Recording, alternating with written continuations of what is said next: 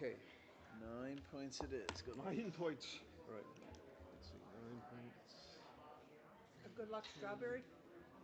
Could you both just put your badges here on the side of the board? Sure. Thank Oh you. yeah, your badge on the table. Good job. Keep these men in line, girl. Try their best. Not a chance. Okay, great. Thanks so much. Have fun.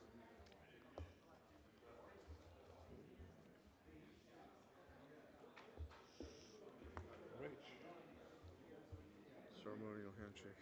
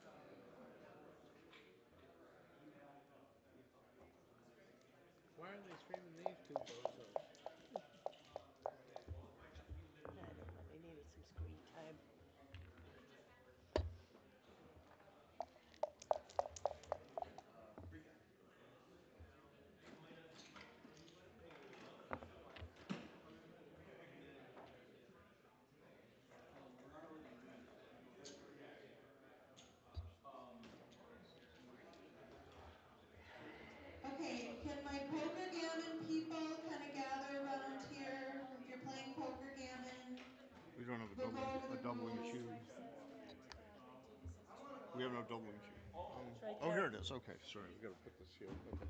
Okay, I don't. Poker Gammon, we'd like to get started. We'll do a little group meeting up here.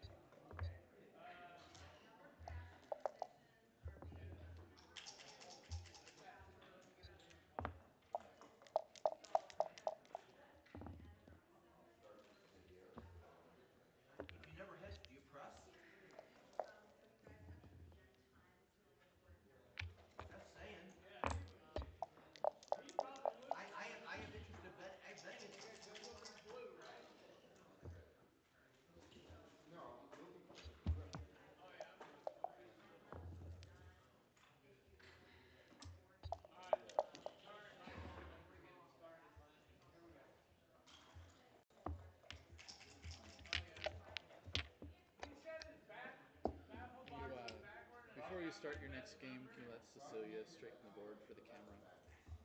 It's just a little bit. Sure.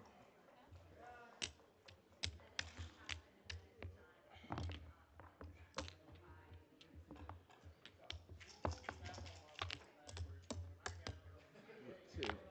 Oh, two. Yeah, I thought it was two. Okay. All right.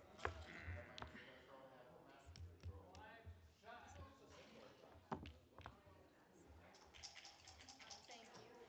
Take it. I know that was killing my father, just seeing it be crooked. So, thank you. Little OCD going on. They have to see what's going on.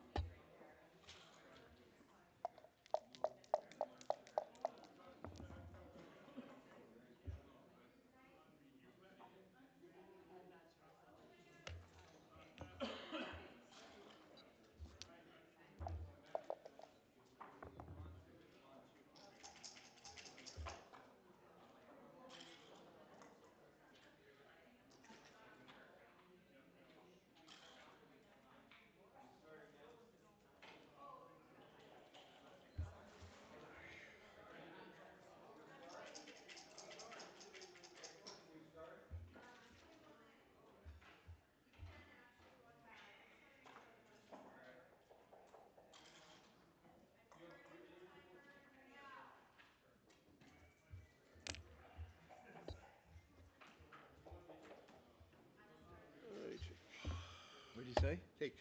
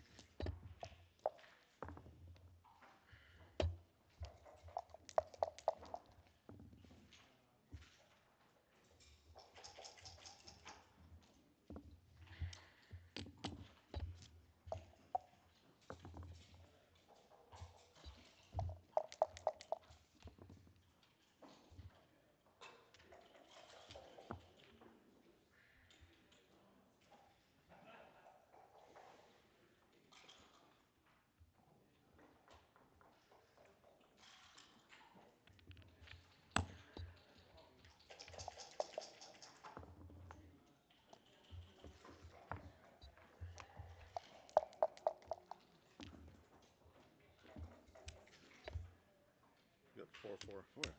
So 6-4.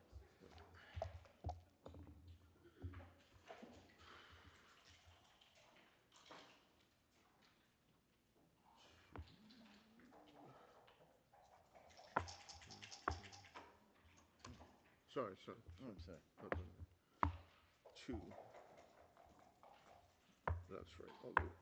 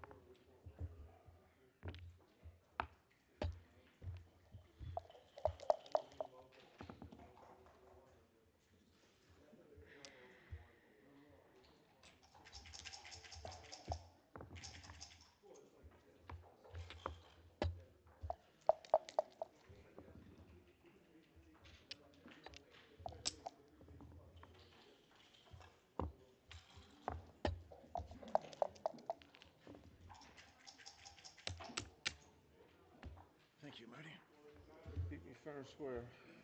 Oh, fair, square, and lucky. That's sweet.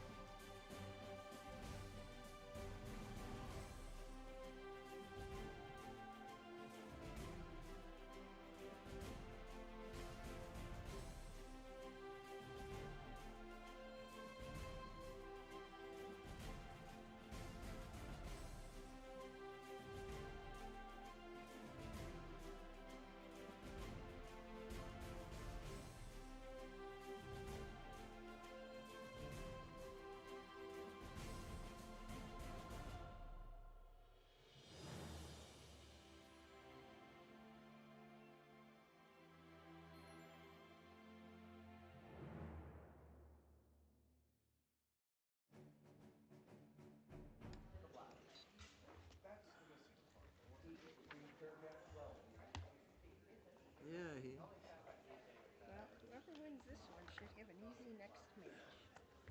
Or easier than usual. There's no such thing as an easy match, Terry. He's in my club. I know how he All right. plays. There's still no such thing as an easy match. That is so true. So, are we ready or not? We just left that on break. Yes, ma'am. It's not. Ooh, Oops, sorry. Didn't mean to stab you, kid.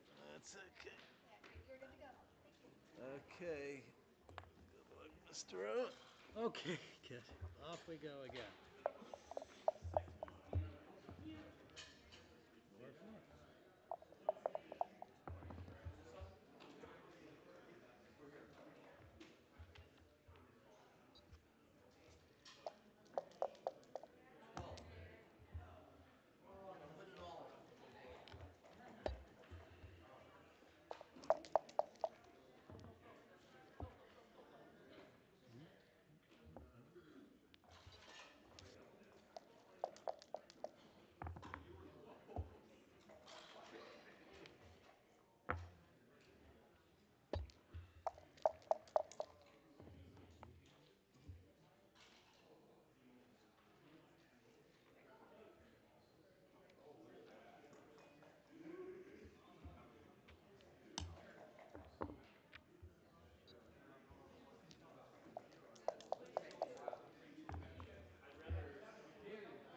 Cocked, right? Yeah. Up.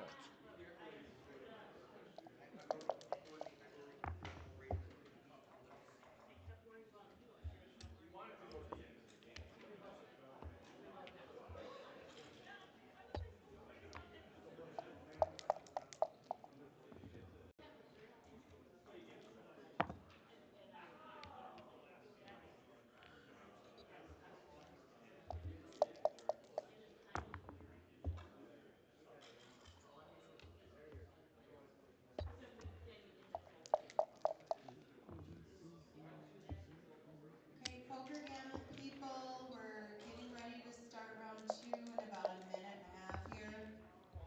Let's get ready. Whoops. He's got it. I just dropped got my it. John. I just dropped my cup over there. Can I Oh, get it? Thank you. we need you to stay here and clean up their messes. Okay. All right. High five.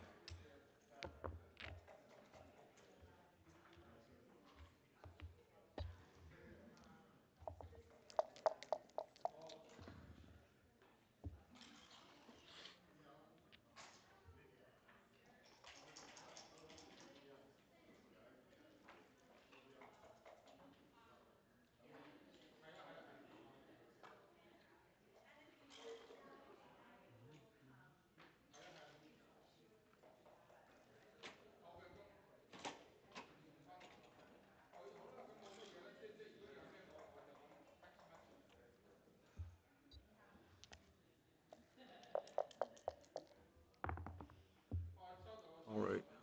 There you go. Hello out there in YouTube land. 15, I'm going to start play. Viking I'm Classic poker gammon. 2025 Odin Let me Open know if American you Backgammon Tour Swiss System want Round to send me 11. a message. Kit Woolsey is playing John O'Hagan. Kit I'm is white, starting playing the now. white checkers at the bottom. And John is playing black at the top. And it looks like Kit has already made a 4-point prime, 6 through the 3. That is a formation called the barrel. And John decides to play a 1. Now, where is that cube? I don't see that cube. No, the cube's not been played yet. So Kit could have doubled that. I think So legitimately he Ted could is have doubled that CJ position. Mark Danberg. What But is this he thought, play? oh, I'm not a favorite to Franklin Scott. point on him. He plays Joe Miller. Jerry Tansey And if plays I get hit back, I Michael might stay on the bar Evan against the Maciel. 4-point board or the 5-point board if he hits and Dave covers. Wynn plays Michael I think I Cashman. would have Jeremy Lee plays given that Mark a Davis. shot. Mark But Farron has a bye. so here's a good number for John. Now I'm not sure Kit is, if he didn't double last time, he won't double this against a 5-point board. Now this is interesting. So he could either make the 2-point and hope either that John does not roll a 6, or if he does roll a 6, that he gets hit. Everybody remember the score sheet. Or he could make a very big play, which I would not make. I don't think he could make the bar point. And he says, "Oh yes, primes are worth $1 million." There's only the good part about this is that, you know, he might just be winning the game. I mean, the cube is in place, so he might just be winning the game from here. But it's not clear. It's a tough choice, but he certainly doubles, and John is a tough decision.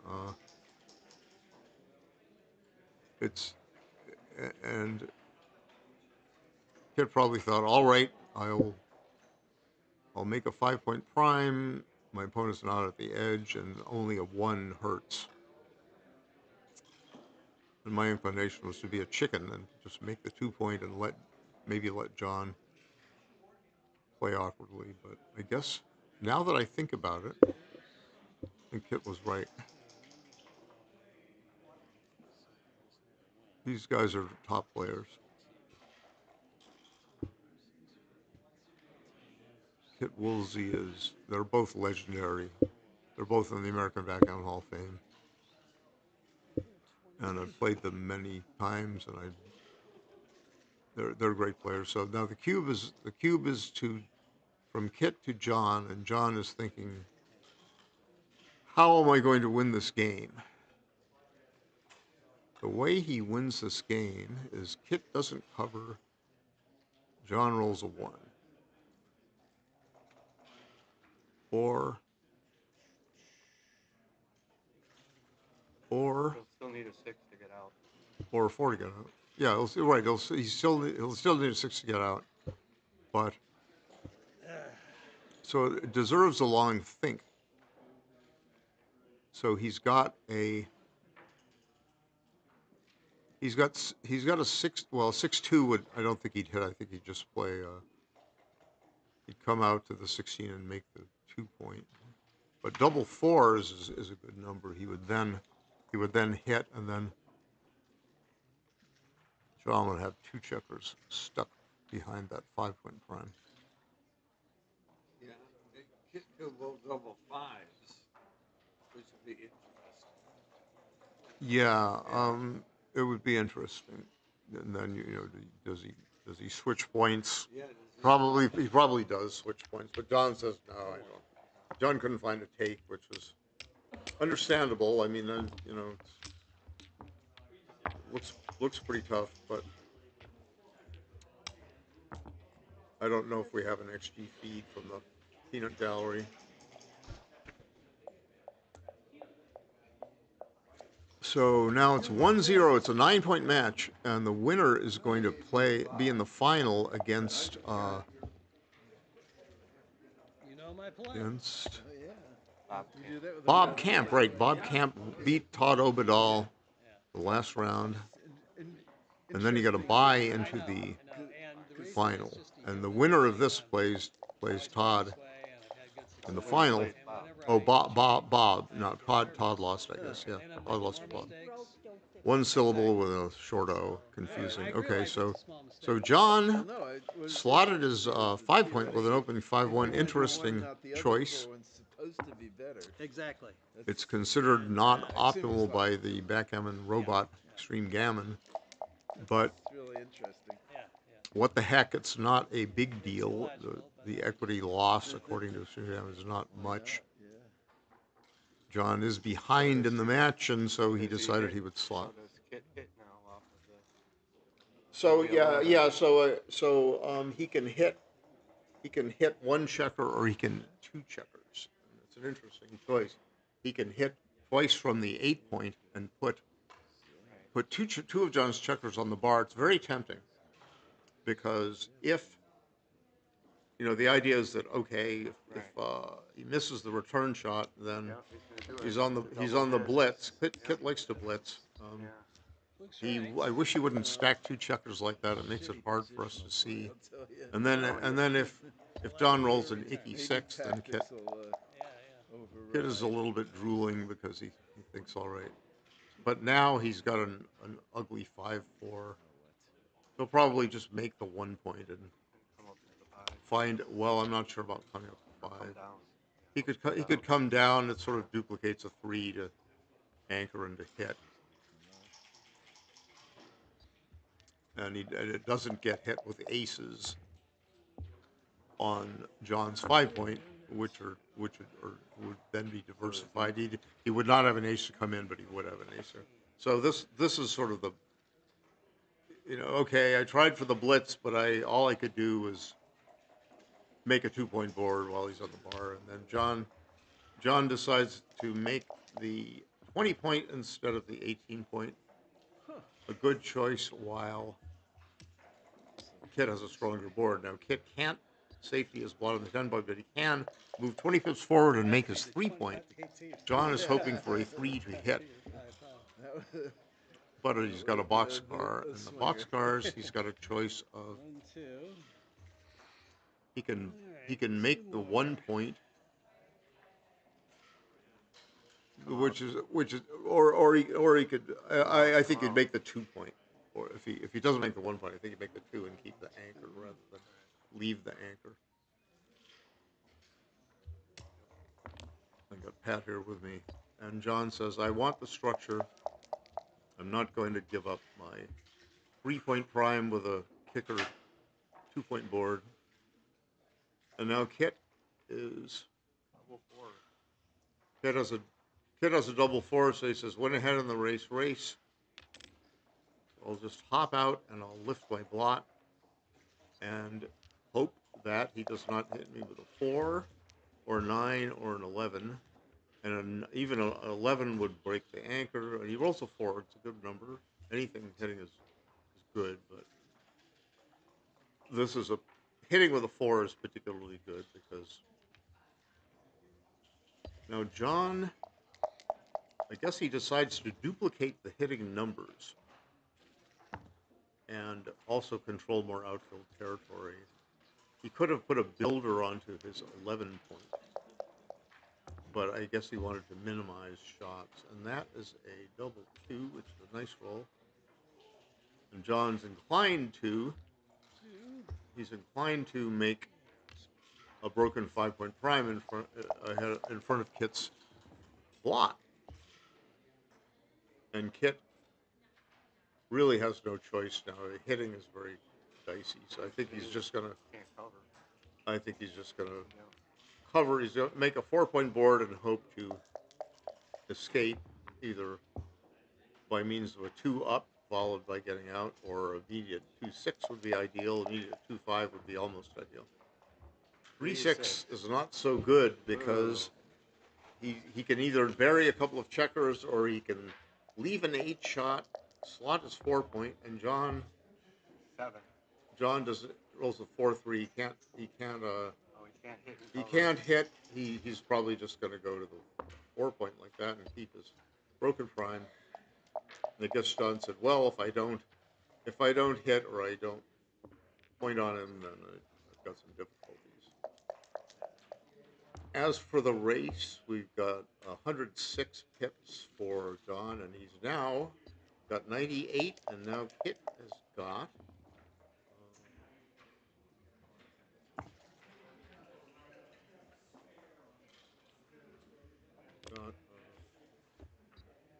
Kit says, I am going to get hook or crook. I'm going to get the heck out of there. And if John points on me, he says, so be it. I might get a return shot because he might have to, in pointing on the 5-point or the 1-point, he might have to break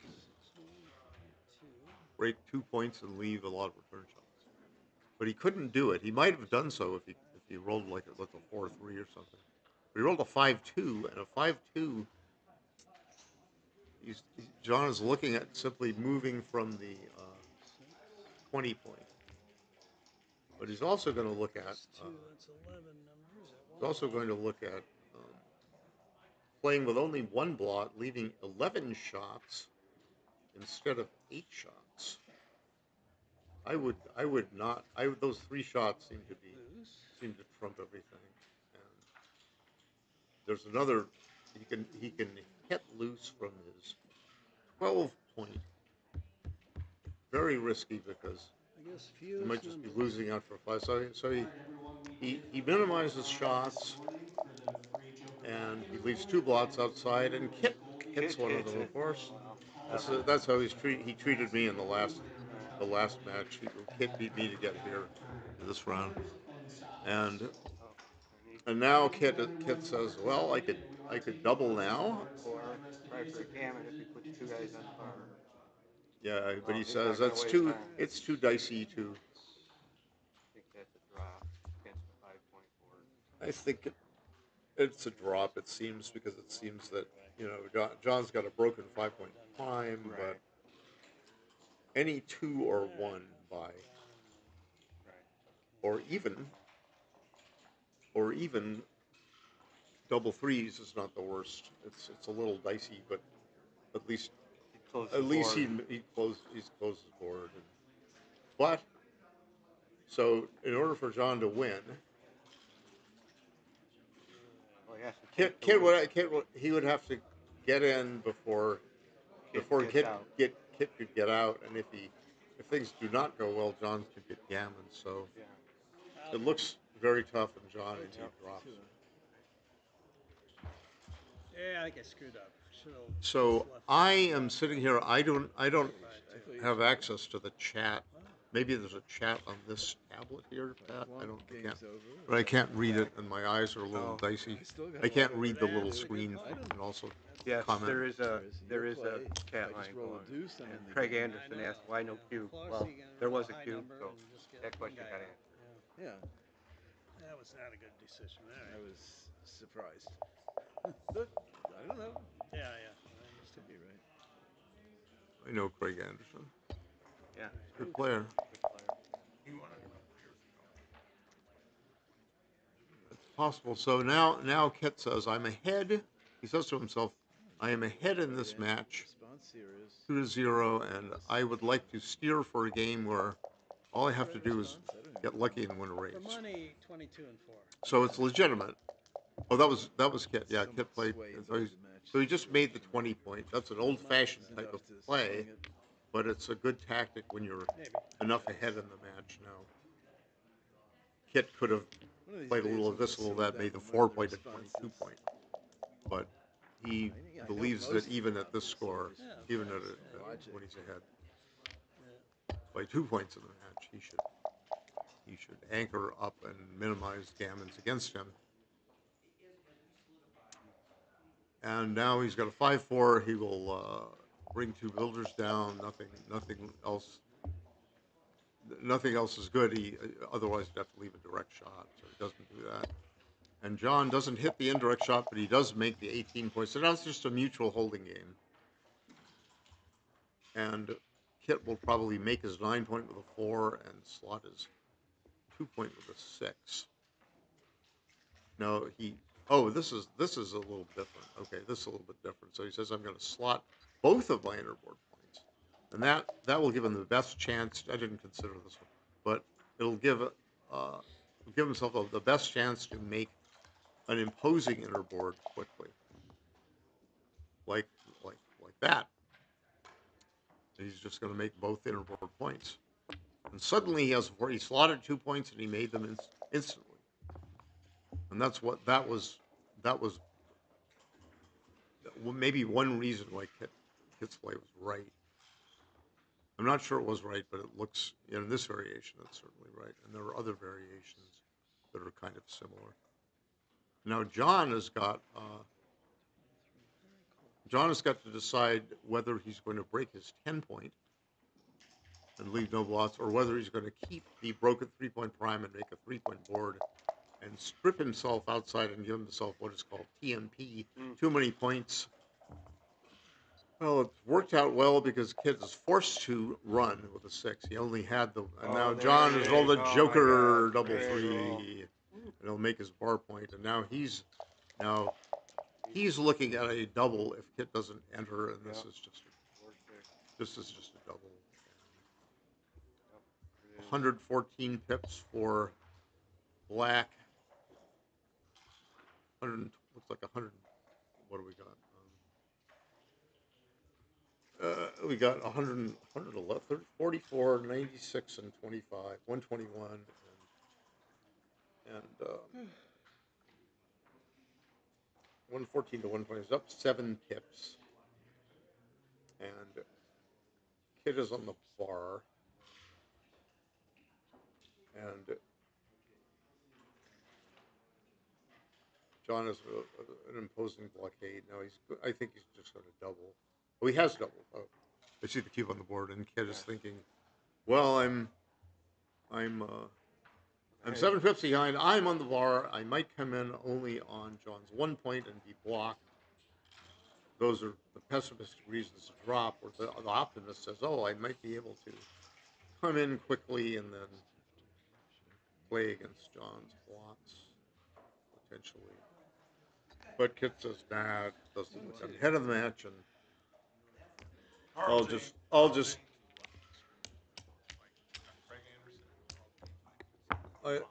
I don't know Carl James, but Seeger 1824. Seeger 1824. Hello, everybody out there in TV land or YouTube land. So now Kit says, well, I might be ahead by a point, but I like to play aggressively. So, and John, that's the correct reply of a 4-3, 2 down, and you reply with 2 down. And Kit likes priming games and everything, complicated games, so he makes his 4 point, and John is going to hit that thing. There have been discussions in the distant past about, do you hit with a 6-2, 6-3, or do you make a point? And the consensus has always been, and I think actually agrees, you just hit. Because otherwise you're in a priming game and Kit's on roll, and in this way, even if you get hit, you got a lot of return shots back. I mean, it's a blot hitting contest with you're outboarded 2-1, but it's black, but it's you also don't want to concede Kit the initiative in the priming battle. So it's considered better just to hit. And now Kit has got a tempo hit. I think he can either make a tempo hit on his 1 point, trying to stop John from using the full roll to make a point, or he was just considering coming out to the 18 point. And a tempo hit is a good idea for one reason, is because Kit has a stronger inner board than John does. And so every roll, John pays a tax of, he's got 4 numbers to stay on the bar entirely every time he's hit. Whereas John with a 1 point board, if he hits Kit has got 35 numbers out instead of a 1 number to stay on the bar instead of. Now here's Kit capitalizing on his 2 point board by turning it into a 3 point board. And John is going to make his 10 point. He'll make a broken 4 point prime. There's nothing else. He should not split. He should just make his 10 point. And so he does. And this is a good roll for Kit, however he chooses to play it.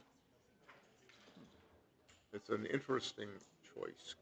He could just make the 3 point with 2 from his midpoint. And there are duplicated 1s after that. Or he could do something else. He could just make his 3 point and flee. But this is what I would do.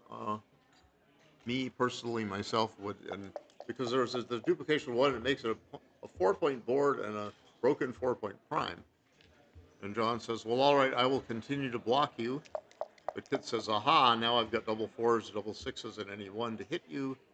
Double 3s is not a hitter, but I think he's going to make his own 5 point and come up and find another 3, which might be that, or he could bring in a checker to the 6 point and duplicate some 1s in the process. Now the trouble with this is there's a few hitting numbers that are not duplicated, such as 6-2, 5-2. Now 5-3 is one of the 5-3 is duplicated though.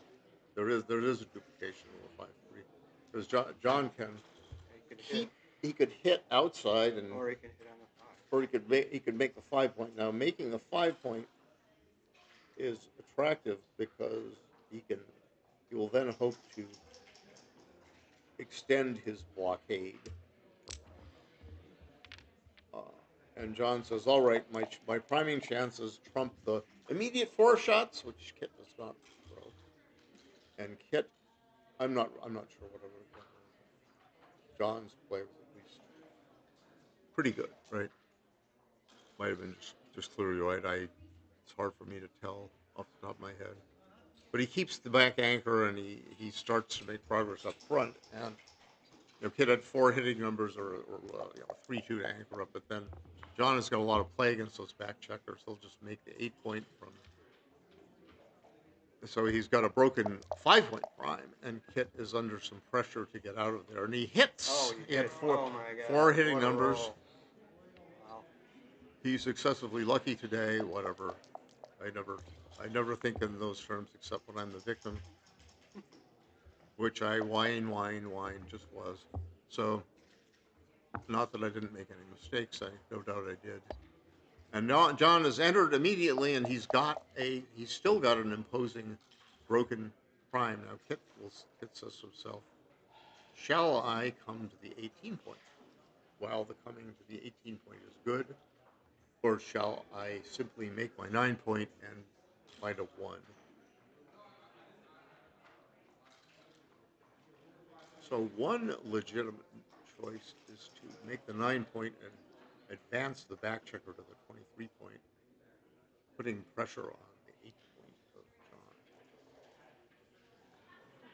John. Another legitimate, very attractive in a lot of ways, is to play 24-18 and find a 1.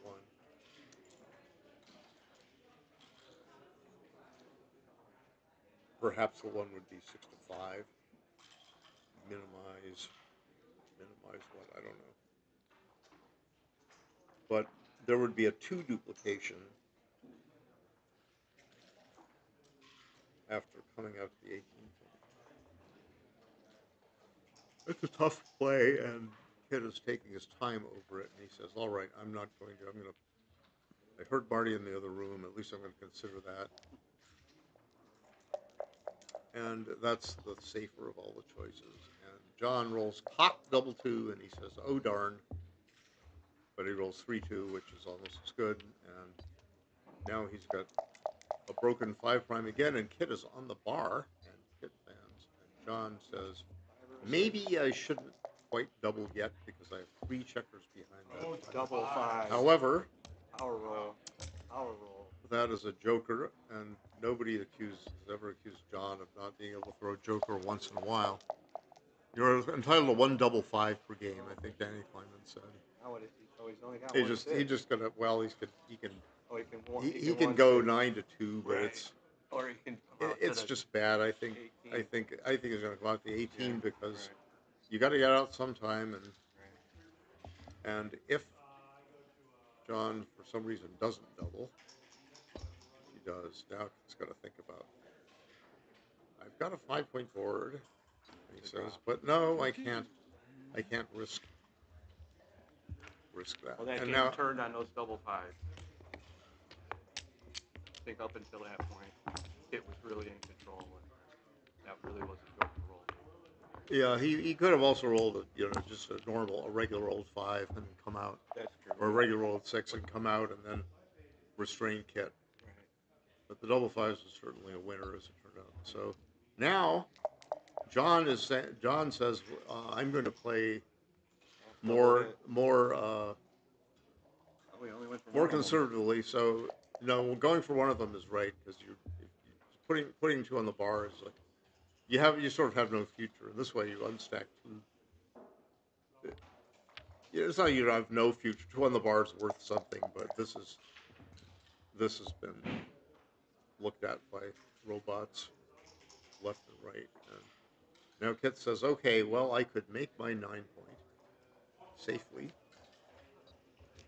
and hope that John does not make a good point. Well, he makes a semi-good point. He was hoping to make his 5, his bar, his 4. And Kit says, I will now make my 4 point and split the back checkers to prepare. I mean, I think the 4-point is good to prepare for hitting chances. And John says, I will point on him and hope he doesn't roll a 4-4, a 4-5. I guess 5-4, 5-4, 4-4. Those were the only hitting numbers. 4-1 is good. He'll just anchor up and come to the 9-point, I think. Because if he might bury to the 2. He will not bury the 2, because why bury to the 2 when you can go 13-9? So he's not burying. He's thinking that the 2 alternatives, legitimate alternatives, are come in on John's 5-point and mix things up even against the weaker board, or just anchor up and hope that John doesn't roll a good number to make his bar, or 5 or 4. But Kit says, I don't like that possibility. I'm gonna let John attack me if he can, because he is not a favorite to point on that 1 point. And now that John has rolled a double 6, that would have been a much better. So Kit's play is paid off, because if he didn't challenge John for contact, then John was rated to make a point. I think it's 12, 18, or he might have been closer to 2-1 favorite to make his bar 4 or 5. And now Kit has jokered. John has rolled a mini joker, and Kit has rolled a maxi joker, coming in on the 4-point board, hitting 2 checkers. Again, Kit stacks them up for his own convenience. But I caution everybody that John has got 2 on the bar. Now he's got 0 on the bar.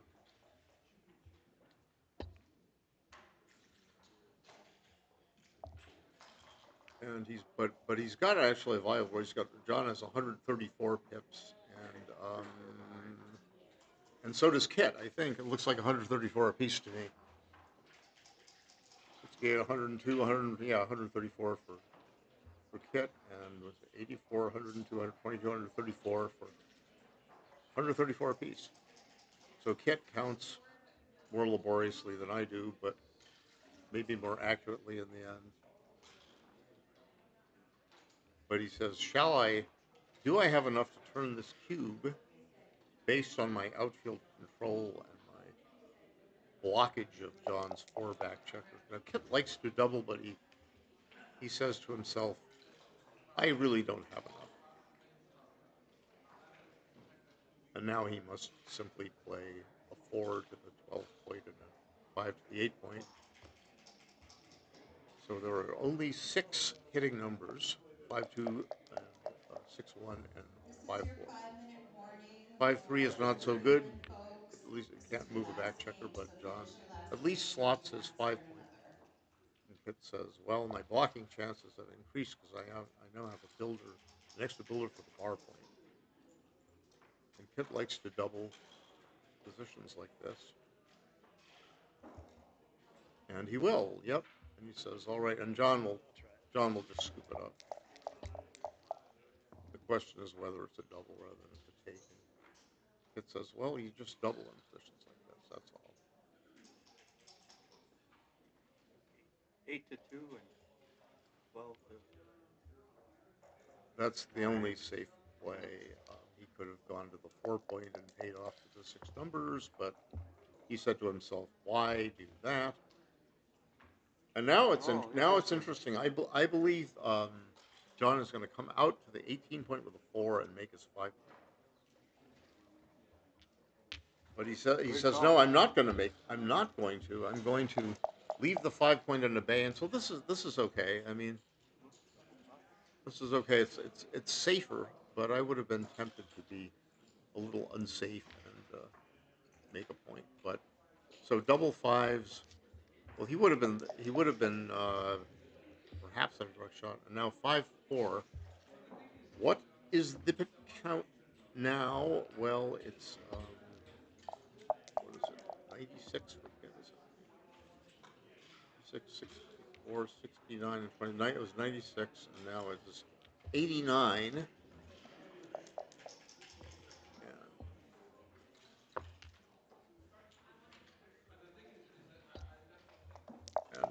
now John is behind in the race a good amount, and I think Kit says I will leave myself even on the end outside, and I will get in quickly.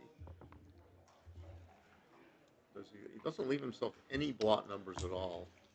Getting in quickly is worth something in a racing variation like this, and John has a choice of filling the 4-point or coming to the 8-point. 6 of one, half dozen of the other, as the American saying goes. And Kit says, I'll just frustrate you some more by rolling some more doubles. And got 7 on the 6-point, I believe. So that's 42 and 52 and 72 for Kit.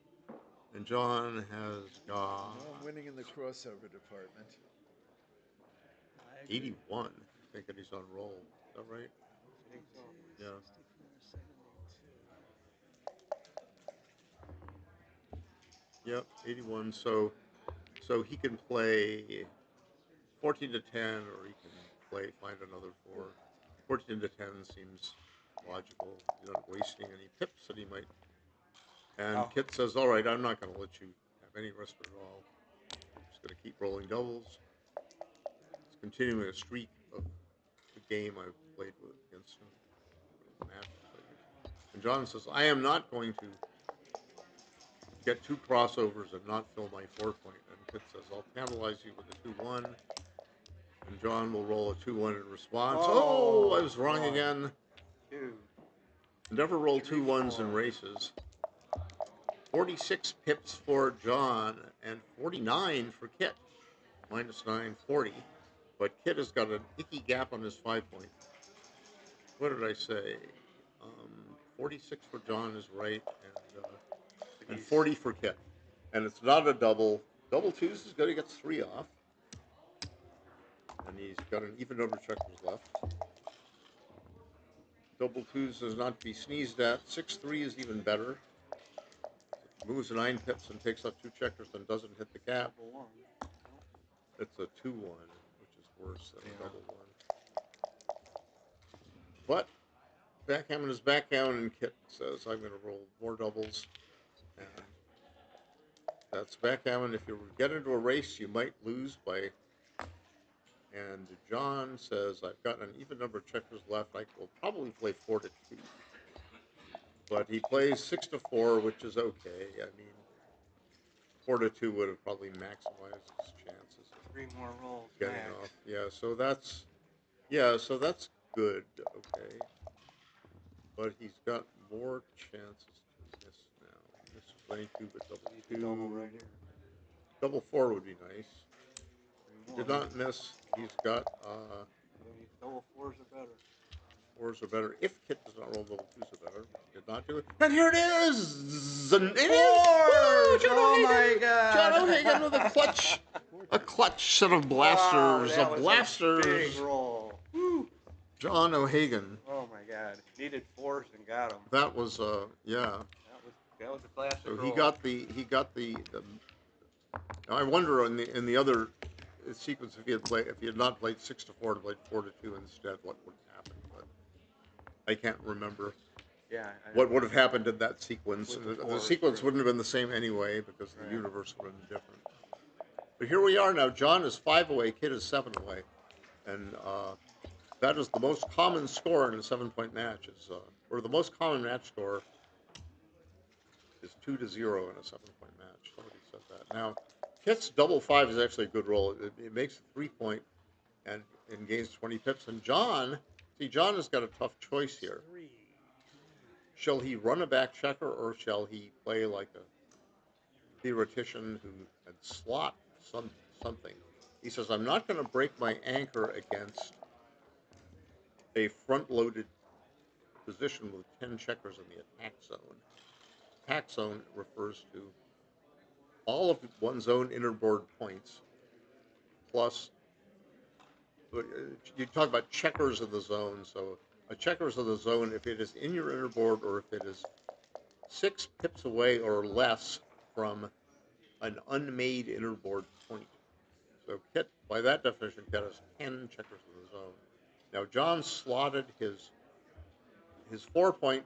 Kit hopped out with a 5-4 because, he's ahead in the race. He has to run, and he can't do anything good on his side of the board. And there's Ray Fogerlund says 2-6 from the bar, and there's 12 more cents for Ray for contract he and I have. Another 2-6 from Now the he's bar. going to come hopping out. I think he could come hopping out to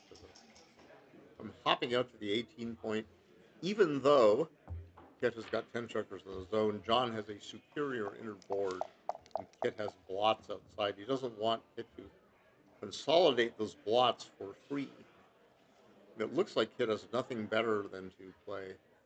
Well, he could play 15 to 8 and leave one back on the 17 point, or he could play 17 to 13 and 6 to 3.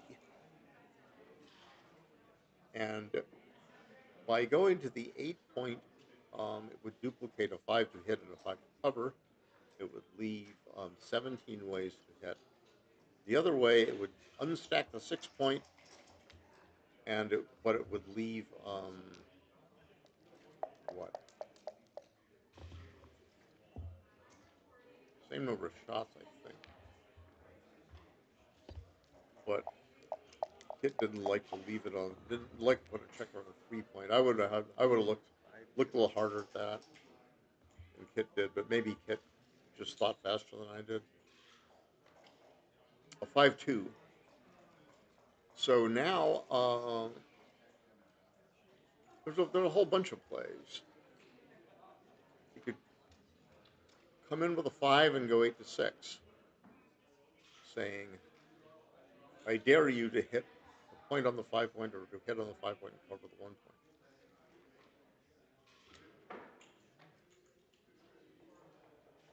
Or he could come in on John's 2 point and he could go 8 to 3 for a builder, or he could play this this is just coming out.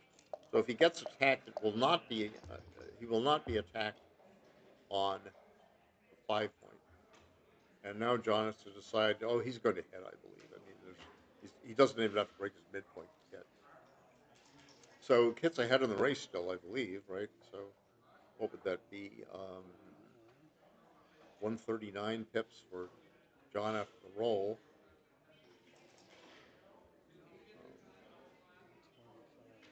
And only 120 something for Kit.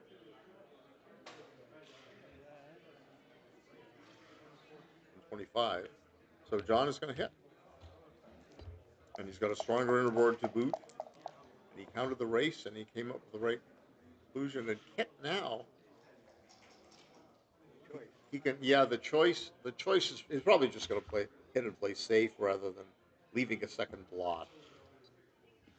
He could have hit and then said, aha, if you hit me back, if I hit you on my bar point and you hit me back, then I might hit you on the 1 point or on the 18 or 17 point.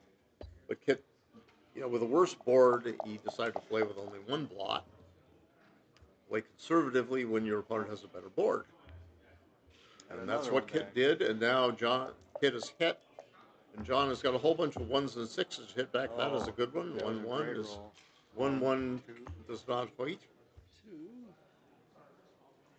So John can make an advanced play, which might not be right, to slot his 5 point, or he can lift the blot from his 7 and split his back checkers, or he can shift up to Kit's 2 point and leave a slotted bar point. But John says, I don't want to self-block by putting 2 checkers 6 pips away from Kit's 8. He says, I have a stronger board. I can take a few chances diversifying my back checkers. And Kit says, all right, here's the 2 with which I must hit outside. Because I cannot stomach 8 to 6 putting a 7th check on the 6 point. And John says, well, I would like to hit and then have you fan. And that looks like a hitter to me. Smacko. He's still the blot hitting contest, and John has a better board. And Kit says, well, better board, Schmetter, Schmord. I am going to think about slashing away on my 5 point. He really wants to, I can tell. I can see the drool issuing from his glands. But he's very, yeah, so, okay, so that, yeah, that it stood to gain a lot if it worked. So I think he was right. I would have done the same thing. And now, Bach, as Kent Goulding would say, box tuplets! But I call them double boxcars. I have to call them something unique.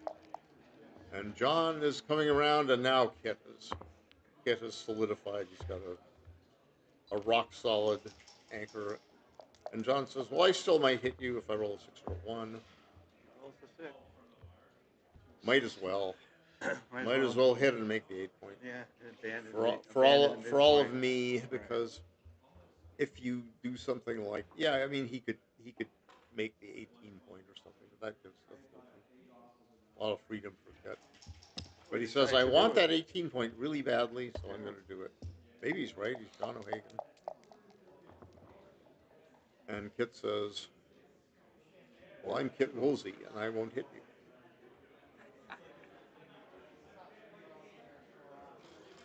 I'm Marty, and I'm sitting here because I'm out of the tournament. Are they using up a lot of time? They start with 18? Yeah, 18 minutes. Yeah, I mean, you know, they can blitz if they need to. So Kit has got a 4-2 to play, and he's got a choice of. I mean, he could hit loose on the 2 point and then play 18 to 16. He could make the 18 point and come out with the 16 point. But he says, I will keep my 20 point and unstack my 6 point, and maybe he'll miss me, and I'm not even dead if he does hit me. So that looks like a good play to me. And John says, all right, well, I will make my 5 point, my 20 point, and I will go 24 to 21 instead of 6 to 3. 6 to 3 would pressure on the blot, but it would make an ugly buried checker. And Kit says, well, I'm not going to break my precious anchor and leave lots of blots against better board. Double 5s again. And now John says, well, it looks to me, or as John might say, well, it looks to me like, I should keep the 20 anchor and reinforce my midpoint and come to the outfield. That looks like a damn good play to me, or even a darn good play. And now Kit has nothing but to make his 2 point. And now I have a 3 point board, and I've got a second builder for my 1 point. And an unstacked 6 point somewhat. And now John says, I'm going to make my 10 point, and now I'm going to bury that thing.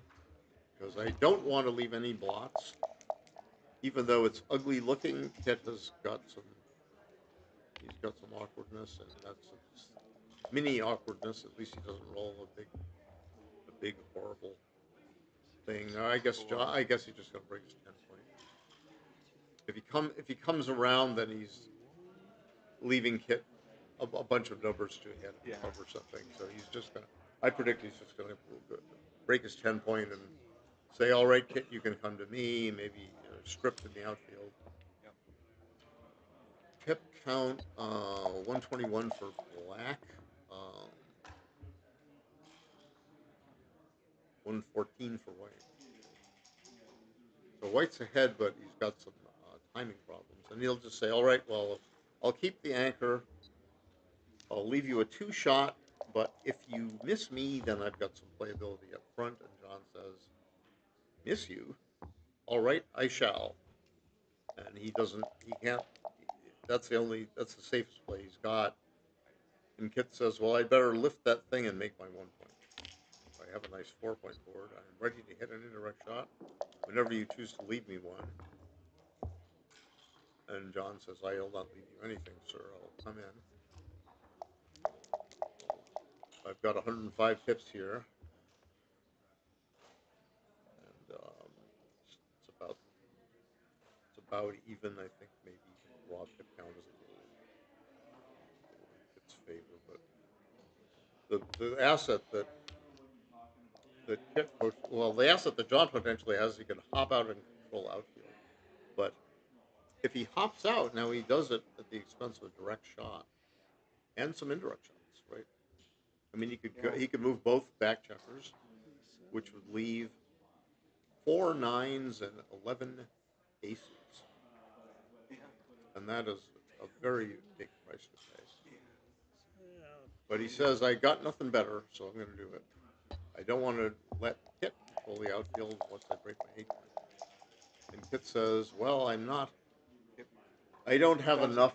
Doesn't perform. I don't have enough to double based on the hitting chances.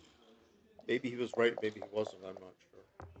But he's happy he didn't now that he has missed and broken his 8 point, and John says, all right, I'm going to make a bastion of strength on the 14 point, the slightly backward midpoint. And now Kit says, well, I'm going to make a 5 point forward. So, ha. He's thinking, shall I come out and give him numbers? I'm going to sit on that 5 point board, and John says, hody ho, I'm going to make a 2 point instead of a 1 point. Kit reached for the checkers as if to say, expected John to do it. I think he's deciding whether to make the 1 or the 2. Yes, he's trying. He played the 2. Exactly. So he initially set up to make the 2 point, and Kit thought he was going to, but John says, well, I'm not going to leave a blot in my board just in case Kit rolls double 5s. Kit runs away. So Kit has waited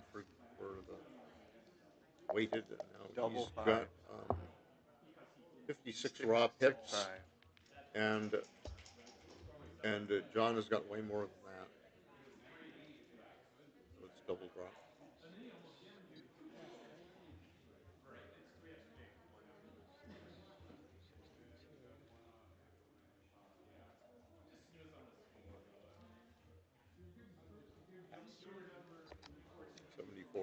Three, four, three. So, How about a short? Now it is a tight match. 4-3. The jokers are flying for both sides, and they are taking a break. A well-deserved, well-earned break. Yeah, that was a pretty. That was. Wow, but I finally got my eventual. That's pretty good. That was. I don't know the buttons, so we'll just leave it on. Yeah, let's just leave it on because I don't know the buttons either. Should we get his board I ready? used to be a software developer, but now with this Nice new thing about technology, being ahead in the it's a race. Stream Deck, and it says intro board, com focus, and commentator. Right. I'm not going to push one of those.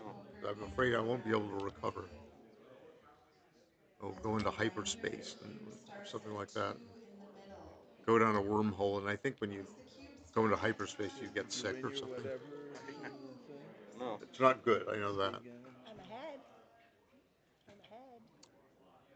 I don't know when they. So here we are. This is a Swiss system tournament, the Viking Classic 2025. It's Viking themed everything. So why don't you play now? You get little rune stones with the names of the characters of the runic alphabet. I think I babbled that they came from an ancestral language of Old Norse. That maybe they made it into Old Norse by legacy. Like one of them, I think, is Manaz, M-A-N-N-A-Z, and I think the A-Z is a plural ending, and I think it means people. But it's got some, I don't know what people, quote unquote, means in the context of being a Viking. It's supposed to have good the rune is supposed to be your lucky rune and have properties that will give you good dice or something back in the good old days. Dice made of the bones of killed enemies or something, whatever they did in those days. But it's cool, it's a little onyx thing in or something like that. You can rub it and say, double, toil and trouble, give me double 6s on the barrel. In the middle. But there's The all money kinds of nice is little marked in party purple. favors and stuff like that. Very You can conveniently placed here in buy a purple. little lucky And dice Marty wants to necklace. be as It's not on a close to Viking theme, but you can Alan's buy one for board $15, as she is and five. there's Joker. Rick Davis placed Michael Joker. Cashman. Mark There's Farron a placed Joker Mark seller Farron boards, but placed now we've got a Ryan Gammon Sutter. stuff And boards, nice and Sushi stuff placed logo. Leah Winter. Gammon Jeff stuff usually stays is and CJ Gammon covers stuff for by Lisa. John Perner, who is the President and Chief Executive of the United States Backgammon Federation. Hooray, hooray, hooray. And and now we have Joker Backgammon is also a sponsor. And John has boards set up for sale. They're very well-made boards. And they come from Germany, I guess. I think there's an ethnic Turkish guy who lives in Germany who makes them, if I'm not mistaken. But I might have my board makers wrong. If so, I apologize. But the boards that John has are extremely well made. That the players are playing on the same board. Cube is at 2. We have Now, score I have only sheets lost on here. that Make particular sure to board, fill I out think. your score sheet at the round. I We lost add to the Jerry cube Tansey, value who obliterated me, and Kit count Woolsey, your who chips. obliterated me. And if either of those guys get good dice, then you better, and you don't, you better forget it. And if you make mistakes, more mistakes than they do, you better forget it too. Especially if they get decent dice to good dice. So that's my excuse for losing. They were lucky. But when I won, of course, it was all skill, etc. But Eduardo Maciel. maybe I had some Eduardo luck too. Maciel. It's a silly dice game, but Eduardo, your round the has luck component started. is great because that's why people love to play and win and lose. The skill component is great because you really can engineer yourself an edge John, if you're I just skilled. realized, Both these guys are skilled, so I wouldn't. theoretically, If I had to bet on one versus the other, I would say, okay, I'm not paying any vig to anybody for the privilege of betting. And it's about 50-50 in my book. And 50-50 is almost what it is. I mean, it's 5 away to 6 away. particular situation, it was actually probably right not to chop it, at least before the draw, because you would have an advantage. I'm sorry, you would have a disadvantage. Well, we did. And you know, it's No, I know. supposedly like a 4-3 and a 9-point match is supposedly like about I mean, if I had gotten the about a bye, about a 4-3 edge and have the winning advantage in the chances. side pool. I don't Didn't even think about. about that. Okay. But I'm talking about the maybe I'm Extreme supposed Gammon to have default that match advantage equity table, which is because called I had the Hazaros disadvantage Rockwell 2, as far as drawing the after bye the went. people who collected all the statistics, Neil In Kazaros other and words, you already had your bye. David Rockwell. I don't know. David I is didn't out in think about Chicago it right at the now. time. No, And it no. turned out And, not to matter. Pat over here is I think you have the Chicago. dice in your cup. What's your last name again, Pat? Dowd. Dowd, that's right. I knew it was one syllable, but Yeah. Pat Dowd from Chicago knows all the Chicago creatures. John O'Hagan is a Hoosier. He's from Valparaiso, I Indiana. don't know about that exactly. Strongest background player in Indiana. I think you've had more Sean Garber decisions might than I take have. umbrage, but I am I'll give John a slight edge over Sean. Sean has great results. I mean, not to take anything away from Sean Garber, but it's just I'm not taking anything away. I'm just giving it to John. You know? And so John has got a nice 7-point. So he has moved 13 pips. That makes us count 154. And Kit says, I will not leave any direct shots. And John says, well, I would like to hit you, but I am an underdog to hit you. And even if I hit you, you have plenty of chances. So I will not double you. And John very quickly comes out to the 16-point. That's an expert play because make him strip the midpoint to hit, or there's duplicated 1 to hit and to make a 5-point. There's duplicated 4 to hit and to make a 4-point. And Kit says, well, I'm going to come up and come down. I have nothing better with that. What was it, a 4-2? 5-2. Oh, a 5. No, I mean, so Kit rolled the 4-2 in reply. So he hit with a 4, and then he came up with a 2. And he said, all right, if you hit me out in the outfield, I might anchor up on the 22-point and have a really good game. Or if you hit me inside, I might cover a blot on the outfield or do something. So John correctly hit with a 5-1 just before, so Kit would not have the full roll to unheap those blots and stack checkers. And Kit hit back with looks like a 2-1. And now John rolled a 3-1. And now Kit is actually the nerve to double. That is but he's 6 away and John is 5 away. So that might be an okay double. I'm a little skeptical, but Kit, when in doubt, Kit is going to double. Kit saw some really good sequences. And there's a good sequence for John. And when one is even away and one's opponent is odd away, one can take some doubling cube liberties and Kit with a joker. He says, "Shall I One more 8 to shall I 6. come up, or shall I go 8 to 6?" I predict he'll go 8 to 6, rather than give John a whole bunch of ways to point on that important 4-point. More even builder. If John, and your back checker is not exposed on the gosh darn 4-point. Now he's got a 5-point. Yeah, so he's got a 5-point, but the other way he would have had a 4-point prime, but then it would have been on the bar. Now get a full roll to make a juicy 5-point. And this is a typical Kit Woolsey variation. He makes an early-ish double that might not be an early double, and then things go his way. Now John is perhaps going to tempo hit, for lack of anything better, but he says, "Well, I am going to put my checkers where I want them." Now this might be an expert play too. And Kit says, "Har har, you and your expert plays, I'm going to joker you out." But there were other good numbers for Kit besides double fives, to be fair. Not to just say that Kit is just lucky or something like that. Kit says, "Well, I'm just going to attack you. I'm going to put 2 on the bar and put pressure. If you don't come in, you're in deep doo-doo." Like that. Wow.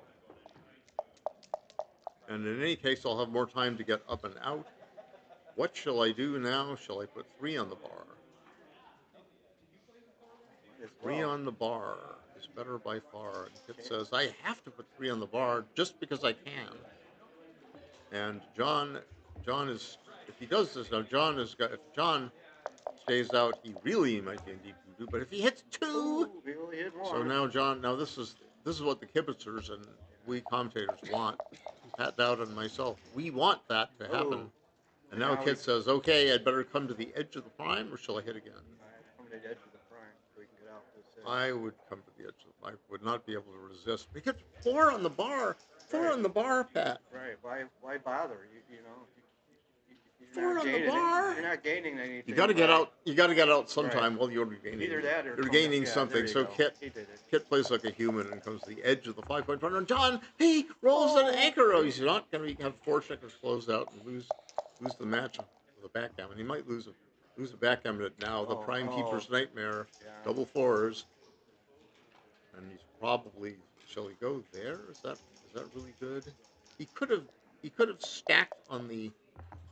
He could have stacked. I think he's got a bad double 3 this way, but it's sort of bad either way. Now there's a key. He's going to come into the 6-point where he will kill a 6 that way. Well, there are 2 6s left, and John says, "All right, I hope I don't come in and crack next time." And Kit says, "I hope I roll 2 6 not from the bar, but I'll take that one." And John says, "I'd better roll a 1 6. 1 2 isn't bad either." And Kit says, "Har har, I'll hit you and then come out. Or if I don't, then you might have trouble covering that." And there's an ugly duckling double 3. Shall he go 5 to 2?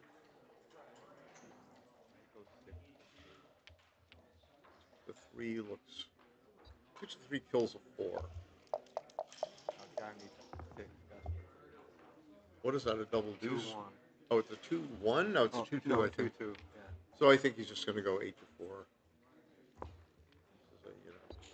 Even if Kit gets out with 5, now which he does, of course.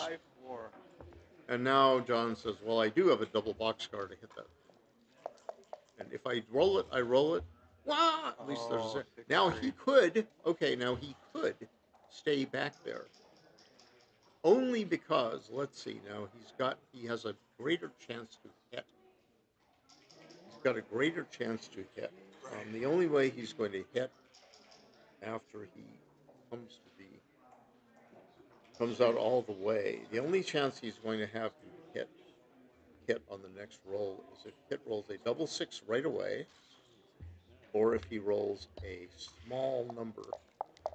And then, okay, but now Kit, this is what John was banking on, because there are numbers 5 pips or less. And there was the double 6 followed by the 1 6. Oh, he didn't get No, it. he did not get it, so he's just gonna. He says, I'm gonna try to save the gammon by not slotting my 3-point. I'm gonna move all my pips in the outfield. And Kit says, I will. Well, shall I make a semi-mountainous position? He's just gonna play safe.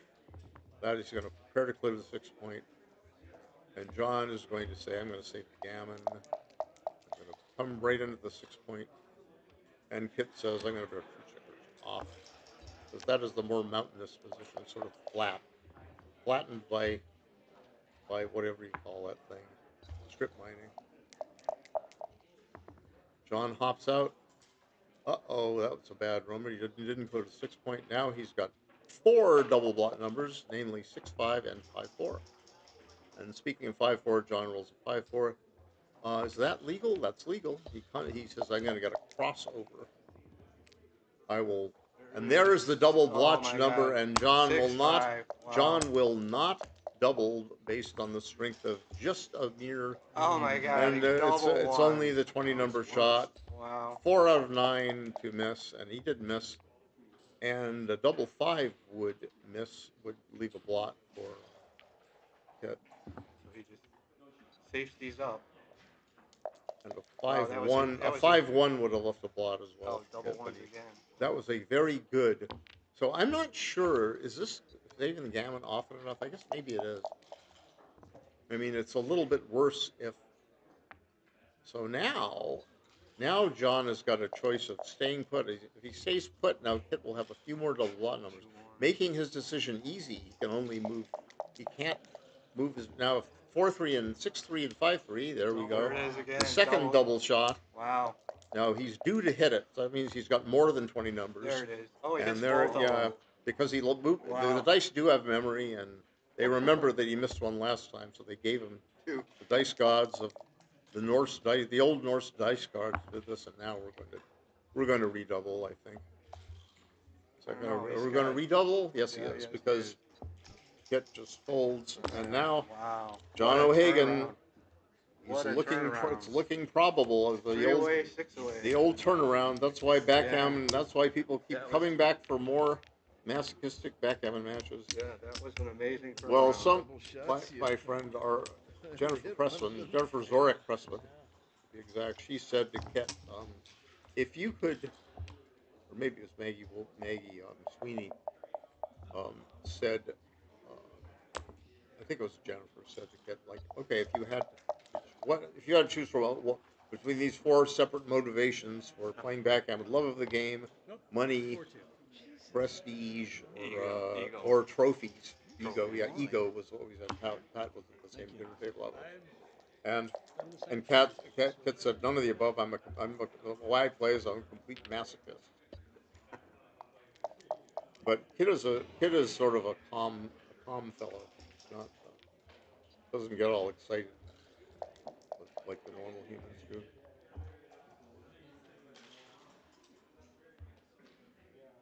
Backgammon is full of tough choices, and John says, I'm just going to make a 4-point board in the hand is worth boo in the tush or something like that. Boo in the bush. And 6-1, so now we've got a blotch, and John 2-5. said, I will wait for Kit to put builder blots in the outfield, then I'll hit one of them, and then Kit fans, and I'm still not going to double because I'm 3 away to 6 away. And if I'm such a big favorite, I'm going to go for the undoubled gammon. And if I'm not, then Kit is going to be redoubling me as soon as ever he can, as soon as he gets a whiff of being a favorite. And if you're going to win an undoubled gammon, like maybe John is here, John says, well, I'm not, I don't think, he says to himself, that I will take a chance. And Kit says, well, if I roll a 4-5, a 4-6, a 4-4, a 1-4, or a 1-6, or a 4-3, now John says, now my gammon chances are really too high. Kit says, well, I've rolled double fours in the clutch before. Maybe I'll roll it now. But there it isn't. Okay. John got the clutch double. John had a clutch double four, and now John says, well, I can line them up. I can go 8-6 to have more builders for the 4-point. Because he could go 10-8, but 8-6 gives 4 active builders for the open 4-point. He gets off the hit on the double 4. And so he does it. And then he rolls double 4s anyway. Nope, he stays out again. Now, if John wins a gammon, he's going to be 8-3 Crawford. And there he goes with a 6-2. And Kit maintains good timing by staying on the bar. Now, there is a variation, sports fans, where John O'Hagan wins an undoubled backgammon. And he says, I will pay off to that double 1 in return for getting my checkers in quickly. And if he had rolled the double 1, he would have said, maybe I should not have done that. But since he didn't, he says, I was a smart guy. Now he should get off the double 1 now, I think. And this gives him the only way he can get hit with a direct shot next turn is if he rolls a double 6, and then meanwhile Kit came in, and then Kit rolled a 1-6. But now he sort of wants to get 6-4.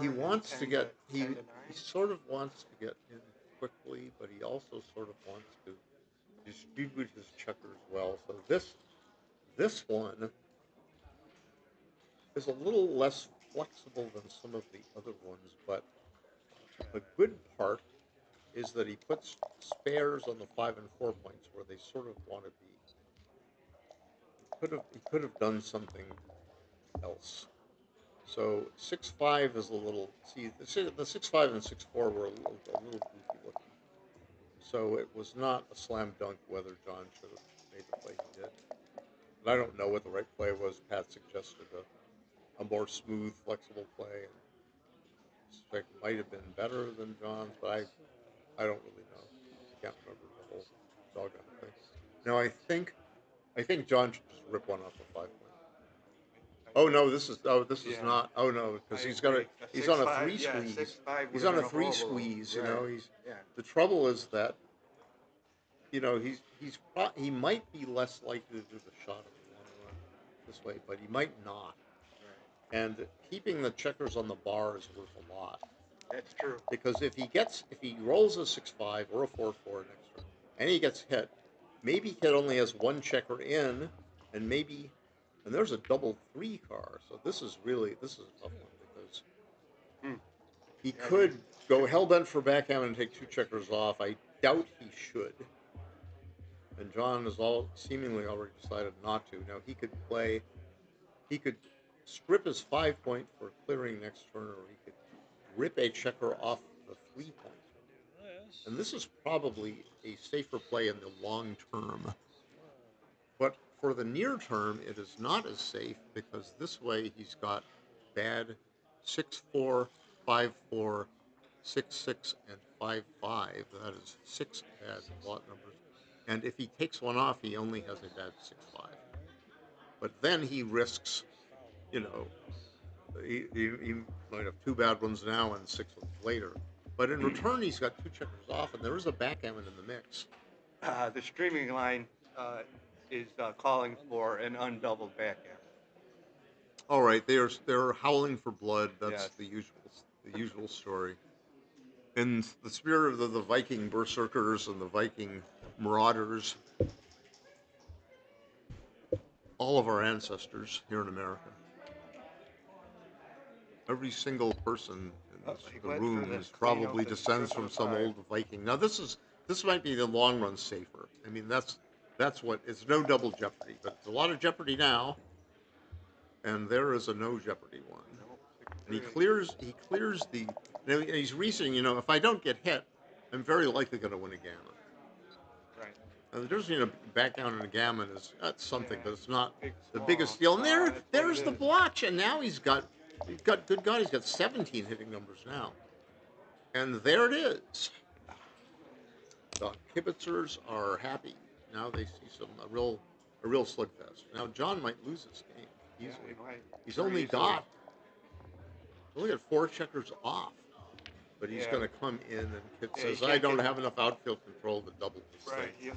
Yes, and he's going to. He can't get gammoned, right? Now He's already got checkers off, so it really is. He can't get gammoned, and so Kit needs a win. Kit, yeah. In other words, if Kit gets 4 points, I mean, if Kit doubles, then the cube is dead for John. But he'd be risked. So he's inclined to redouble a bit early, but he just doesn't have the winning chance quite yet. Well, the cube hasn't been played yet.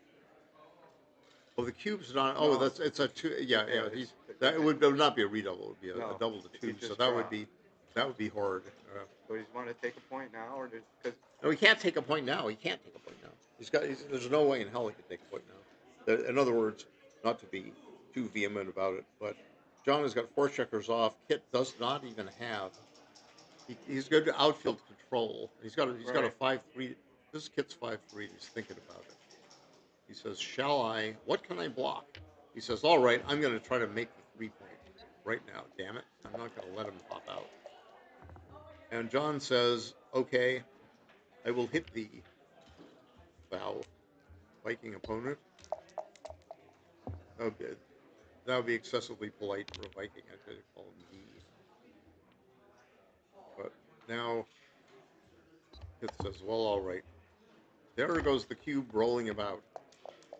It's not on 2, it's on Longship, which means 1. And that is a double 4, which is not to be sneezed at. There's only 27 ways to hit that thing. One of which that was, and now I guess 13-12 for maximal control. And there's a 2-6 from the bar. Another 1 bit to Ray Fogerlund. And now there's an 8 point, I believe. Just make it whilst the making is good.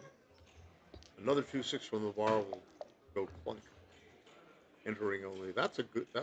Now he thinks, shall I keep a 2 point board, or shall I clear my he says, no, I'm going to keep a 2 point board for fighting. I'm going to fight. Tactically fight, and a 2 point board is better than a 1 point board, and he's closer to being escaped. He will risk numbers to leave a second blot later, but he says, shruggy wuggy wuggy. So now he says, shall I make that point and leave? I will leave Mr. O'Hagan any 1 except double 1s to leave a blotch. And John said, and Kit says, well, maybe I should double now. Maybe my winning chances are high enough. But the thing is, he's risking that second point he risks by giving the cube gets John to Crawford. Mm-hmm. But it also gets Kit. The 2 points get Kit 4 away, 3 away, which is Kit is drooling score because he knows very well the ramifications of it. And John says, I've got enough winning chances here. I might even gammon you. You might not even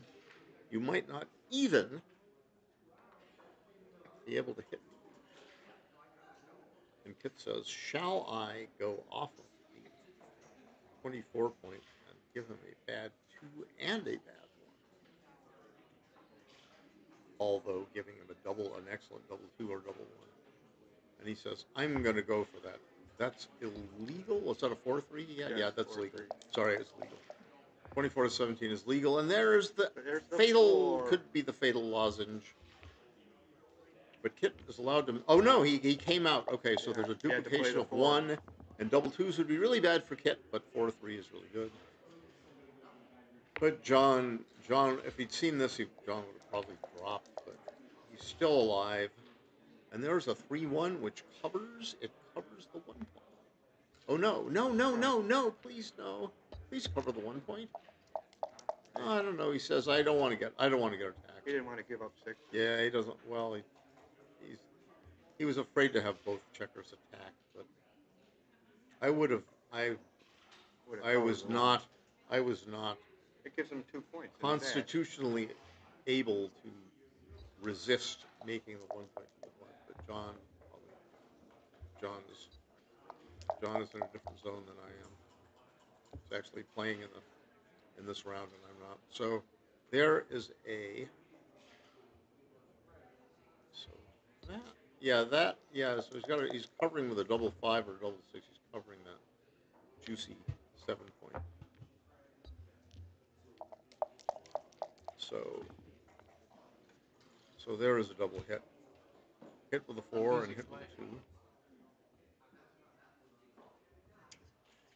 Oh, come on, no, hit with a 4 and hit with a 2. Don't hit with a 2 and a 4. Hit with a 4 and then hit with a 2. There you go. Now you keep your broken 5 point now. So if John gets something really, really lucky, like a double 6, he can't get out. And so John is a big dog in this game with 2 up there and only 4 checkers off.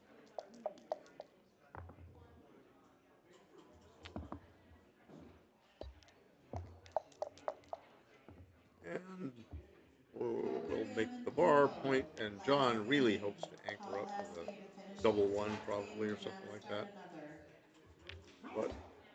But no. 2-1 would have been acceptable. And Kit says, oh, darny Marnie. Says, all right, I'm going to... 6-point prime. Yeah, it's got a 6-point prime, and John says, I really hope to roll a 1 here and stay alive over there. And there's the 1. Now he says, har har. Now if you break an outside point, I might roll the fatal doubles. And Kit says, do your worst. I'm going to hit. No, he hasn't played yet. He hasn't moved yet. Just thinking about it. In principle, it's good. I mean, it's like your opponent only has a 1 point board. It's a 1.5 point board. And he says, all right, if he does get the dreaded double 6.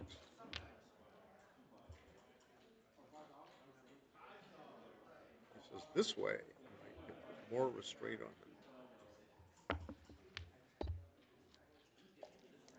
him. And John says, I would like a double 5, please. Unfortunately, he only rolls 5, but he does cover that thing, please.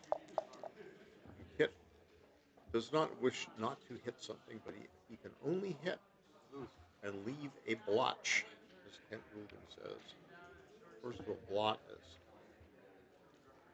blotch. The word blotch means a spot on one's skin or upon a pristine surface. 5-6 on the bar. Got half of the roll. And Kit says, all right, I will be happy to close things out. I think you should go to the 10 point. Yeah, he says, I might want to go to the 16 point so that he doesn't hop by me. He says, I would not want to be hit and then stay on the bar. And he says, all right, I'm going to have to leave a blotch anyway now. At least I've got coverage of the 12 and 11 points. 1-6 from the bar. 2-6 from the bar. 1 bit is 1/8 of $1 from the old American days. Right. So I owe Ray Fogerlund 1 bit, 12.5 cents every time I say 2-6 from the bar. Yeah, that's the 6. Double 6s leaves a double blot, but it's got a lot of builders for the 1 point. There's a single 1. Here comes the double 6s. 5, 5. 4, all right. So this is closed out. This is a, you know, it's a prohibitively large favorite. He just goes 10-5. I think 6-5 is probably right, but it says I want to get more checkers off, but he says, well, I'm such a big favorite, I'll just play safer. It's a bit safer.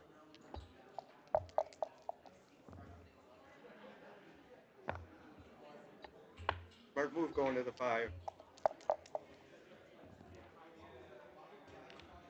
Yeah, and he says I'm not going to be. I might still be a favorite if I get hit, and I'm going to just make sure I get a lot of checkers off in case he rolls. The big boxcar. 5-4 is almost a boxcar. 5-4 is a snowflake and a blaster. Well, I guess now we can do double 5s. In New England, we call double 4s blasters because they're so powerful. 3-1. John can be backgammon. No, he's got checkers off. There is a beautiful 2 or 1. 3-2. There's a necklace and a caboose. A tray and a caboose, and there's a snowflake and a tray. Snowflake and a tray.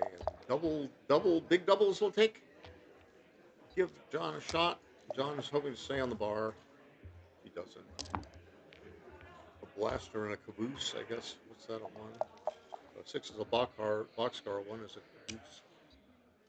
And this is caboose land for John O'Hagan. For form's sake, he's going to make 2 crossovers. And Kit is going to win the game, and John is going to I guess so. decide that he's won the game, and is now 4 away for Kit Woolsey, huh?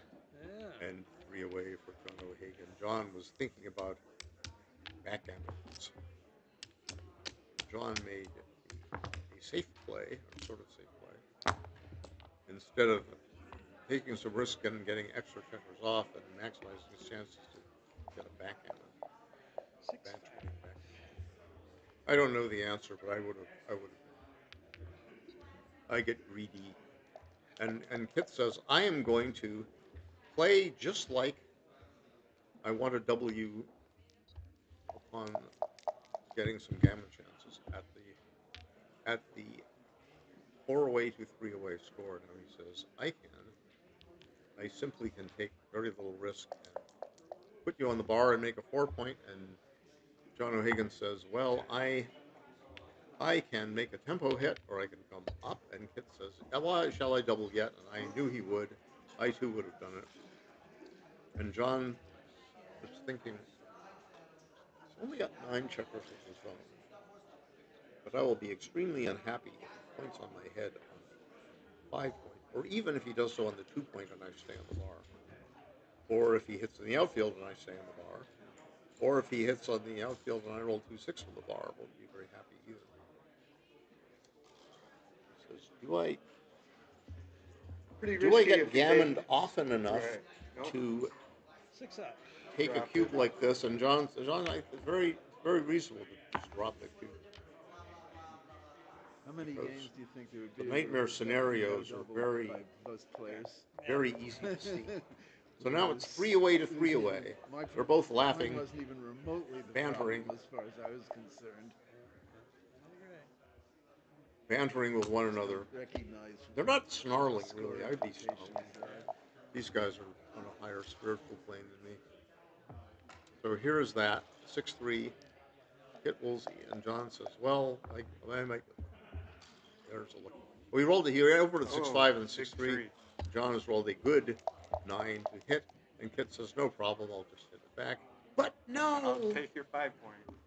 Now he says, shall I leave 2 blots back in the board, or shall I just make that 20-point and concede an edge in the race and never get attacked? So usually one makes the 20-point because you just don't have enough going for you. And John says, all right, I have the race. Run right around. I still have 6 checkers on my midpoint. Now Kit says, I am going to slot my 5. And I'm going to make life a little difficult if you roll double boxcars, because then I might come in below and be what people call a goalkeeper. I never played that football game much myself. You run around and kick a ball with your feet. That's why it's called football everywhere but the United States. And Don says, all right, we'll creep forward. It's an easy one to count, 135 pips forward.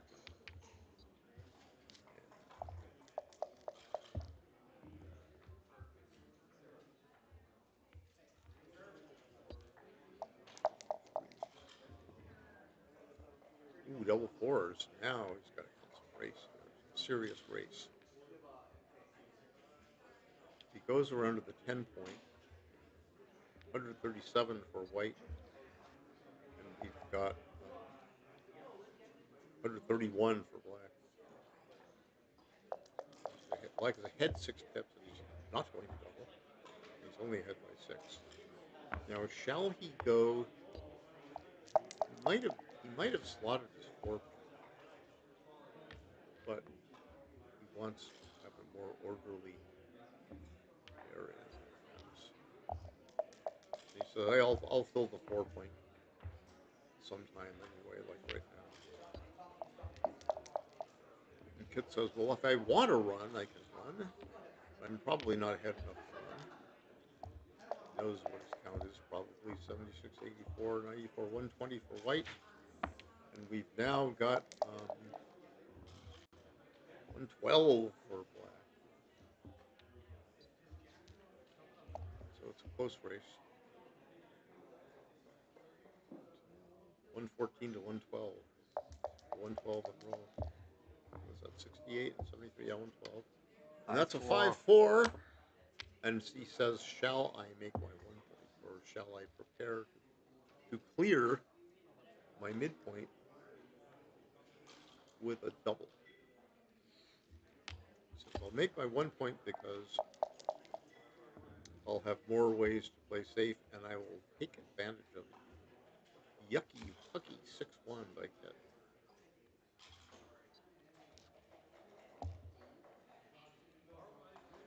$107 for white.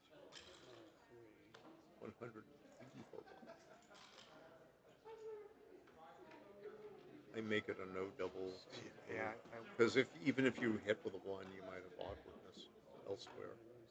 Like 1-3, you leave some hard shots, gets a better board. Then Kit might, even if he misses, he might come in low, and then you might have some more bad numbers down the road. So it's not worth doubling. And it might be a redouble, right? Eventually, it could be a redouble. Right, yeah. It would be a redouble if you were threatening. If you had a big enough threat to exceed. Right.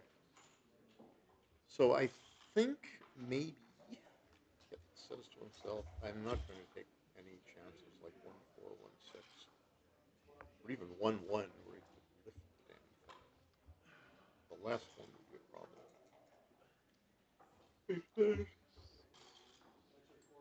If I cause Mr. O'Hagan enough problems by staying there to make it worth it. Besides not.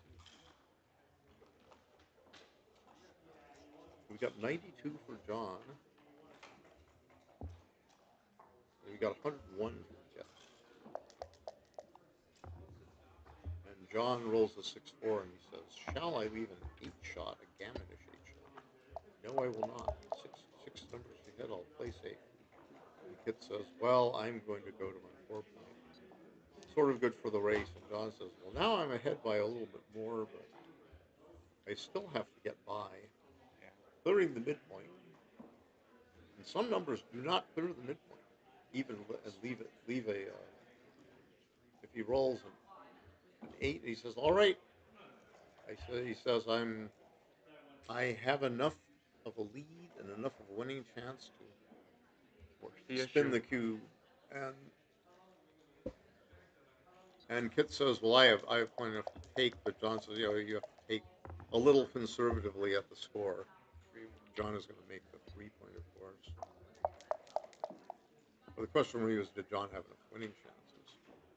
But John judged that he did, and John is a good rememberer of reference positions, so he probably was right.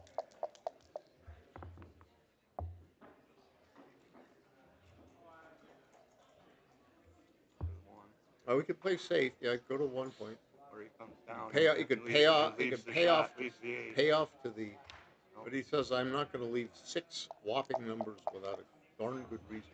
And also, I can block double fours should he Well, yeah, and roll a double 4. Now, Kit now- says, I could be really clever and pop out to the beautiful 16 I think point. he was looking at making the 1. Well, he's looking at 1 point, but he's also looking at 20 to 16, 4 to 1. Or 20 to 13. And he did it, or he didn't do it yet? Well, he did the 4. No, it's still his clock's still Yeah, decking. I know. He says, "All right, I will. Decided to I will if I will make it hard for you, in case you roll well 6-2. He's going to place it. Now John has had to pile some checkers up low, which hurts his pip count a bit. So now Kit says, "All right, I am going to." Kit could have come out and put pressure on him. And John says, "All right, now." Here's the 8. Kit says, I've got that fatal 8 lozenge, Oh, and he if rolls not, a I can 9. make, Can he run had all the way he had around. holding game equity of the 3rd kind, Right. termed by Danny Kleinman, the author, which means that the holding point might cause you to waste pips. Now John's going to fill his 5 point. Excellent play. But now this is close, and Kit has got some cute leverage because that's a bad roll, but at least he fills his 1 point. Didn't get a checker off. He had 26 of his numbers would have gotten at least a checker off. John does get a checker off. Now John is ahead in pips, but he's got some inefficiencies stacked on the 2 point. And a 4-3, he gets 2 off and leaves no gaps. It was only 7 pips, and Kit rolls a yucky 4-1.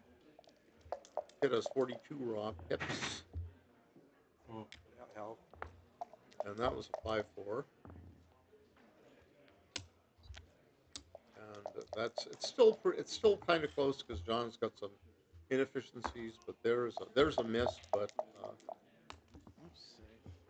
and Kit has rolled a cock 5, stops the clock while Kit scrambles around on the floor trying to find the die. And Kit is back, and John wastes no time pressing the clock. Oh no, he just made it. He was perfectly sporting what he did. Kit takes 2 off, and John hopes for a big one. There's a big one, but it's just he's down to he has non-numbered checkers left, and now but he's the favorite. But Kit owns the cube, and if Kit misses, he might be in a little bit of deep. Oh, that's not a miss. Now 4-1 is the play. The thing is, you don't want double misses, but you don't want to waste pips anyway. Now 6-4-1 is a that's a redouble, and that is a that no does he have 25%? Now you can calculate this, right? So he's got a double miss. A double misser is 3-2. So this would be a rather easy take for money. So yeah, so I think it would be maybe not so easy, but 6-4-1 against any doubles off. Is this a take? So this is calculatable. There's a rule called the rule of 11-12. So if there's 11 pips or 12 pips, then it's double take, assuming black's got 3 checkers. Usually those reference positions are the 3 checkers are on the piece of point, and that's for money. Yeah. And here Kid has a double miss number 3-2, and he's got some bad ones now. 5-1. Okay, now he's got 29 ways to win if John does not roll his doubles. So 29-7 favorite. John is making a legal play, and there's the Kid has won. He's won the match. He's in the finals against Mr. Kamp himself. Yeah. Who's that guy? Yeah. Wow, that was pretty cool. Kit is in yet another finals of a big tournament. That was a His 25th one in the last year or something like I that. didn't work it out. All right, I don't know if there's going to be any streaming until the next round. The next round is supposed to start. It might start whenever the players are ready. To boot. It's almost 2 p.m. United States Central Time, which is what Minnesota, the state of Minnesota, is in the sort of the middle of the east-west map. With you on roll, where if I don't roll a set, you're. You got Eastern Time, Central Time, Mountain Time, going east to west, and Pacific Time. Oh, you're talking about the end? Those are the 4 regular old time zones of the United 6-4-1? States. No, I mean, I'm pretty. You get out to Hawaii, and it might be called Hawaii time, and Far from gin. Alaska Yeah, I suppose I roll like a. goes way out to the west in the Pacific, and so it might have its own time zone. I know. Something like it. No. Apologies to Bob Stoller, who lives in Anchorage, Alaska. Yeah, Bob Stoller is a pretty sure it's an auto double. friend of backgammon in general. Yeah. He is retired as an assistant attorney general of the state of Alaska, I believe. He's written many great articles for Primetime Backgammon magazine. I am what is called the executive editor of that fine publication. Bob Stoller has specialized in articles about the history of the game, and he is from the great state of Alaska, the biggest state, and great as the inhabitants will tell you. Round 4. Please come Too out cold and for meet me. your opponent if you're in poker gammon. Bob is a hardy fellow, and so we'll shout out to all of our viewers here from whatever country or state of the United States they hail from. Can I look at the chat? Oh, yes. Yes. Yep. Round 4 poker So I gammon. see .177 take on plus plus. And plus plus means extreme gammon roller plus plus, XGR plus plus evaluation. And all you need is an XGR plus plus evaluation. Poof, done. Or a 3-ply evaluation because, you know, I mean, Kit could roll something like a 5, a 5-1 or 5-2. He could have borne off 6-4 and 4 off. The 5-3 would have been great, 6-3 and 4 off. A 2-1 would have been icky. 1-1 would have been icky, and a 3-1 would have been icky. A 2-1 would give Kit 13 numbers on the following roll to bear off. A 3-1 would have given him 17 because he would go 6-3 and 1 off instead of 4 off, which would be 15 numbers. A 3-2 would miss entirely. He'd just have to get. He'd have a double 3. Double 3, no, a 3-2, no, he'd have a double 2. He'd go 6-3 and 4-2.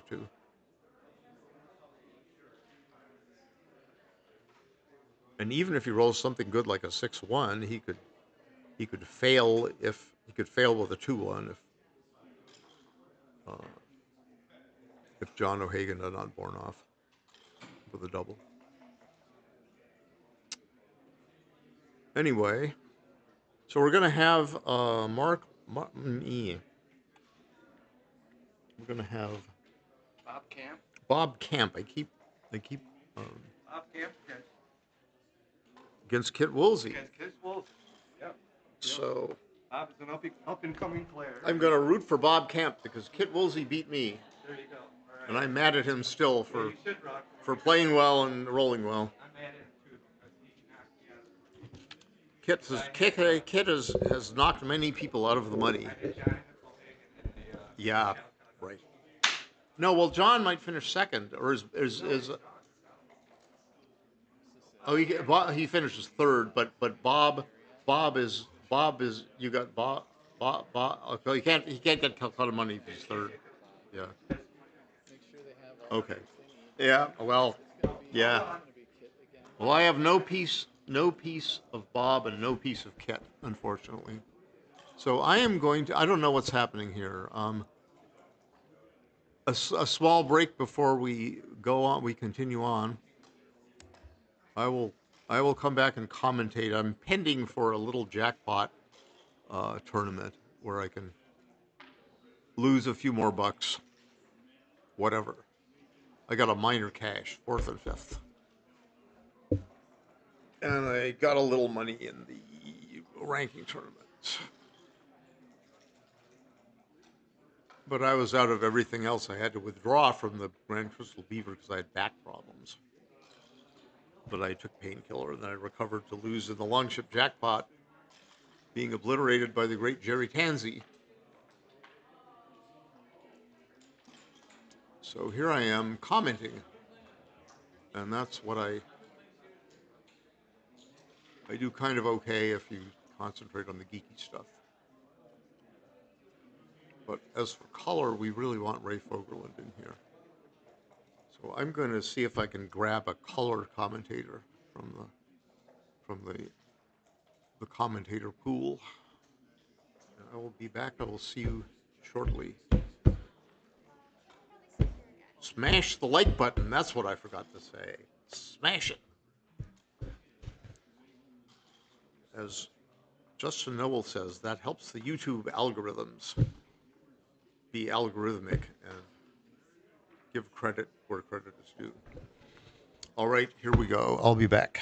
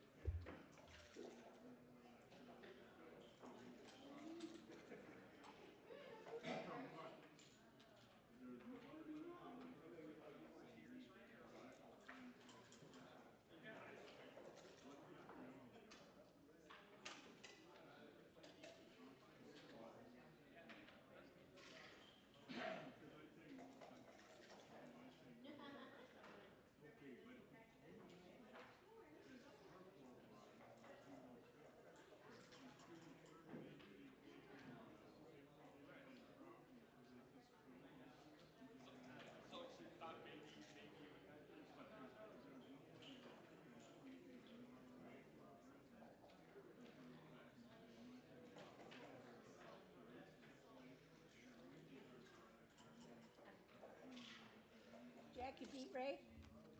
No? No?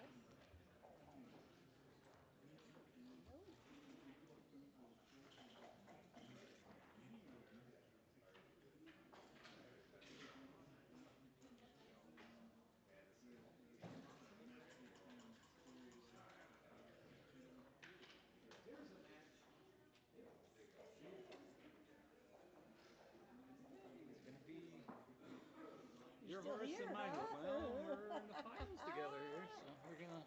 Did you buy him in the? No, we buy didn't his buy. Calcutta? We didn't buy his team. No. I bought his team. I know. You But I always don't gotta buy know where the yourself. guy is I bought it from. Kevin something. The Oriental guy. I don't know where he went.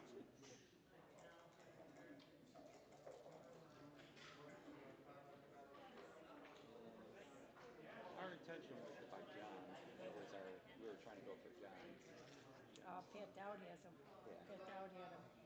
So, but big kit. You guys got. I bought him. Yeah. And Kit and Todd were the same thing for a long time. $200 you got it for, right? You got. $50. It cost me $50. Yeah, right. But I'm saying, but the whole thing was $200. Like you got. Yeah.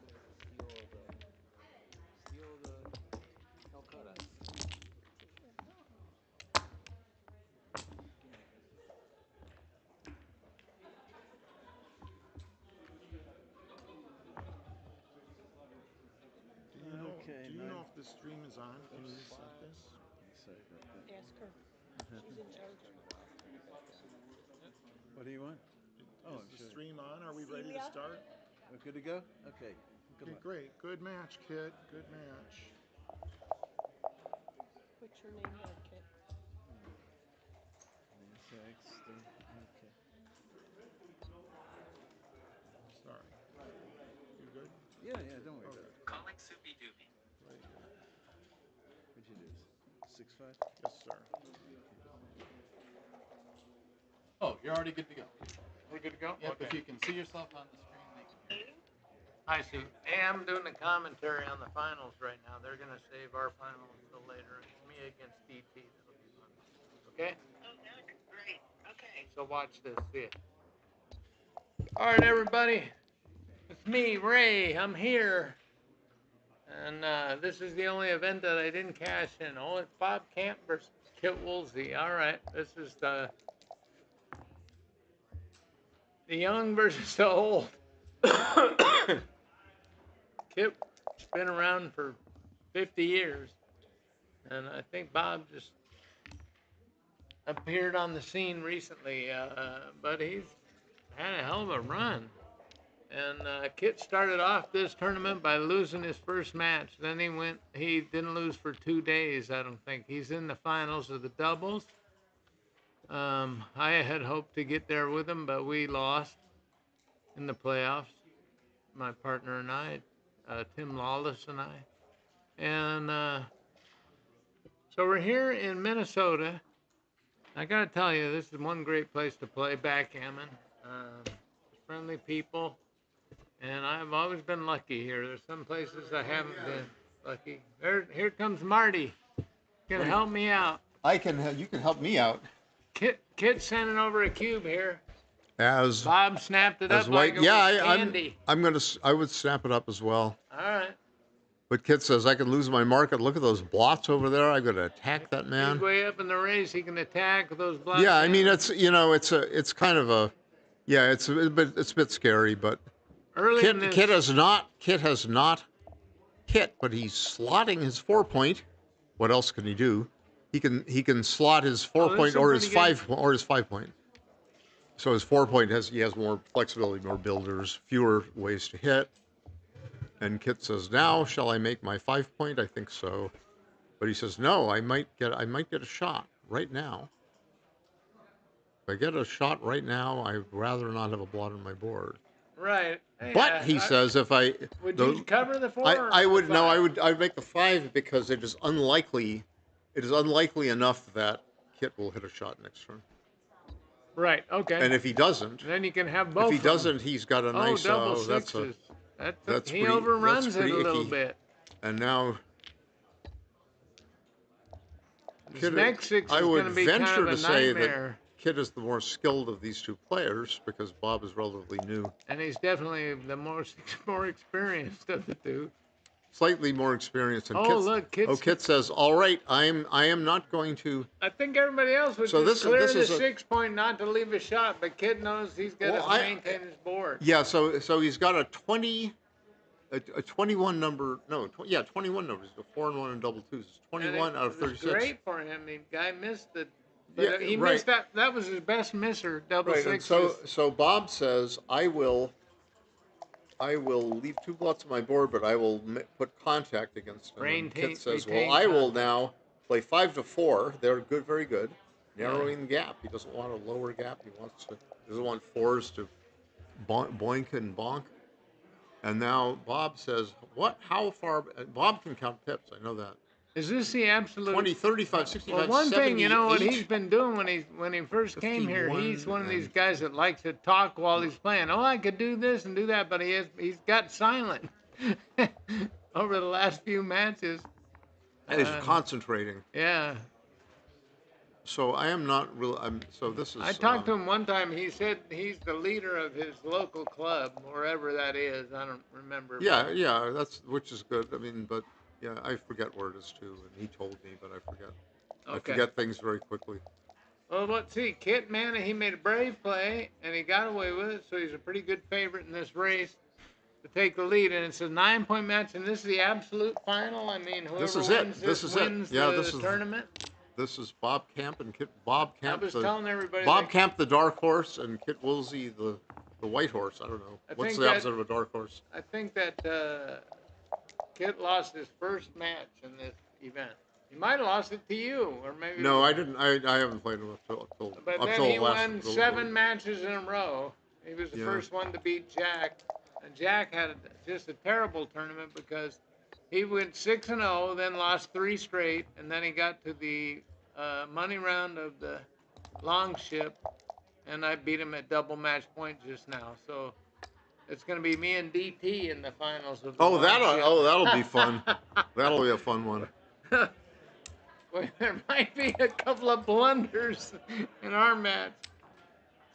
Yeah, so I mean so back to this match, Kit is just bearing off. When you this bear is off, pretty you just take as routine. many checkers off as you can. Now here, what should Bob has not played a 1, and his clock is still ticking, but Kit is. So he that cannot be the right one. Probably cannot be the right one, but it doesn't matter Pretty very much dead. What he has to do, what Bob has to do, is maximize his chances on very big numbers, and I don't see how. Yeah, I don't see how that did it, but now he's got to roll. He's got to roll the double very sixes right biggest now. number he needs it. Double sixes right now is the only way, and Kit has he's off in 2. You know, and the Bob thing I has 6 was telling checkers. everybody about Kit is that he's I think is the most comfortable in any situation over the board. He's never stressed. He always seems to know what he's doing. He doesn't get flustered, whatever. Right, and he's got so much experience in analysis. He concentrates very well now. Now he made a couple of mistakes against me, as I believe, right? Because but they were not very consequential kinds of mistakes. Hey, Matt Congeyer's in the audience. He said, "Hi, Ray." Hey, Matt, how you doing? Rory's over here. He's talking. Bob Kamp is a great guy. He's known for making games. That's a link to Blank Slate, blah, blah, blah. Final match. We got some good watchers. Matt Congeyer. Hey, Matt, if Marty and I mess something up, let us know, okay, brother? Are anybody out there running XG on any of this stuff? Yeah, we are actually. Oh, here comes the evil DT. The winner of the Longship, you mean? So David Todd here has come up. He wants to play Ray Fogerlund in the final of the Viking Longship Jackpot.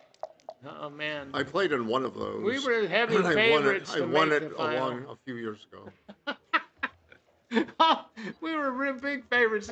All we had to do is go through Jerry Tansey and Kit Woolsey and Marty and everybody else. Piece of cake, right? DT? Piece of cake. Matt Congeyer's here.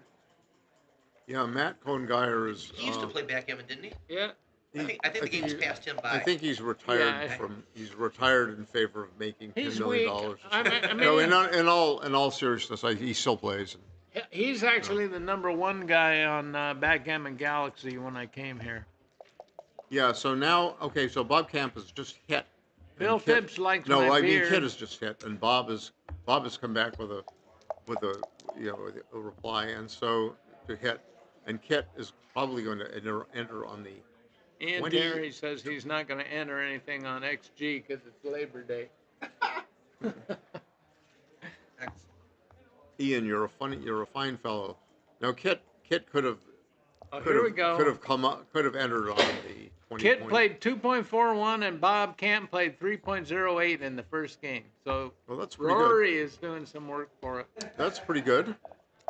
Those are good PRs. Yeah, they're good. And now Kit is going to make the 23 point after Bob pointed on the bar point.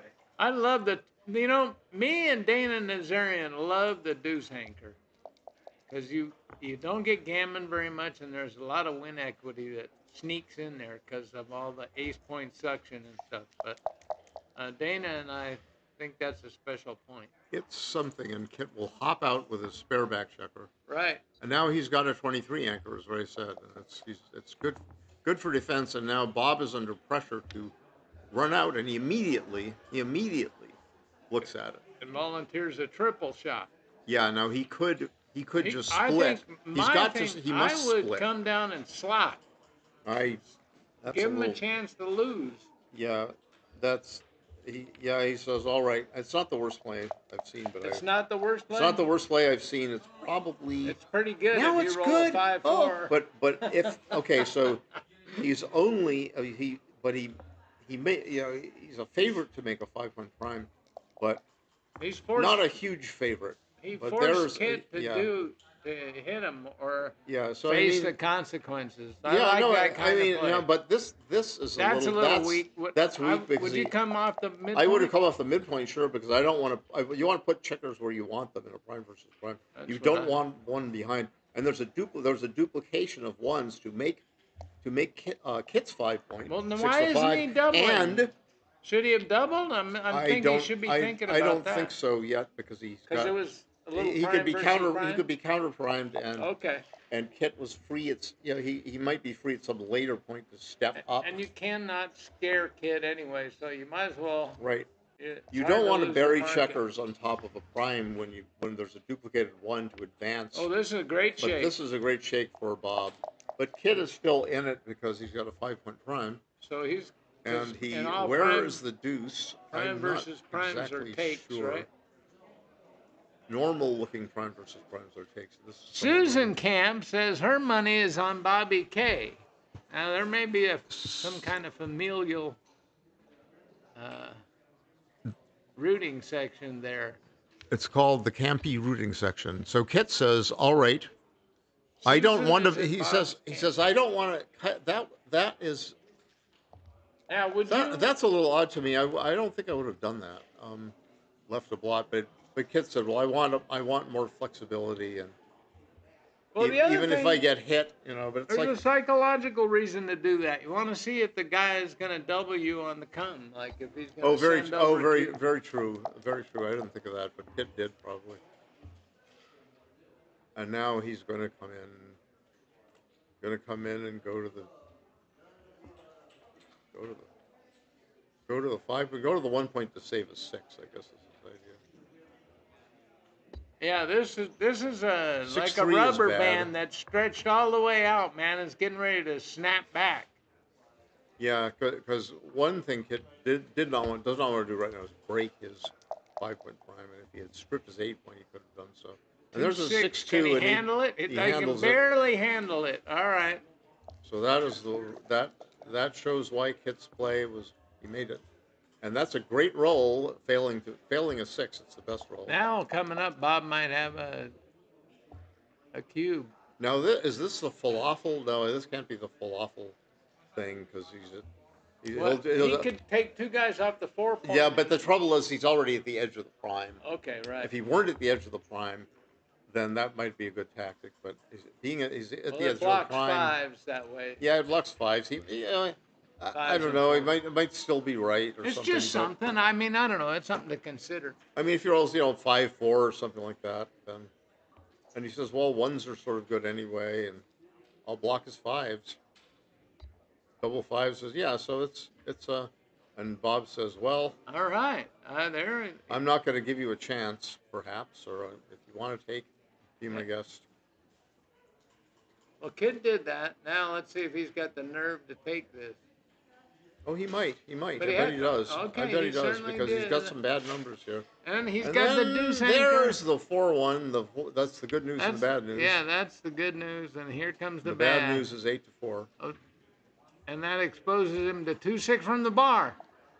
Now he could have played 6-1, but I don't think that was probably right. He couldn't have played 6-1. No, he could have played. Oh, I see. He could have not hit. Not hit. But now I think maybe you should lift from the 8-point, right? Yeah, that's a dangerous spot to be in these tournaments. Right. So Bob is he's playing well here. I think. And there's a great 3-1. But knowing Kid will come back and win. Eric Schmidt wished Bob good luck. Yeah.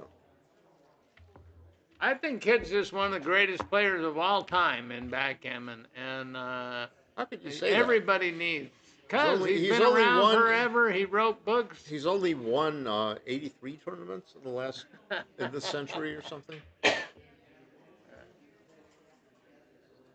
One time, I was hemming and hawing about who to pick for the #1 giant of backgammon, and I actually voted for Kit one year. Maybe because he had such great. Yeah, I mean you What was have that? to look Double at two. So he switched. He he switched came in points. and he had 3 and left to play. Okay. Yeah, and now he got hit back. Uh-oh. So This is starting to smell a little gammonish. Campy Bob Kamp is on the gammon try.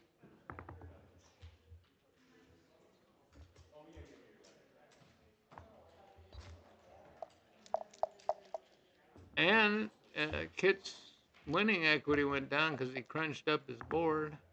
But he took, and he could still win it. And where some people who passed can't. Let's see what happens. So he's just going to put a spare and checker on a 6-point. Right. It's an excellent place to be.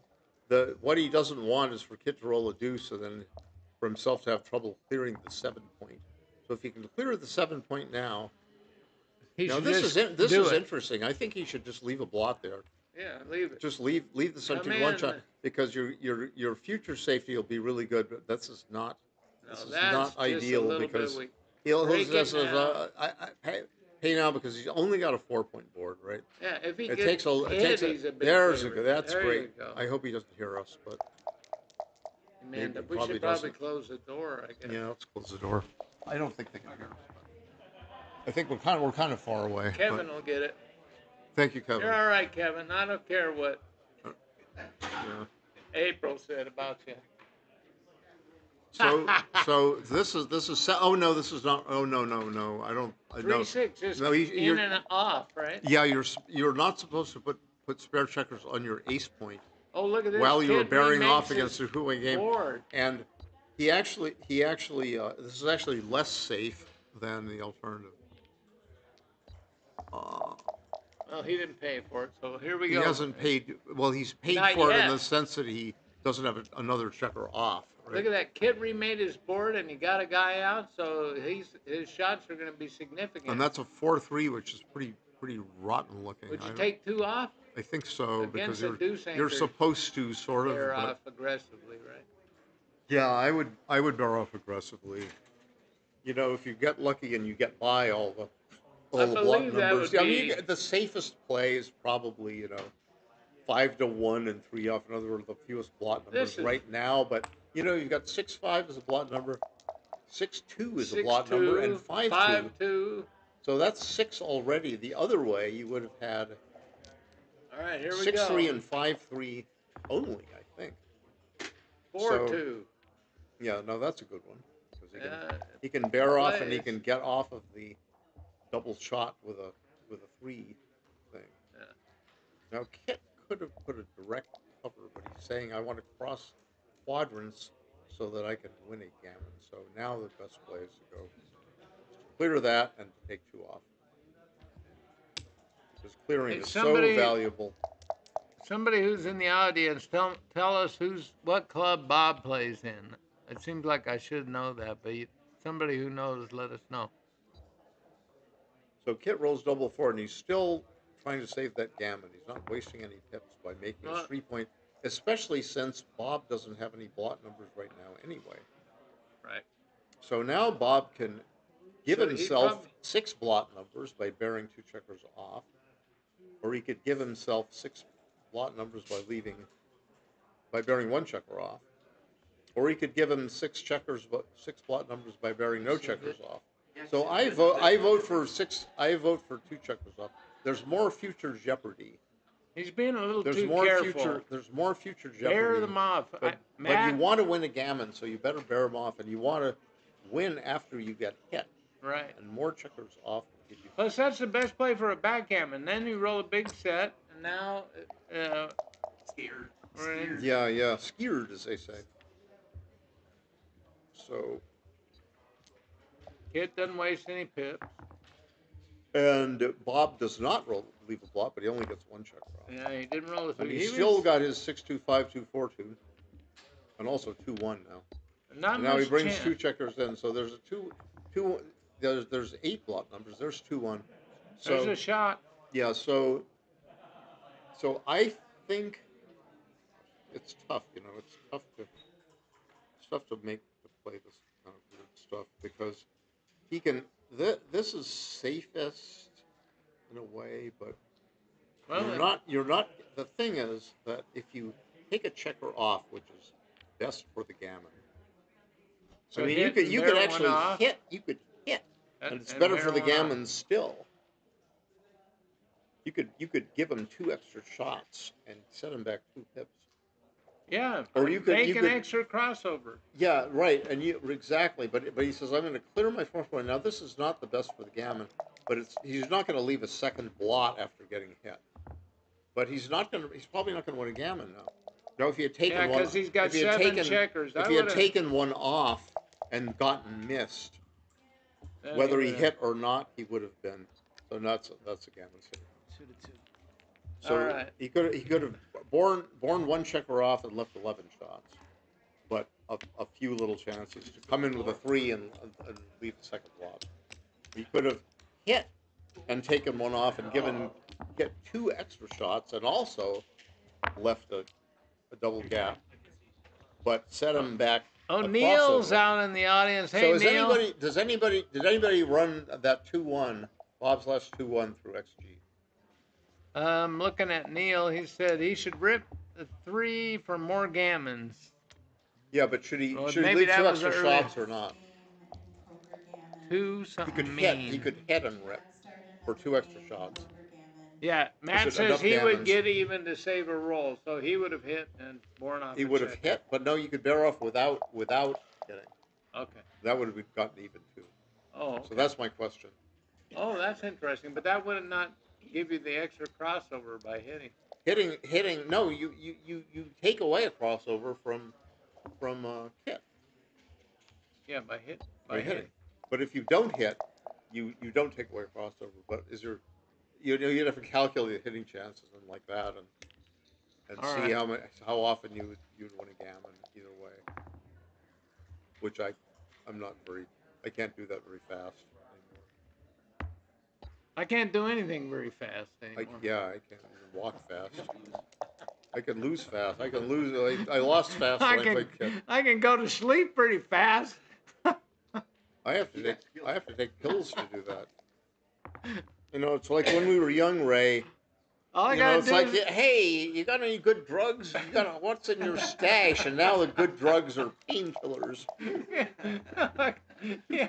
They were always geriatric ward up there, right? If I want to fall asleep, I just eat there a was sack of French pleasure. fries. It wasn't only killing pain; you could actually get pleasure out of certain recreational drugs, and it wasn't just alleviation of pain. Believe me, I know these things. But it's like, what did I did a lot of things then that I wouldn't do now. Oh, Bob's rolling pretty good, man. But Kid is rolling good right back at him. All right, let's see what happens. And it's 2-2. It's 7 away, 7 away. Unfortunately, Bob stayed on the bar against that 3-point board of Kit, and Kit rolled that double 3. He's probably going to make. Would he make the bar point? He can make his bar, or he could make his 10 and find another one. But knowing him, he's going to make the bar because he's got to.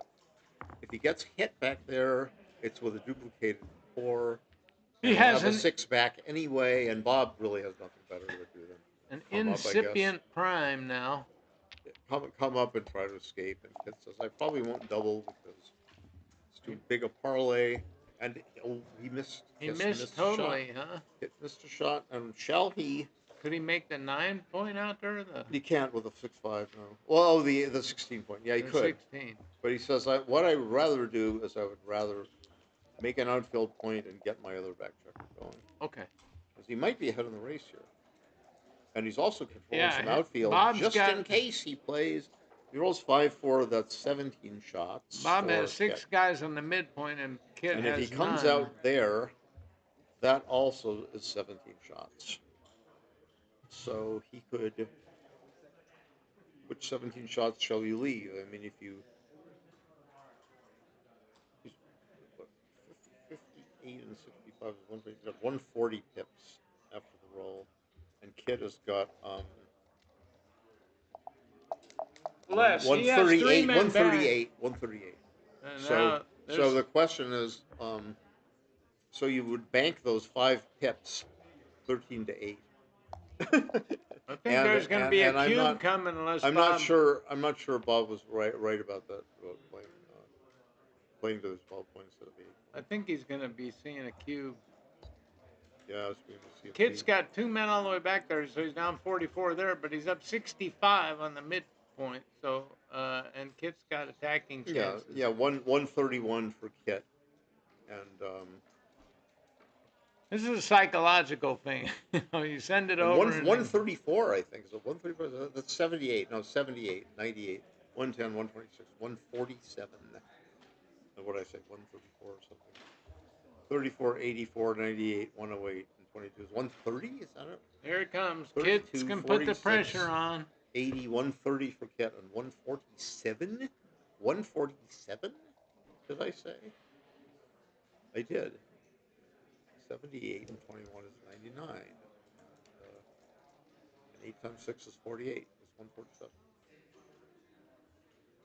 So this is a real tough one to take.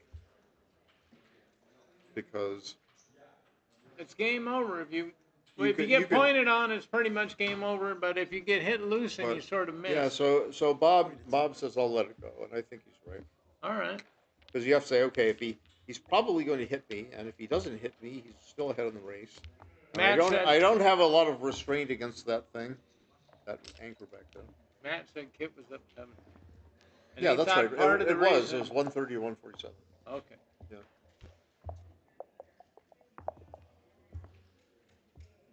And now Bob has got the beautiful 3-1, and Kit's got the beautiful 3-7. He's playing much better this game. Okay. Now XG slightly prefers to split to the 22. Really? For this very reason. No, slightly. Yeah, slightly. At the score, I'm not sure at the score when you're even way out of way. Maybe it's a little better. I don't know. I haven't looked at the score considerations. Yeah, so I think you should probably just play 3 down split, like he did, like a human unstack and split. And Kit says, "Shall I make the 4-point or shall I make the 22-point?" I'm betting he makes the 4-point. Are you? Okay. Yeah, because he doesn't have enough ammo. It's a bad 4, and at least he's got a. Okay. He's only got 8 in the zone, noting that that checker on the 10 points is not in the zone. It's not 6 away from an unmade point. Oh, that don't count as in the zone? That don't count. It's sort of a little bit in the zone, but it's not. It's close to the zone. It's zonish. In the zone, it's zonish. Pippish, rollish, and zonish. Now, Bob, you better double this. This is Kit Woolsey you're playing. Better double this thing. Oh, that's a little weak. Smacko. But it was a good shake. Yeah. Maybe he Kit thought he rolls was double too threes. good. Well, I don't think he thought that, but now he's going to 2-5 from the bar. You can't say that. That revokes our contract. When you were playing and he was commentating, he kept doing it every time. 2 from the bar. No, 2-6 from the bar. And I said I owe Ray 1 bit every time I say that. Yeah. I don't mean a binary digit. I mean 1/8 of a dollar. Just like they used to say in the frontier days. 1 Bitcoin would be sufficient. Bitcoin? No, sure. I don't even have one of those. I have exactly 0 of those. David Wells has got a lot of them. Oh, does he? Yeah, I think he was buy and hold on it from a long time ago. So he must be a billionaire or something. I don't know, but he's holding it still. All right. Well, what's going on here? One Bitcoin is over 100,000. Is he too good? What do you think? He can always double after he anchors, right? I might take a roll here. I don't know. I don't know actually. Just don't know. Pretty close. What do we got here? I would, when in doubt, double. Kit's not going to take this. He's going to. Matt says it's probably close to too good. He's smarter than he looks. Yeah, close to too good is what that's what I said, sort of. You're all right, Matt. Thank you. No, Matt knows more than I do. He said too good now. Things. That's what Neil said. Neil said, and Neil knows something because he has more points than me in the ABT. Yeah. Yeah, if I'm in doubt, I'm just going to play on. But if I'm not in doubt, if I really think about it, I don't go by fear. So what is is Kit doing something psychological here? Like he's really thinking about taking this when he would drop it fast, he doesn't want to give away some information to his opponent? Oh, it's quite possible. Kit is very attuned to such machinations. He's very attuned. He's attuned. He'll be glad to hear that. He's as attuned as an attuner could get. He's thinking, how many seconds will I spend? Oh my God! Rory says it's a blunder to double here. Okay, so it's 64. Right. So Kit's thinking about taking. Well, he's not really. It's a blunder. Why? Because he's too good or something? It's 0.708 error to take. Okay. Oh, to take. Oh, of course, of course. So no, it's you're a blunder to. No, you're not gonna take this. And he's saying, well, but Kit spent if 3 minutes. If it weren't Kit on the other side, he might have doubled. You might, if when in doubt, you double. Well, Kit took a long time to do that, so Bob will be even more cautious maybe later because psychologically he's thinking about taking this. Right. Well, that's the machination. That's the classic machination. You try to fool. You try to make your opponent think you're going to take everything.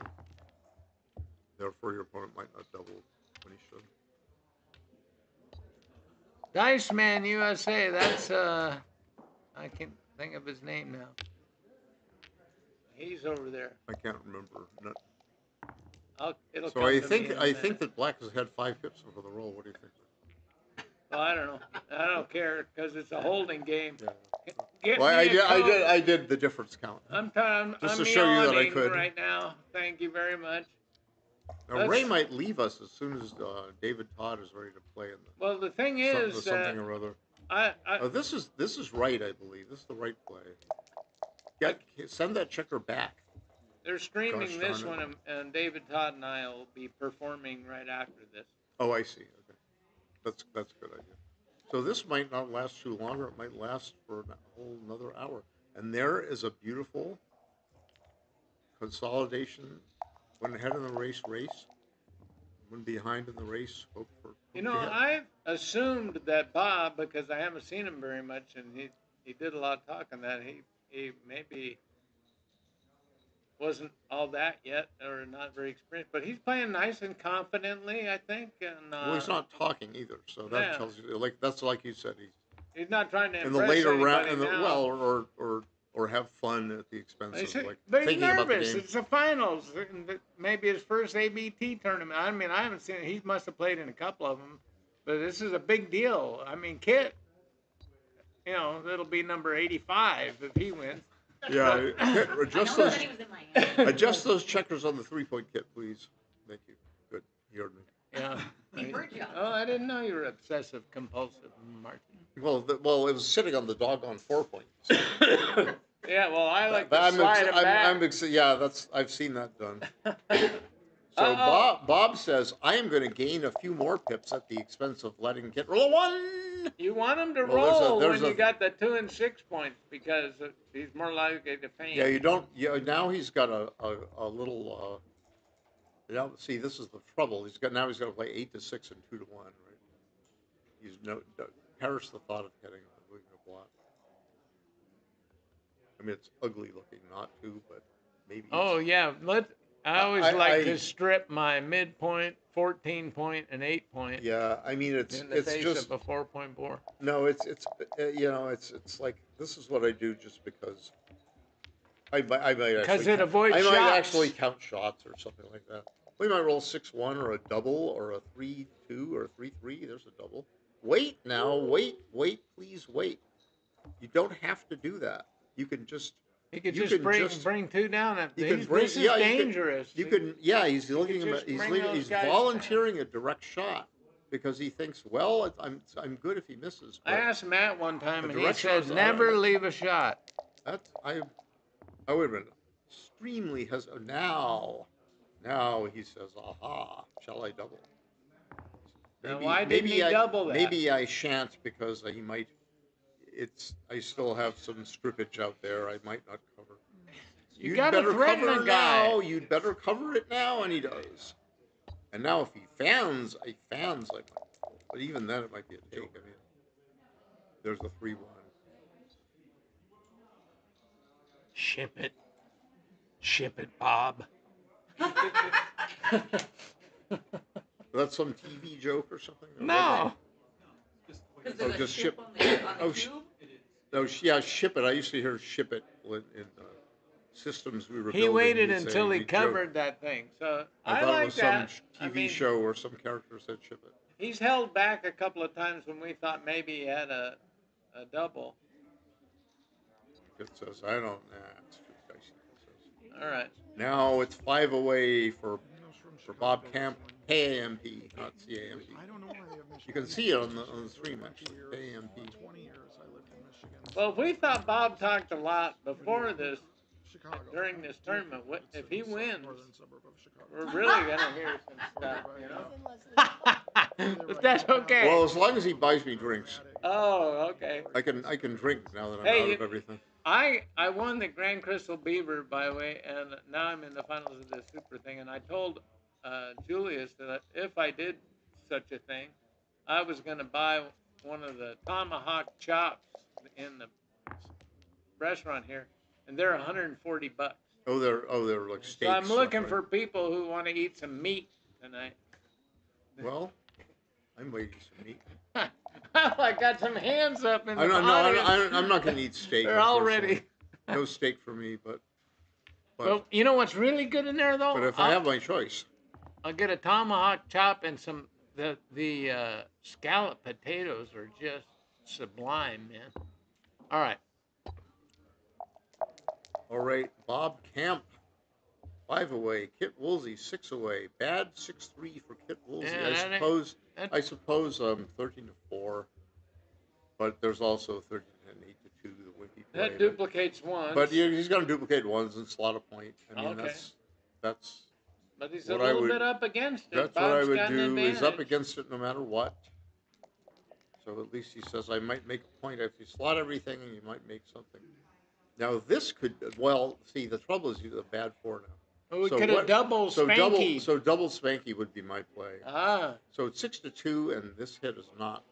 So you should look. Because now what do you do with your 4, right? Exactly. Well, he's thinking of 6-2. And it gives him a chance to make the 5 anchor. Yeah, absolutely. So what he should do is he should go back and look at it. He shouldn't just assume that's the right ace. Well, maybe he will. Let's give him a chance to see what he does. At least the door's closed. Okay, you can't hear us howling.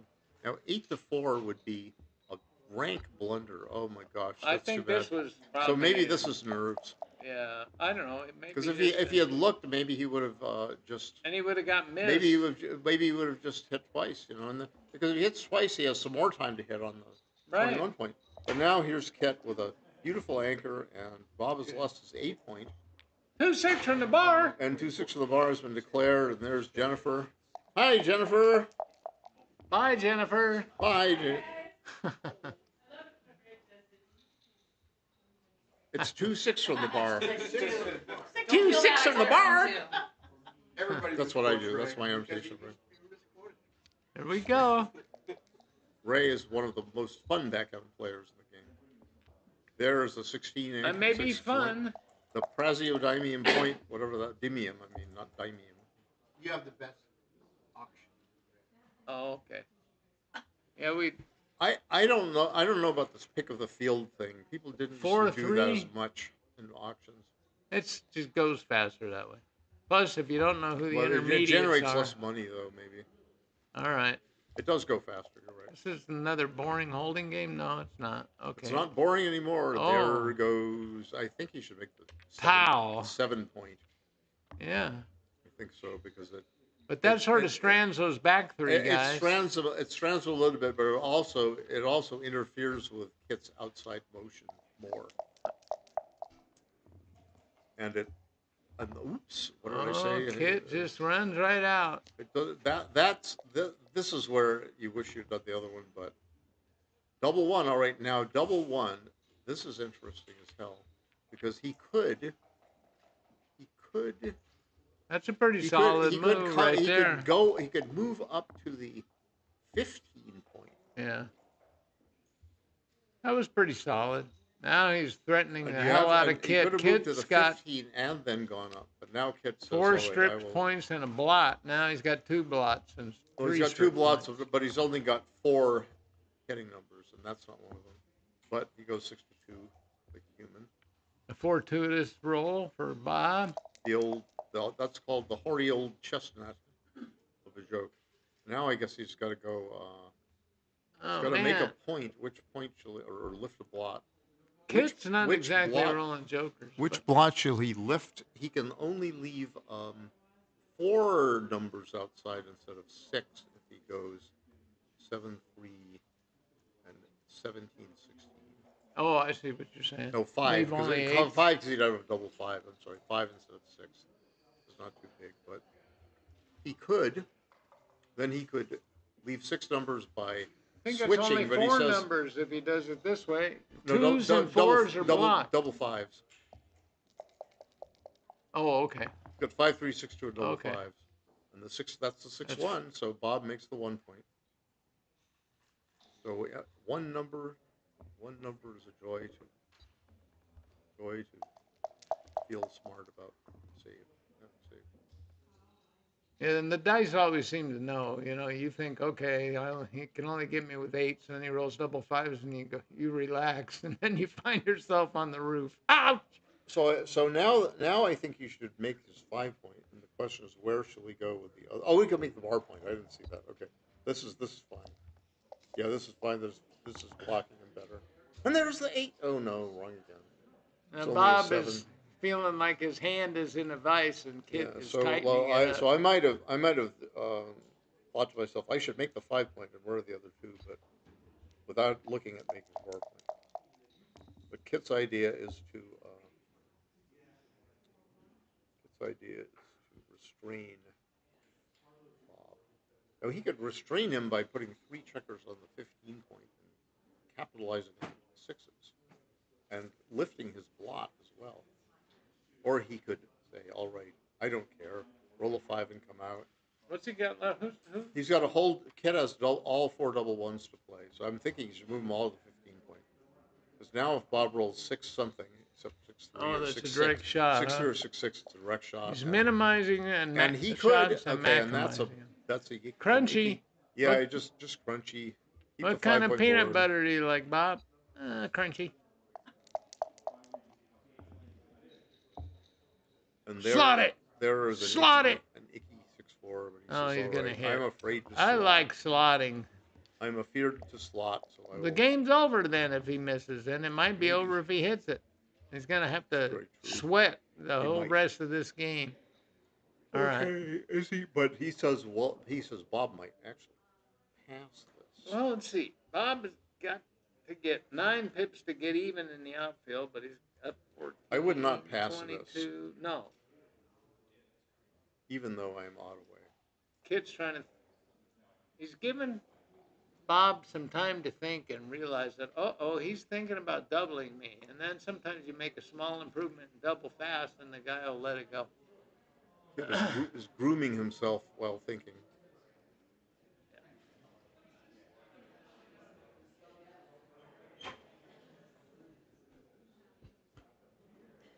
Is that gal that's hanging with Kit this weekend during an earlier match?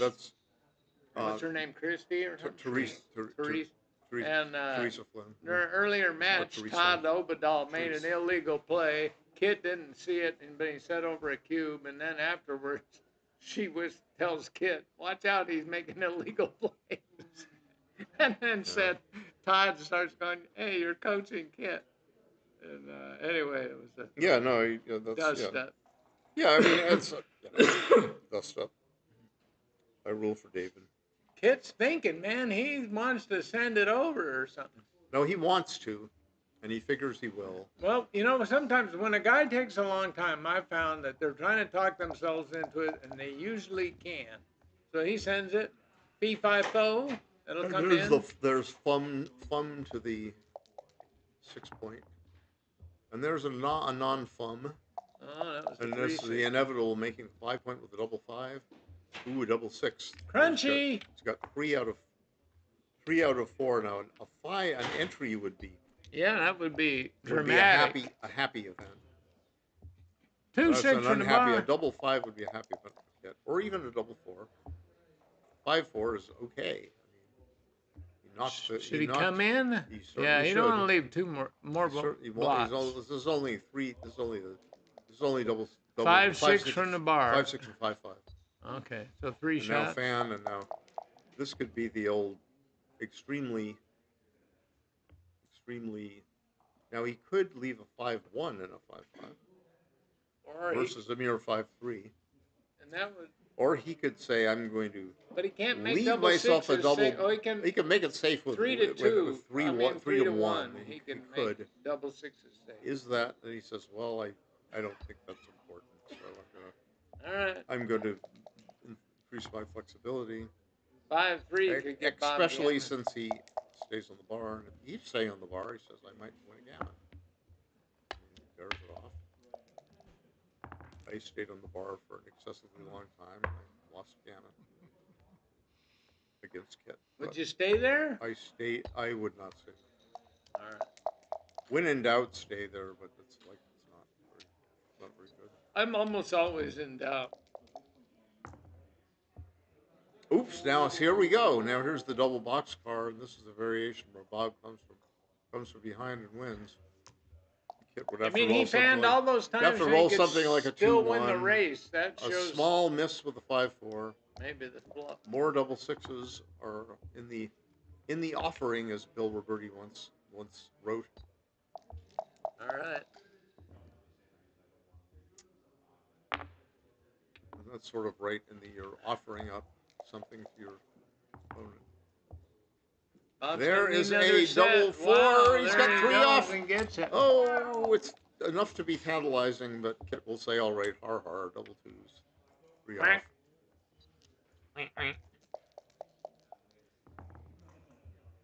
Michi said, "Double 2s is known as quack quack."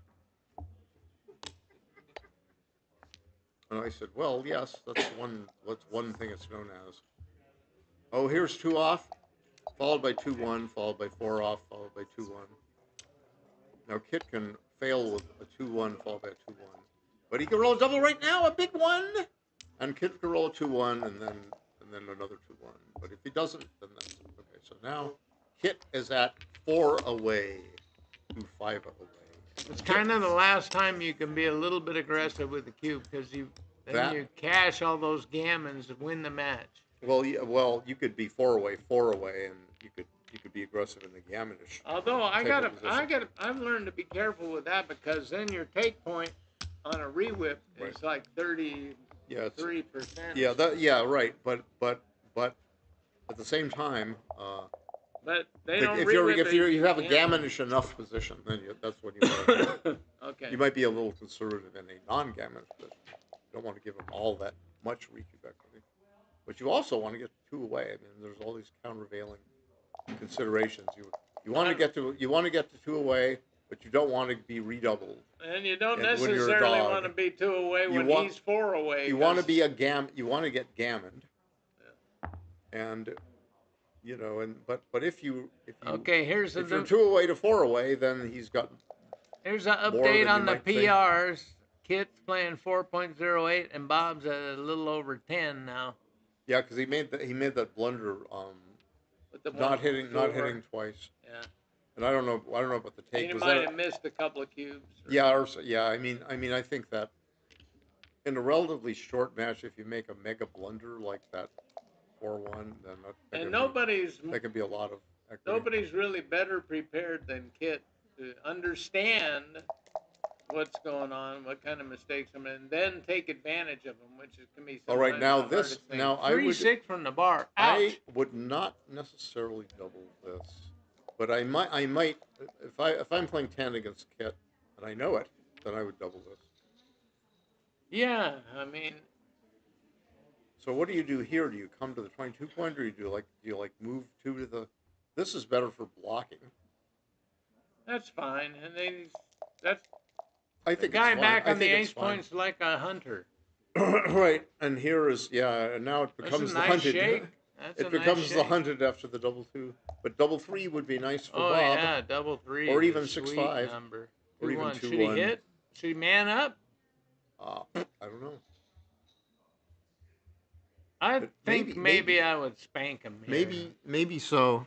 Because Kit could just slot his bar point and put you in a hurt. Put him on the roof. Give him a chance to fan. He says, no, I'm going to be All right. conservative. Well, okay. I am going to. That's I'm going to try to he's ahead in escape. the race, so that's a good. And Kit says, well, you're not going to escape so easily on my watch. That was a good race. Buddy boy, and Bob says, oh, darn, I found. And Kit says, now is the time for a 6-4, a 5, or a 6-1 makes a 2-point, I suppose. Not the bar? It's ugly, but it's a 4-point board. Okay, he made it. All right.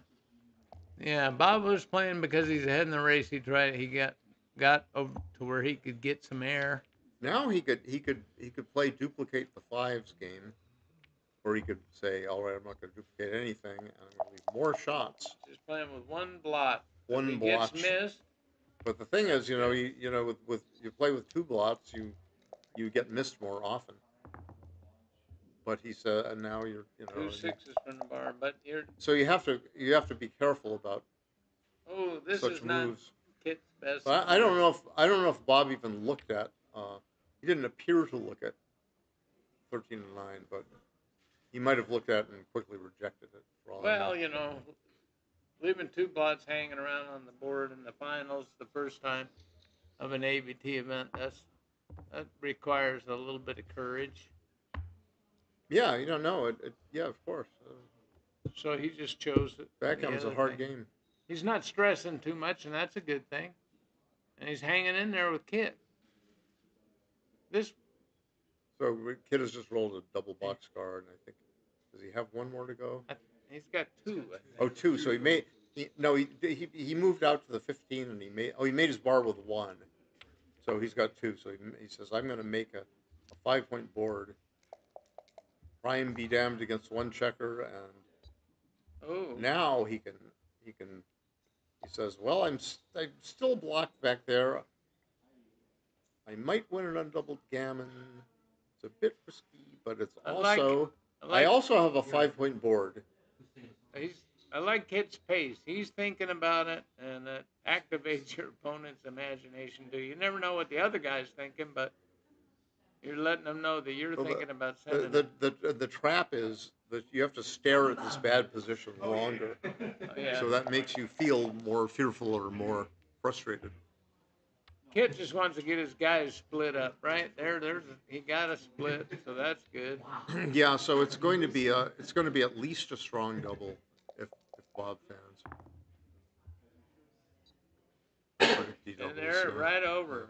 Okay, so he thought about it, and now pass, yeah. And he improved a little bit, and then there was a fast pass. That's how the psychology works in this sort of thing. What does the peanut gallery say about the take? Yeah, fair something. Everything else was a blunder. Oh. Hey, what? Oh, I don't know. They're talking about some play last game or something.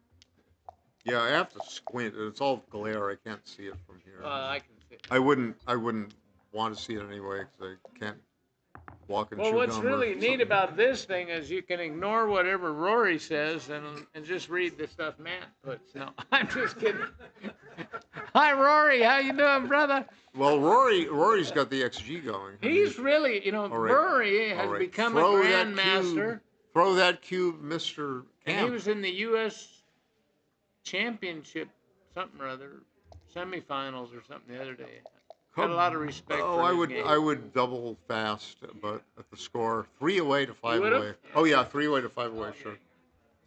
Especially if I were playing worse than Kit. Well, Bob's been a little but Kit has on come the conservative side. Well, yeah, I mean, and this is and this is not gin for him by any means, but now he's got a 10-point. Oh no, please don't make the 10-point, please. He will, okay. He will. Okay. All right. He's deliberate enough. He makes a 10-point. Okay, here we go. And Kit says, well, I will hit you. No problem. Oops. So now what, 13 to 4, I guess. Slot to 4 point, yeah. I guess. I mean, the checker back there is something, but Kit says, no, I'm going to try to make 4 in a row. Oh, he liked the old bar slot. I like that kind of stuff. Yeah, Kit likes primes, outside primes, and the like. He doesn't rate to win the prime battle because he's already prime. No, he doesn't at all. But Now, what's the pip count? 6397. Well, Bob's sending it over now. He's testing Kit's. 154, and we've got. I like this cue. 144. So he's 10 pips ahead. And he's got a shot. So I think Kid takes it. It's not very gammonish. So. He likes a Kid doesn't mind playing it out. He's not afraid of complications. He'll play some backgammon. No, with I mean it's. And he'll also talk some trash. It's a good double. It's a good double, and but enter hit. But 10 pips behind make the bar and go 6 to 5. And go 6 to 5. Yeah. There's really nothing attractive. Sometimes he won't make the bar in a position like this, but you don't have a choice here. And there's a 4 and a 3 safe. Yeah, he'll safety. And Kit says, now I will point on you with all 16 or 15 of those numbers. And if not, I will make a 4-point prime and I will hit B. Cover and if you hit and me, spank. If you hit, the CS play, if you come back. Double take was CS correct Lewis. on that one, according to Rory. Yeah, no, wait, please wait. Oh my gosh, he could have. Oh, he didn't have to. He didn't have to hit that. What he could have done is he could have not hit. Okay, now he's going to go 24. He could have made the 9 point. Why didn't he make the 2 point there? Why did he step Because up? he's assessing his timing as insufficient. All right. And he says he might be able to remake something, and now have more checkers ready to pop out. David Todd, the king of back games, said you don't have a back game unless you got the 3 point. Kit's got a back game. He just made the 3 point. The 22 point is a key back game point. Yeah, because the best 2 games are the 3-1. I was thinking on that double ones that Bob could have switched from 10 to 9 and put a solid 5-point prime. Yeah. And then hit outside. Then he played a little too fast. Yeah, he didn't. And then I think he didn't consider it. That's the problem. You have to consider it. But now Kit says, now Kit. I've got some more timing.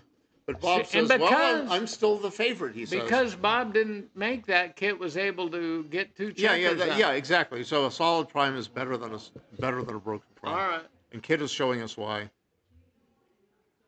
I think he's got. I think he's got to play. He's a master checker player. He's like that John O'Hagan. You know what I mean?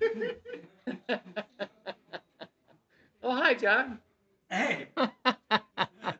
And sometimes the quote mistakes that the kid makes that XG might not like actually give the opponent a lot of rope to hang themselves.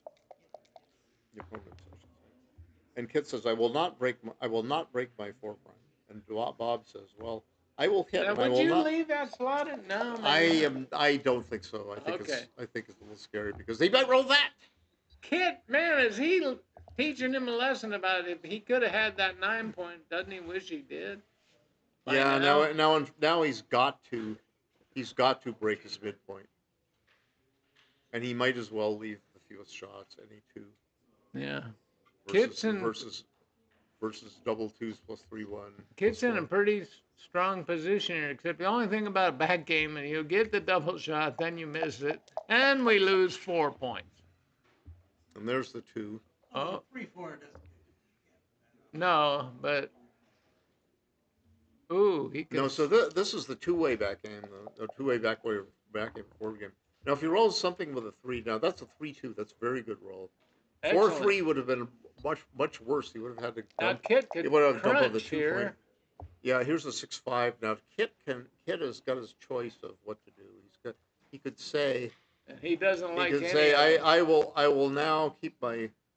I'd better get out of there, and maybe I can remake a double anchor or something. Because the other's it's too scary. And that is Bob, a 6-1. right out, beautiful, Bob. All right, so we got 4 hitters. When the Kit will eagerly hit with a 6-3 or a 5-3. He will eagerly remake his 22 point, and Kit will say, "Shall I keep a? I'll keep a broken 5 prime and slot my 4 point." That's highly efficient use of forward checkers. You want to, if you have a.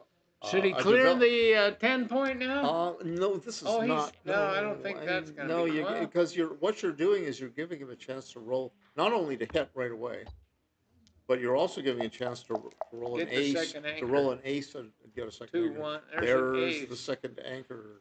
Wow. Arg. So he played a little fast there again.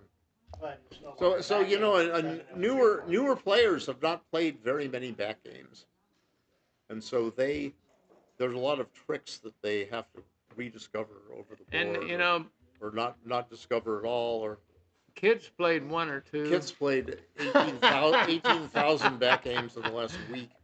But he's rolling perfect. I mean, he got out to that 9 point like 4 times in a row with 5-4. Well, I mean, yeah, I mean, but this is a sucky back game. The ace-4 game is like. But he's got a few blot numbers, like 6x. There's some 6x's that are blot numbers. So that's a good one because he can play flexibly. But the thing is, you know, 4-1 is not the best back game in the world, but he's got a gap on the 2 point, and he's got a double gap outside. Now it's an ace point game. Yeah, and now shall Kit might play 21 to 16 and leave it there, and then come in somewhere. Yeah, that's putting pressure on the, because if he rolls like 6-6-2 or something, then he might be able to counter. I guess I don't think like a grandmaster. I didn't even see that one staying there. All right. Yeah, that's a common maneuver. You know, you 3-2. put a blot in front of your opponent's builders. This is a nice shake, Bob. Yeah. So now, but Kit has still got equity in a. This is the fallback position. He says, "Now I don't want you to hit me. Thank you very much." He's got a fairly well-timed ace point game. It might crunch, but he, you know, might hold on to it. Yeah, so he can legitimately play 10 to 8 or something, and he himself has lobbied for moves like 10 to 8. I mean, wait a minute. Now wait a minute. No. That's not legal. That's not legal. He played a 3-2. Yeah, I'm sorry. He played a 2. Wait. The 4 was from here. Oh, somebody turned the cube to 4. What is she fucking around with the cube for? Okay, yeah, that's legal. 4-2. Yeah. Oh, that might have been one of the organizers. I mean, the director is allowed to do things like that. Well, that ain't the director. That was Terry? Okay. That was Terry? No, that's not. No, she's a spectator. She can't touch the checkers, or she can't say a darn thing, unless the opponent allows her. Well, I was playing Kid and. Oh, was that a worthwhile to slot? No. Okay. I don't think so. I think, you know, it'll be hell to pay if it's a maybe, I don't know. It'll be hell play if it's a 6-5 or 5-4 or something. But not a 3-1. It'll make the 2 point. Make the 2 point, please. He's thinking about clearing it. There you go. The 2 point is really, really valuable. Then the double 5 or the 6-5. Well, he only plays 2 of them, so he killed 1. And now he is hoping for double 6s. I don't know. 3-1 is good enough. He'll clear. You got to clear sometime. Yeah, I used to just hold my 6' as long as possible. You get in some trouble doing that. Kit has kept his board, and now Bob has no. Well, he's only got a double 6 or a double something to. Now I don't think he's gonna. I don't think he should clear his 6 point, obviously, because it looks ugly as hell. I think he should bear off from the 4 point and find the last 2. Well, Bob has got a powerful position. I think he should try to hold his board as long as possible. I think so. I like this play because the 4 builders are useful. And here goes the neighborhood. There goes Captain Crunch, which was a cereal of my childhood. It might still be around. Had a captain with a sea hat and a sword and a beard. And there goes another one. What you do is you play 6 to 3 and say no 5, but that's illegal. And Kid is honor bound not to play anything, not to do anything. He never would do anything like that. Perfect gentleman, never cheated anybody in his life, except legally. The late double trick. Oh, look at this! Here we go. The Phantom Ace Point game can generate some shots. A lot of 5s generate shots. The only one that doesn't is a 5-5. 5-5. No, it's legal. He's saying it should go to the. Oh, yeah, he put it on the. He put it on the 10 point. Okay, that was. Oh, that was a little sly. Well, yeah, sly. So there's the inevitable 5. Yo!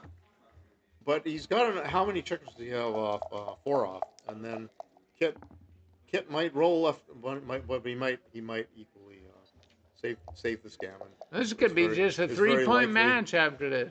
4-1. Yeah, that's what it looks like it will be. Uh-oh. Winning chances. Latent winning chances. Yeah. Not very much. I'll give you a plug nickel for Kit's winning chances. Why would they plug nickels? You're from the West. You probably know these things. Hell if I know.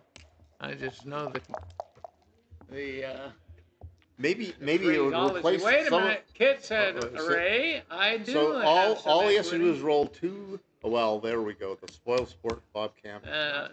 Always makes me mad. Right. It is 3 away, and Kit is very good at scores like this. It's exciting, Kit. He's very good at all the scores. Late in a match, he knows. Marty, all right, is Ray gonna go? I gotta run to the restroom. All right. Be back. So Ray is going to rest. He's going to the room to rest. All his commenting takes it out of him. I'm here alone in my geeky persona. Well, are they taking a break? Nope. Bob Kamp takes a swig of Red Bull. I don't know what he's drinking. Water, probably. Double 2s, no automatics. A 5-4 for Kit. And Kit is a fan of splitting to the 20-point. Coming 2 down from the midpoint is an old style or something you do when you're behind in the match. Bob Kamp hits loose on the 5-point. There is nothing else to do. And Kit says, ha ha, I'm going to hit you back now. Shall he bring a builder down or shall he advance the play? That's sort of equal. I don't know.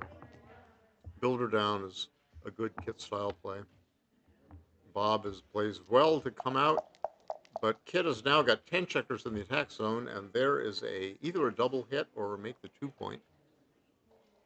Or make the 4-point. I guess you could make the 4-point and leave the guy alone. What's the roll, Marty?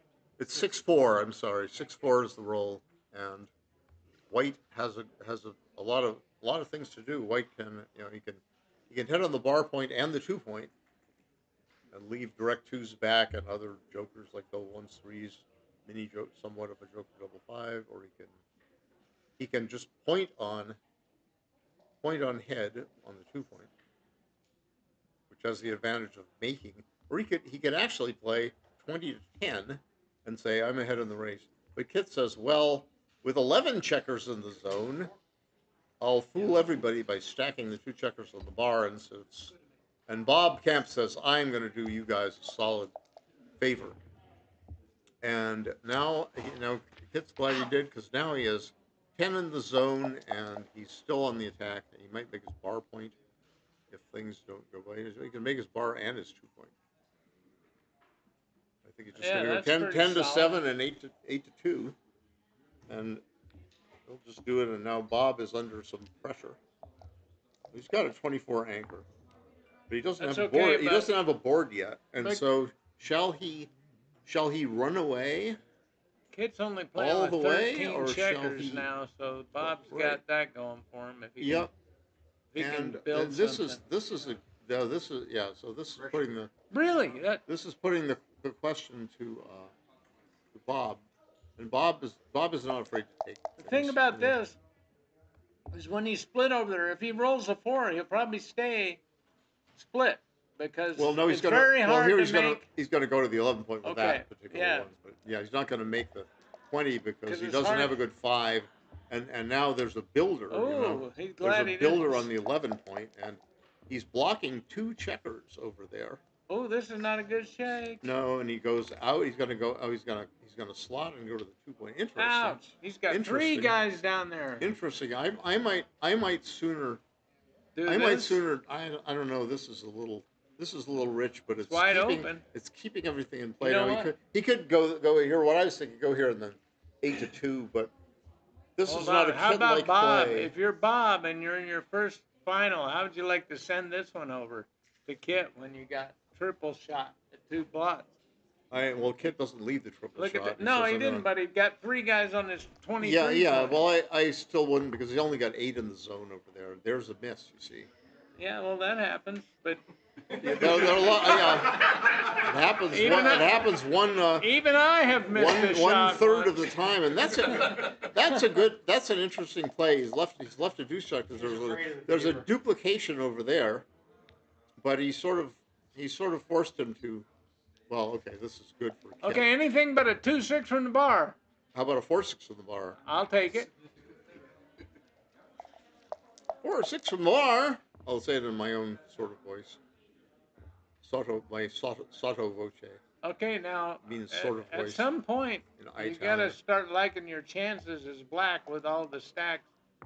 And he's got the total outfield control. So he's going to hit. So he understands what's going on. He has to keep Kit from escaping. Smacky wacky. And there's a 2-5, and Kit says, I better escape. And now Bob says, shall I redouble? Shall I redouble? And he does not think about it. He's not really thinking about it. And now he's he not says, in the same mode. maybe I'll redouble if Kit stays at the bar. That would be really strong. Might be a market loss. In my experience, but you it might can not lose be, the match a lot faster so by sending over 4 cubes. Throw the cube. Yeah, no, I mean, there you got an argument that he doesn't want to lose his market. No, please throw the cube.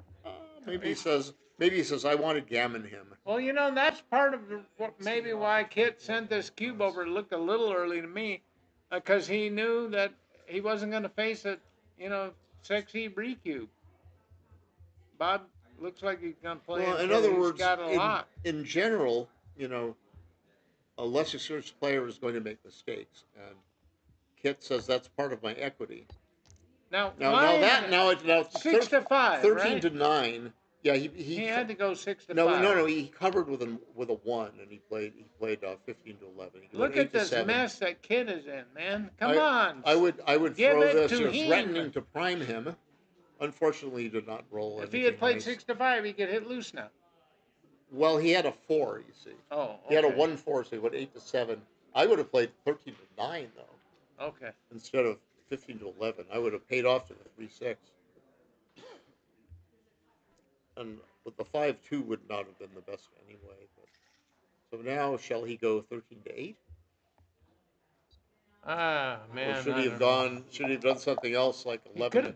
He's slotted the 8 point. But but look how it paid off.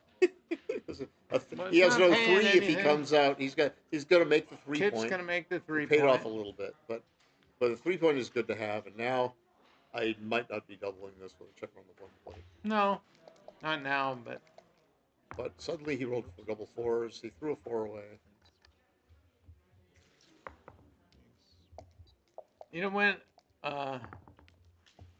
what is that? Your opponent has a lot more experience, you can threaten him with beginner's luck. I would still threaten him with beginner's luck right now. Right now, I would say this is probably not. Oh, but look, beginner's luck. He might be on the gammon try. He's on the blitz. So he rolled. Yeah, it's going to be too good, obviously now. Okay, bring those builders in. Yeah. Bring them in. Break some points. Perish the thought of advancing. 4 down, 6 in. 4 down, 6 in. No, I'm not coming out. I'm building. The wood. I am building with so much time. No. He says, I never want to get stuck. I don't want to face a double 3 or a double 2. See double 2s or something. But yeah, right. This might, for money or something like that, you might be thinking. Now please play something like 11 to 8, 11 to 7 to 4. You can play 7 to 4, or you could play 11. Hold the you play 11 to 8. You play 11 to 8. It's just builders at this point. That's it. And but 11 to 8 is 1 more into the zone, and it's an equal amount of builders. Are there duplicated numbers? Not really. Yeah, 11 to 8 is another in the zone. That's fine. It's another in the zone. It gives a double 6 to make it 2. Now 2-5 from the bar. Hit that thing if ever you can. Bob Kamp might win a gammon and win the match against the great Kit Woolsey with a double 6 is ouch. Kit said ouch. He said that's going to leave a mark. And come around the corner from because not that one. Yes, that's don't put 3 guys. Oh no, right. I didn't see the one on the 17th point. I didn't see it. I didn't see it was there because it was camouflage. Jerry Tansey would have never made that play. I don't think so either. But it's working out now. But Jerry Tansey is out. And So we've established you're a whore, we can get your price down. I mean, it's just back. uh-oh. So I think you should go to the 5 point and the 2 point here. Right? Okay. I think so. I think it's more. He doesn't even safer. necessarily have to make the 3 point, but I bet he'd like to. He'd like to. Sure. I mean, it's not that he has any lot numbers. He has none. 6-3. He's got to go to the 4 and off. All right, because he didn't So maximize his builders. He didn't close them out. Well, yeah. Bearing off against a gap, kind of. Oh, look, there goes the gap. See ya. Yeah. I'm gonna go to the gap. So this is interesting. Now, what are the chances of getting ahead if he loses the 2 point twice? Might be less than if he rips off the 3 point. I don't know, but this is a little scary. He's not gonna make a. This is a little scary. If he rolls like a 5-1, that would be really good. A 6-1 is equivalent. And hopefully, says Kit, I will roll a double boxcar. I am going to call this match in favor of Bob now. Well, it's all over. And the dice say the fat lady is clearing her throat. Please go 4-3. Okay, thank you. Good. He sees that he's got fewer shots. He's only got double threes or bigger doubles. Oh, 4 times 11 is 44 out of 1296. Now, no, please do not clear that point. Please rip it off. Very nice. You might keep him on the bar, and then you might roll a 1. Gammon. Then you might roll a 1, and he might fan, and then you might roll your 12 lot numbers, and he might hit you. But no, it's more likely that this will happen. So Bob is really giving a creditable performance here. Yeah. Have you met the 2025 Minnesota ABT champion yet, Marty? I have met him. Yes, I will meet him some more. He'll be out in a second. Well, no. Look at the kid. That's the way to do it. Because then he can roll double 5s followed by double 2s or something. He's going to have a chance, even if he gets 2 crossovers. This way he gets 3 crossovers. Crossover, please. Crossover right now. Because then you can get 2 crossovers and you have a chance. Kid's going, I played all week for this. But if you get 2 crossovers here, you still have a chance, I guess. I don't know. You have 2 chances. This might be better. Slim and none. So does this hurt you when you get well, this hurts. Let's see. You're on the other one. Yeah, Kit might be right here. I'm just not sure, but the crossover might be right.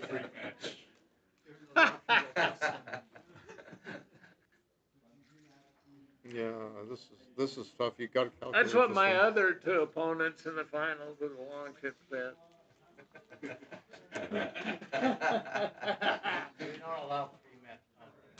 No. Yes, Kit says I don't need the crossover. I don't want to waste the pips. He's still thinking. Kit says I got 5 more minutes where I haven't been defeated. So I might as well use them up.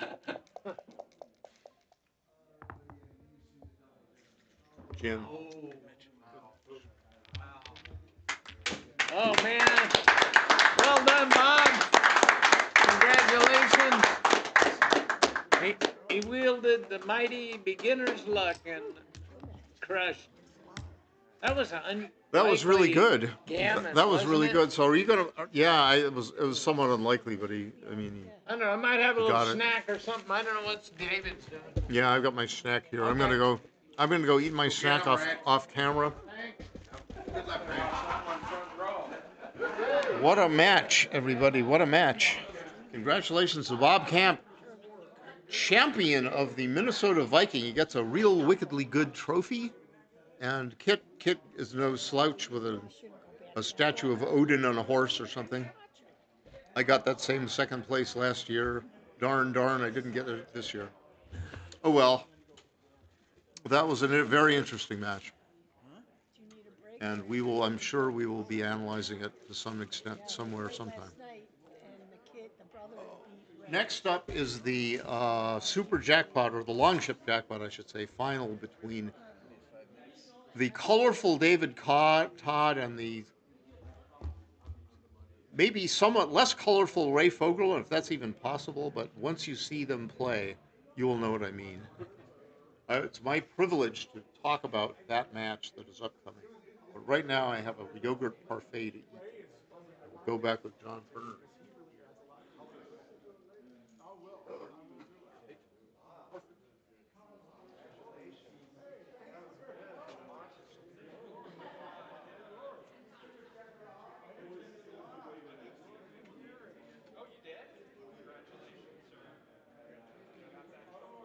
That was the finals. That was it.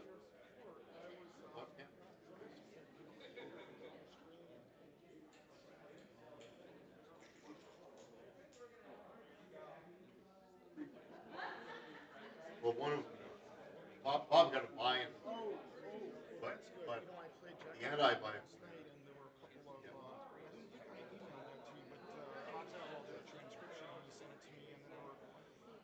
I played like a 7.56 overall, and Jack played like a 4.56 overall, but I dropped a couple of games because I didn't want to be in Gammy's position. And then Craig had texted me over, and he's like, yeah, you can't be dropping people.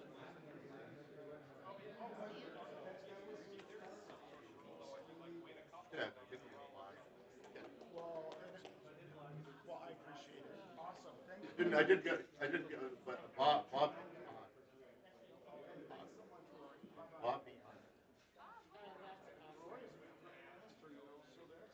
He got Grandmaster here last year.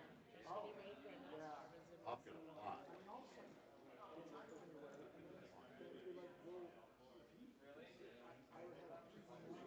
John O'Hagan.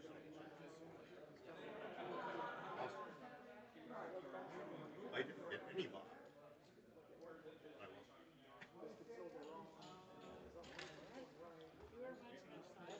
Just leave it. You leave it on here, just to make sure that so we can just sit down. And it's okay. That's scheduled. They do ask me if they're ready to start. That's nice. Yeah. Well, but it wouldn't. So really. No. It wasn't 14 rounds. Oh, it says round 12. So there was, yeah. Yeah, I was thinking 12. So I think probably.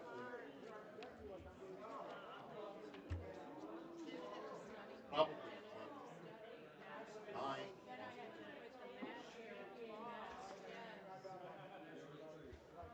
Congratulations. I'm getting ready for another match. Super Jackpot. He must be so excited right now. Well, he was 7.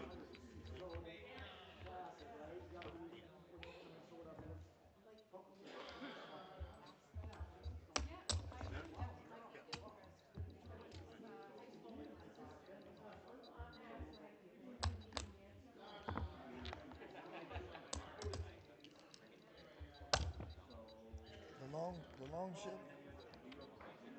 Just the Longship? It is.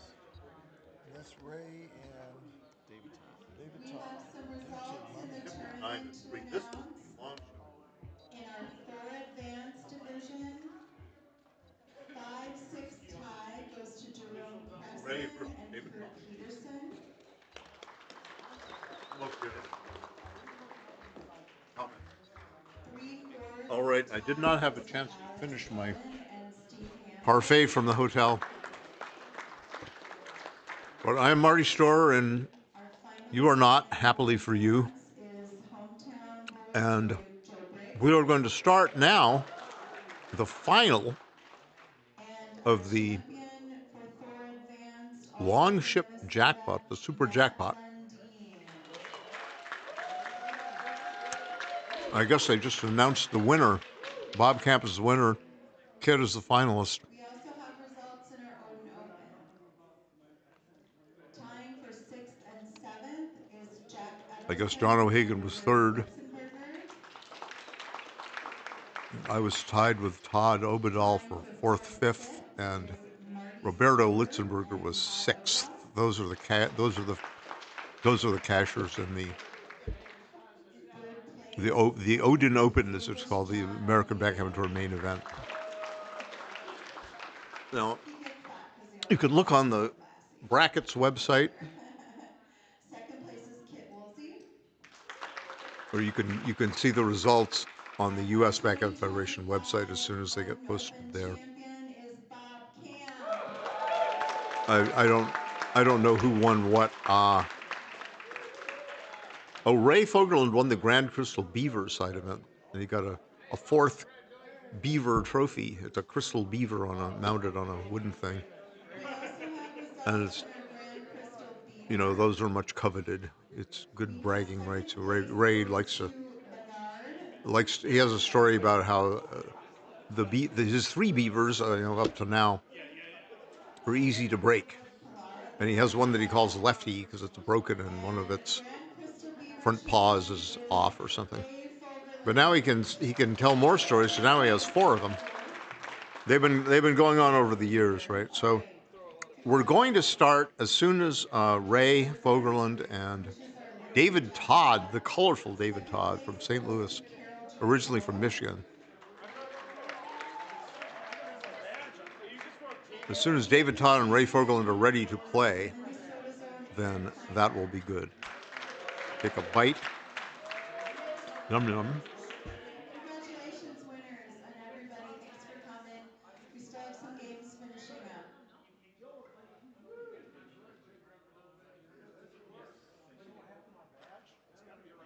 Oh, here it is.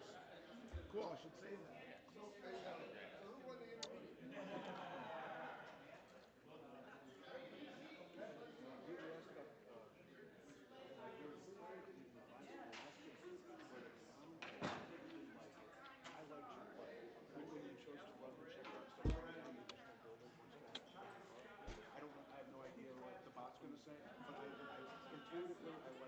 So whatever my thinking is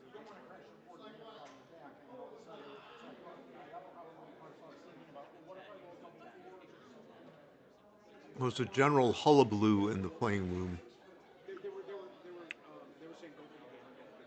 I'm saying you're already getting 8 and so it's just like don't let him roll double threes, double fours. If you roll a four or double, you can't use pressure. And he comes, he ends up with doubles. I can't.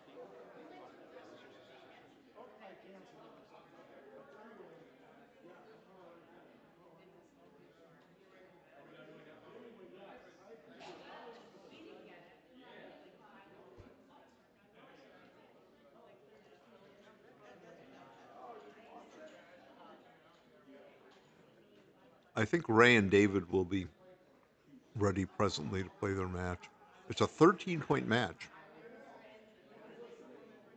And Ray Fogerlund, of course, is I think he's in second place in all-time American Backgammon Tour points. And Neil Kazaros, the very fine American player, is first. He's won the most points. And David Todd has won a few tournaments himself. David Todd likes to make primes. He likes to slot points in order to try to make primes, and then if he gets hit, he will try to get even more checkers sent back and play a back game or some kind of holding game and bide his time where he can make a prime. He doesn't mind blitzing you if he gets the right rolls. He's not a one-dimensional player at all, but he will make very back game oriented plays because he says it's fun. He says mutual holding games are boring to him. I think losing is boring to me. Hopefully you've had an enjoyable But meal break. My poker it's great fun to play David because you reach wild positions, and it takes a lot of skill to play those positions. And David is experienced in playing them, so a lot of his opponents are not. 4, And such opponents will be a little bit at sea. So, but Ray and David and Todd have played many times. They play money games and they trash talk, and it's fun to watch. And I guarantee you, this match will also be fun to watch. Now, what else is happening?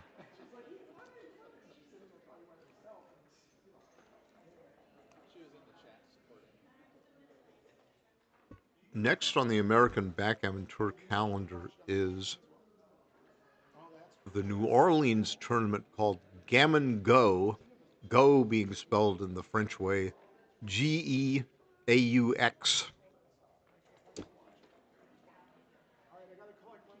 because the French-Canadian heritage of New Orleans, Louisiana, or New Orleans. I can't pretend to pronounce it that way because I never do, and that would sound funny.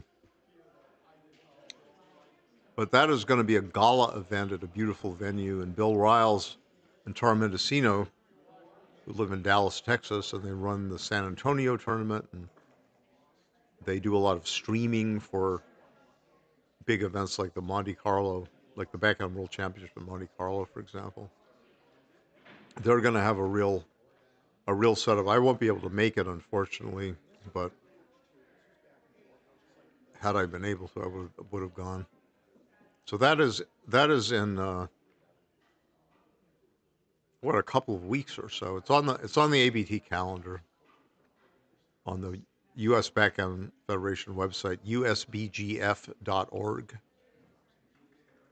After that, there is going to be the Denver Wild West tournament in early October. If I miss any, I apologize. I think the next one after that is going to be the Miami Open in November. And then there is going to be in December the California State Championships. And that's usually the last one on the American Backgammon Tour for the year. Oh, there's the Boston Open, excuse me. Boston Open by Rory Pascar, directed by Rory Pascar, the Chicago director. Directs the Chicago Open and organizes that. He's running a big tournament, the Boston Open in Boston area, right outside Boston, really. And a Halloween weekend, the last weekend of October. I almost forgot that because I probably will not go to that because I'll be away. I'll be out of the country, but there's a variation where I come back. I mean, I'd love to go to that tournament, to any Boston tournament. It's my home turf and everything. So that's one that you don't want to miss because Rory is he's very good at hospitality and running a very good event. You've got to watch out for the New England Backgammon Club players who are pretty strong, some of them. So here we are waiting for the intrepid Ray Fogerlund and the mad backgame genius David Todd to start their final of the Longship Jackpot. Who do I see? John Perner's behind me and Clark. We're starting round 5. Clark is behind me. Clark says hi. Cube starts at 4. Pick up a I don't know. seed if you don't already have one. Oh, really? Oh, that's good. Thank you. That's good for me. I played a 3.2. Yeah, I thought you were playing pretty well. It was probably the worst 3.2 that anyone's ever played because I was just getting pummeled to death the whole time, and any decision that I actually had was I seemed to misplay it a little bit because Yeah, backgammon's tough. For some But people, 3.2 is great. That's a great PR. I mean, I'll take it. I'm averaging worse than that, I think, slightly. No, I think you're at. Oh wait, maybe you are. No, I think my last 300 experience points are Jerry's maybe in the low. No, Jerry was averaging About what I was, maybe a little better. Were you averaging in the twos last? I looked at the I was at one point. I was. I don't know. Last year, I don't remember. But I just remember looking at the thing and being like, "Whoa, this Marty Storer guy, he knows what he's doing." I averaged in the twos briefly, but then I went above 3, and I sort of stayed there for a while. But I don't really keep track tournament to tournament. I just I gotta put in my matches. So I had one streamed against you, and one against Kit, and one against Jerry. I have ours transcribed. If you Oh, you do already? Oh, sure. I can send it to you. Yeah, sure. Great. That would be fantastic. Saves me the work. It's the second. You gave me your email, but the second character is in an It's L. an L. It's an L. You Yeah. write. You write some funny L's. Well, I made it loopy because people might misinterpret it as a 1. Sure. That's if I made it a loop like a script L. That's why. Script L. Okay.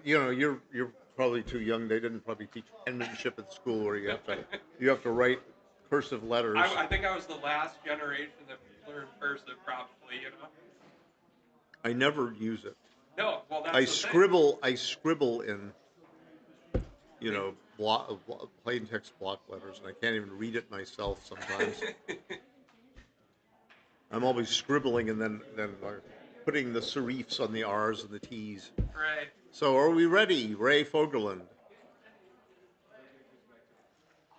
You're telling Subi Doobie all about your triumphs. Okay. Yeah, well, DT's getting the sweatshirt, and we're Okay. gonna be getting it off. Good. Good. Good luck, much skill, and don't talk too much trash to each other. Yeah, the banter will be worth recording between those two. Now, David, when he plays, he puts headphones on. Sometimes, if you talk to him, he'll talk to you. But like if he kind of judges it, thinks you're gonna be fun to play with. Well, I've known David a long time, and he puts headphones on against me, and I'm not really much of a talker while playing. It's true.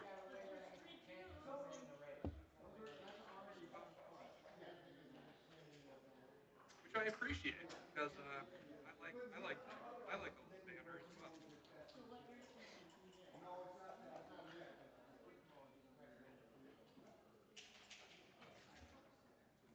All right, Ray Fogerlund is at the table. He's got his colorful Hawaiian-like shirt collar out, and here comes David, the mad backing genius. Whatever, I don't care. His hair is curly. His Okay, brother. handshake is firm. His gaze is steely, and he opens with a 6-1, making his bar point the start of a prime for David Todd. He's happy. And Ray Fogerlund says, well, I'm going to counter slot. He says, maybe I won't. Maybe I'll run. But he says, I won't run because that will make David Todd happy that I'm running. Yes. And there's Jerry Tansey told me the other day, he said, a lot of David's opponents have this idea that they don't want to make David happy. And so what they will do is they will make plays that they think will frustrate his preferred game plan. So David is, he made a bar point. He escaped a back checker with a 6-5. He wasn't going to slot the 2-point or something like that. And then he rolled a double 5 and he made his 3-point. That's pretty over there. And now looking good. Looks impressive. Now I'm scared. Ray has built a board, but David has rolled a 6-5 to escape, and Ray is probably going to slot his 3-point and split his back checkers or something, and David's probably going to double him. Can I really? Yep, that's what I was talking about, and he counts the pips, and we get 118. Is that right? And he says, I I can't I double when my told you what opponent is going to has, happen. This is not a has you something. know, He says it might have been too good to double, but there's a double. There's not even a choice. You just put your checkers on the bar. He does not mind blitzing, and he says, "All right, I've seen enough. The guy's got a 3-point board, and I don't have a prime, so I'll cash the point." Okay. So too good, maybe not. I was only going to roll double fours. When in doubt, double. It's a cold, Does your husband play this honking game? pass. 13 points, a 13-point match. 0-1. David has got a theoretical 54% or something like that, or 53.5%. I don't know. 54 already? I might be 53. I don't know. I don't have a number. I mean, I could do the Turner formula in my head or something. But Oh, my clock was running. 24 over T plus 3 times D. See? And there's a 3-1 opener for Ray Fogerlund. Turned it over to That's what Todd does not like to see. That's pretty He says, "Well, since you are going to try to prime me," he says, "Oh, I'm going to counter prime you." That's classic. He cannot avoid slotting with a deuce on the 4-point, and that was, the actual correct play by Extreme Gammon would be to split. But now Ray says, "Well, you are behind me, sonny boy, in the counter priming rate, in the priming race." So, and David says, "Well, I will catch up to you in priming. After you miss me with a duplicated 4." I didn't do it on purpose. He says, "Oh, oopsie." And Ray's going to hit that thing, and he's probably going to play 11 to 8. Not strip a midpoint, reinforce the 8-point. And David says, "Well, now I will hit you somewhere." 2-1. And if you miss me, then I will get the 6 on 4 points, which is a formation called the rack. And I always thought of a rack of pool balls on a pool table. But it is apparently because it tortures your opponent as if somebody were stretching you out on a medieval torture thing called a rack. I like it. Okay. I don't have to tempt You don't want to. You don't want to doubt into transubstantiation. The days of King Henry. So there's an icky 4-1, and David says, "I will now make the 23 anchor, and if you point on my head, as well you might, but you didn't, then I can remake the 24 anchor, and I can torture you thereby." So this is like so this is a fine play, right? I think it's a fine play. He could equally play something like 20 to 14, 8 to 4. It's a bit tempting to just go into a holding game type thing, and David doesn't always hit that shot. I'm going to beat you in time. He's only got 31 ways to hit that thing. Desire to win, just beat you in time. Double twos doesn't do it, for example. Recycle checker. 2-1 doesn't do it. What do you know? Well, he says, "Well, I've got a double anchor, so I win. Just resign now." Double anchors always win, and Ray says, "Well, no, I'm going to make because that plan seemed to work out just fine. Because it's an asset, and if you hit me, you're going to have to break your coveted double anchor." There you go. Okie dokie. And I have a 3-point board. I have an anchor in your board. All right. And David says, "I'm going to have to break out, because otherwise you might prime me, and there's nothing I hate more than prime." You're solid, man. And Ray says, "Well, all right. I'm ahead in the race. I have fewer back checkers." David says, "Well, now I can either make the 15th, or I can make the bar, the 18, and slot, and then I might make a 3-point prime." You want to wrestle? So it's not. To me, it's not completely clear what the right play was there for black. Wrestling to me. Yeah, I mean, you could have hit, or you could have. Right, but he said, I want to get my checkers up and away, and I want to give myself a chance for a 3-point prime in front of that anchor that Ray has got. And Ray says, "Well, I could. You'd have to get a 3. I'm just saying that I could. 2 of them. I could break my anchor. I'm saying maybe it's a little rash to break that anchor. It dupes the 3s, but owe those threes. I mean, so Ray could have actually played 10-8 and 6-1. I think might have been a little better. So now David to now break the 18 point and control more outfield territory. He doesn't want to bury a checker on his 4 point. And there he goes. And Ray says, now I can roll a 9, or a double 4, or double 5, or double 6. What was that number? I can't see it. Or even a 4-1 might be acceptable. Yeah. Or even a If that was 3-1 it, though. will slap my 2 point. Another dead checker? My other play. David says, well, I might make the 10 or the 9 point. Oh, darn, I didn't. But I couldn't move my checker. I don't know. I would be inclined to go 30-3, really, but pay off to the 9 or something like that. But and keep more coverage. 2 builders for the 11, 2 builders for the 10, 2 builders for the 9. It's a little bit, and it's a little bit. Yeah, Ray's got some funny manners. He'll put his hand over your checkers on an anchor and the cup. And He knows all the tricks. Jennifer Zora Cressman is an intrepid staff member from Connecticut. She's an intrepid staff member for April and Michael Messick.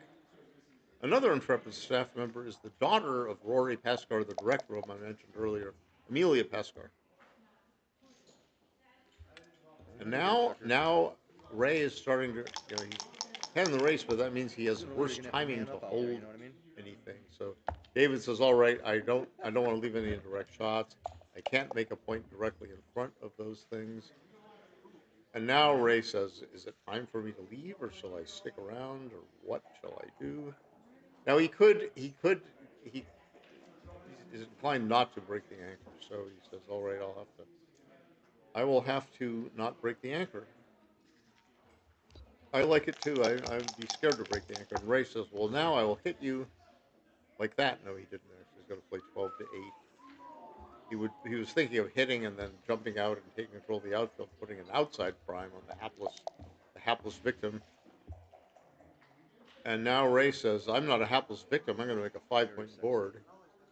I think so. Oh, yes, I do. That 5-point board is golden. You can use those interior things efficiently. And David says, okay, now we got a broken 3-point prime for you. And Ray says, well, if I roll double 4s, that 3-point prime won't be nothing. 6-2 from the Or ground? 2-6, or 5-3, or even double 2s. Oh, this is That's pretty. an icky 3-2. I guess he's got to just break. He can break his board 3-1. Crunchy. Crunchy. It's crunchy. Oh, I need. It's a little scary to break your board, but he does. He doesn't want to get hit, and I would be inclined to break the 8-point and bring builders, but Ray says that's too scary for me because I make the hit. And sure enough, David has to bury a checker, semi-bury behind that anchor, and now Ray says, all right, well, what about a 4? Going to do that? Oh, that's illegal. That's illegal. Okay. You put the checker back. So he says, shall I run, or shall I not? He says, I'm going to run, but I'm going to make a 5-point board. I like it too. It's not crunchy. He broke his 5-point board, and he can remake it. And David is not going to double. He just doesn't have enough winning chances. But 5-2 is nice, and he's going to go. The trouble is he's got 7 return shots, and he can also remake the 5-point like that. It's just like nothing happened. So we have 91 raw pips for Ray. It's just like nothing happened. So this is just bury a couple checkers, 9-3, 8-4. I think 8-4 is better than. I don't think you want to leave a blot. There's the whole Against the 5-point board. Falcon, right? That Come out with both. no, he can't come out with both because he blocked with a 4. Oh, Yeah, the roll is 6-4. So David slots his 2-point, but he only has one active builder in front of one set of active builders in front of same number, in other words, in front of Ray's. So Ray's counting the race like a busy beaver. He's probably counting that. He likes to count the difference. Yep. Already. Maybe all gone. I can't see a take out of this. So 104 raw pips for black. I'm looking. 91 raw pips for white. And it looks like a good double to me. Because the normal variation is you bring one checker out, you don't get successfully attacked, then you control the outfield. Yeah. Christmas, every day is Christmas. But David ain't scared. He's got an anchor, and now I think he should falcon himself away. And that, there's sort of a, he says, shall I come out? How many numbers are there to hit? He's got 1, 1, 1, 2, 1, 5. This way, he's got 3, 1, 3, 2, 3, 6, 3, 3, and he's got a 5, 5 over there. I don't know. So 3, 3 is the 3, 3 is a little bit nasty. And Ray's going to be saying, why did I leave him 3, 3? No, I don't know what he's thinking. But there were more bad numbers for him by staying back, but some of the so-called bad numbers forced David to leave a direct shot in return. You know, this is a David Todd redouble in a second, and Ray says there's too many gammons floating around here. I might get hit. I might not come in. I might get gammon. So David has now taken a 3-0 lead to 13. So what's 3-0 to 13 if I could laboriously apply my approximate formula? So I forget Who is what that Neil's guy? numbers are. I'm sorry, I don't normally do that way. It's probably something like that. Yeah, I mean it's like, yeah, it'd be low 60s. When I do the math, yeah. Any 6 you like.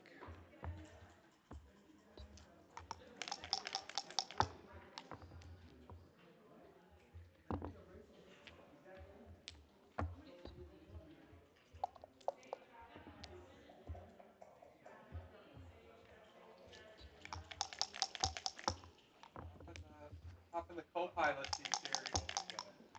Yeah, so it's at most 65, and it's not even that. Some of these formulas sometimes I'm unclear whether the fractional part is important. I think David might be going to blitz. Yeah, he likes to blitz these things, and he's got 8 in the zone, but 2 on the bar is not nothing. And Ray says har har, no on the 0 on the bar. Pass. I mean, blitzes to David are not boring. Quit lying. Only when my lips move. I only lie when my lips move. Sorry. So he says I might make the 3-point and hit. Oh, that's Ray. That's Ray. Not. I keep mixing the players up. Yeah, Ray doesn't think blitz is boring either. No, you got it. If he can. Yeah, you're not going to see David Todd with a lot of checkers out of play. I am going to hold the point. And he says, I'm not going to let you make a I beat it partial up twice prime already this me. game. I'm going If you to had send you noticed. back, and I think he's absolutely right. But now Ray says, har har, you forgot about the jokers in this position. That's a joker, and now 13-11. He's going to try a slight cheat maneuver, but that's just a joke, har har. And he does not fan. He enters he anchors up. You wanted me to have it all along. Yeah. And you didn't give it up that time. So there is a 9-point lead, I think. No, I didn't don't give think it up you that should time. switch to- That time it seemed more prudent to hang on to it. He should have a racing lead, and he's so 157 raw pips for raw pips. I mean, with no pip count adjustments based on distribution. That's what I mean when I say raw pips. So I forgot. Yeah. So he says I'm going to blitz him, but blitzing when he's got an anchor in your way, that's a little anti-positional. Rapidly. And it might work now. You know, you come in on the high point, and if Ray Rapidly makes the 3-point, either immediately or in partial fractions. Yeah. It almost. That's a 6-3. You know, he's cheating. Normally he'd be on the 8-point, so he says, "All right, I'm not gonna leave too many blots there." That's the right play, I believe. And David says, he's preparing to roll. He's preparing for the inevitable double 3.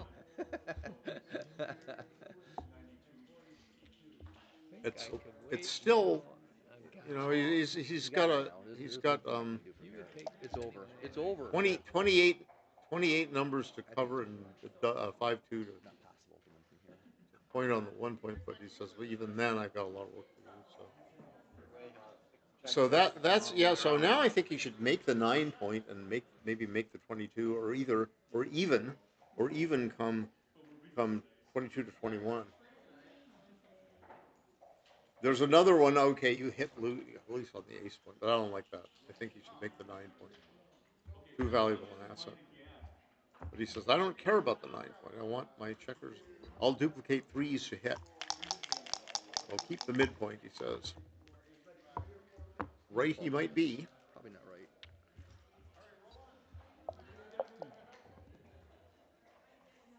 Now he's going to hit again. Or he could make the 8-pointer hit. Or he could, yeah, I mean, make the 8-pointer hit. They're both okay. What does XG say about you blitzing with... David has 6 checkers. 8 guys over there. And the two that had been there at the start of the game are back.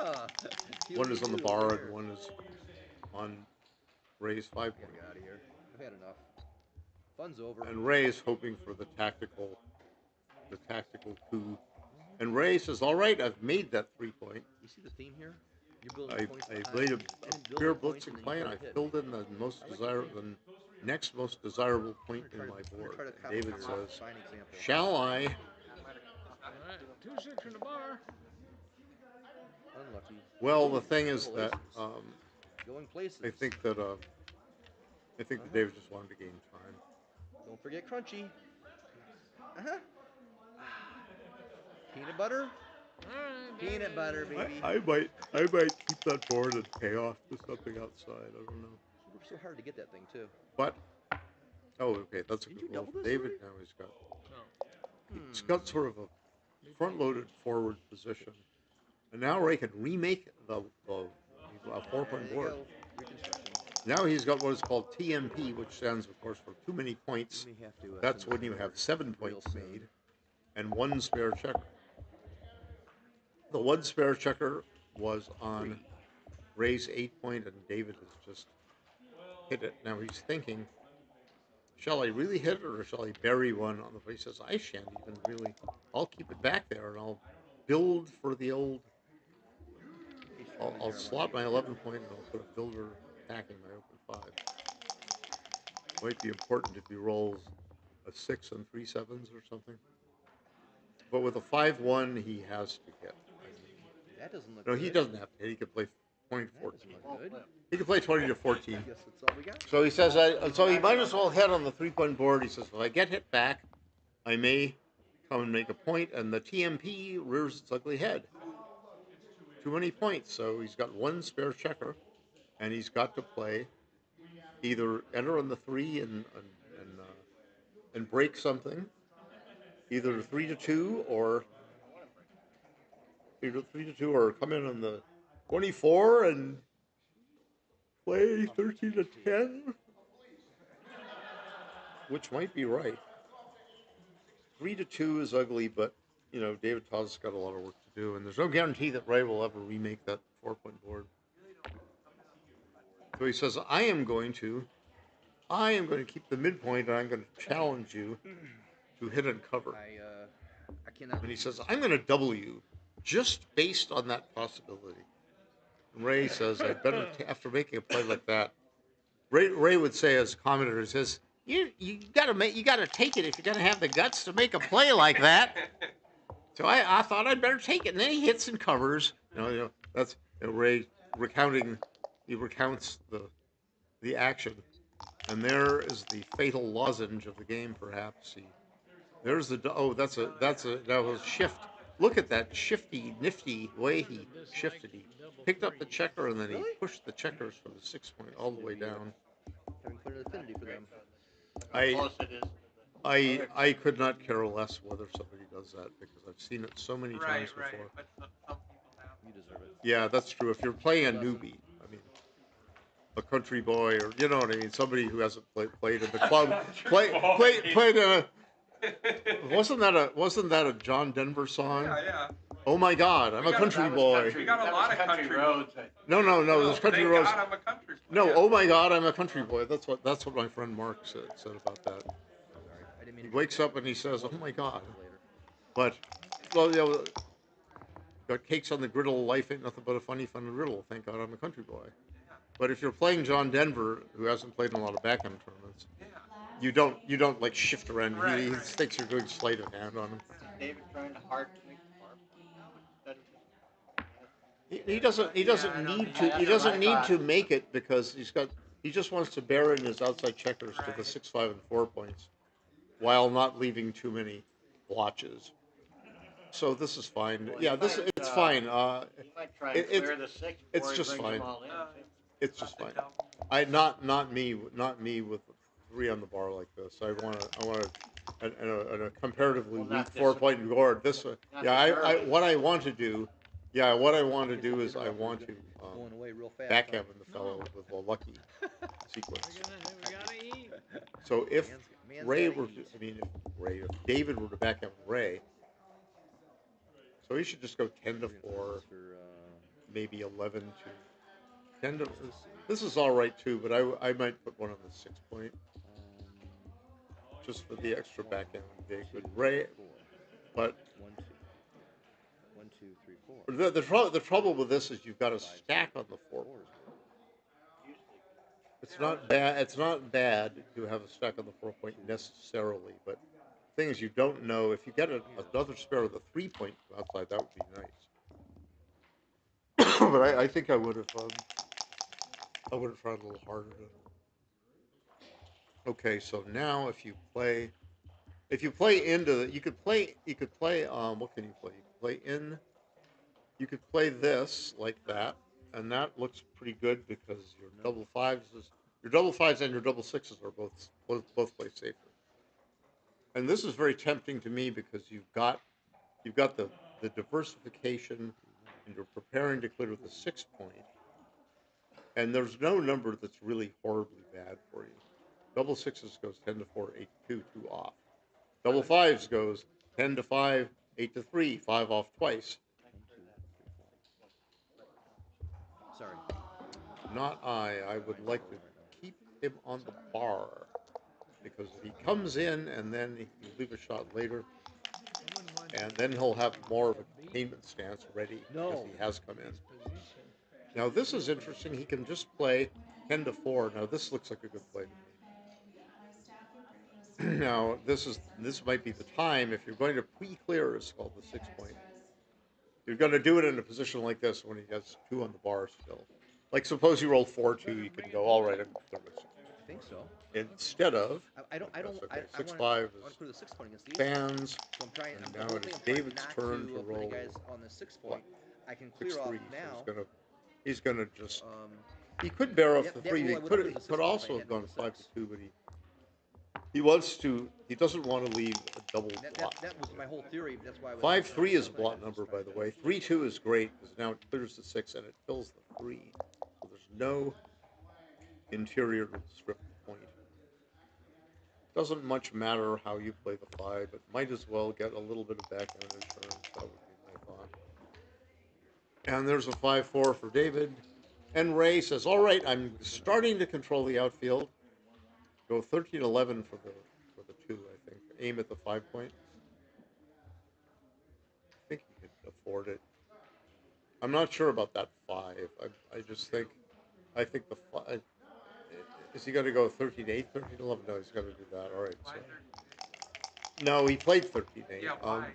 Because he thinks he might make it, and it's also, which was great, any check on the 2 point, but it's also a builder for the 5 point, and he's thinking about hanging back for outfield. I would have played 13-11 and then maybe 19-14. 6-2 from the ground. Unfortunately, Ray missed that thing, so. I think he should play. He should play. He should play out with something. Maybe he should come out for the 24 for the 6. I would put a checker on the 11 point anyway. Ray might get a little unhappy if he can't escape 1 checker now. It's not the biggest deal in the world. But he could have had two builders for the 5-point. Now I think maybe he should slot it and go 19, yeah, move that one, 24, 19. No, there's variation when he gets backgammon because he did that. But here is another shot. I don't know what's wrong with you. And Ray says, please let me hit that thing and cover, but no. He covers and he comes out from there. Yeah, that's the way to do it. You're not supposed to leave from the 24 in a position like this. Especially to get gammon. No, that's illegal. He had one he had the 6 away, and David catches it. Yeah, you're right. So my play would be make the 5 of the 6 and out like that. All right. And now double threes goes boink, bonkety bonk. 9. What is that, a 5-3? And now he must leave with one checker. If he can. And he can. You know why I so would be he will. thinking about 6s and 3s, Ray? No. And now he hopes for an Any immediate ideas why blot we would number talk about of 2. 6s and 3s, Ray? And now he must actually leave from the Give me a 3-1. 24 point. 3-2. If he can. If he can't, well, he can. He's not going to get backgammon. All right. So he concedes the gammon. Yeah, that was gammon. It was an inevitable gammon. Now that I've got him overcome. Even at the score, I think you should not miss the back. Is it over yet? Is it over yet? 7-0 to 13. I want to play the 7. You do? Uh-huh. You're a fast starter, you know. Thank you. I've heard that before. Quick on the trigger. Quick on the trigger. I just can't handle the long haul. Yep. The vibe's a little different from the last match.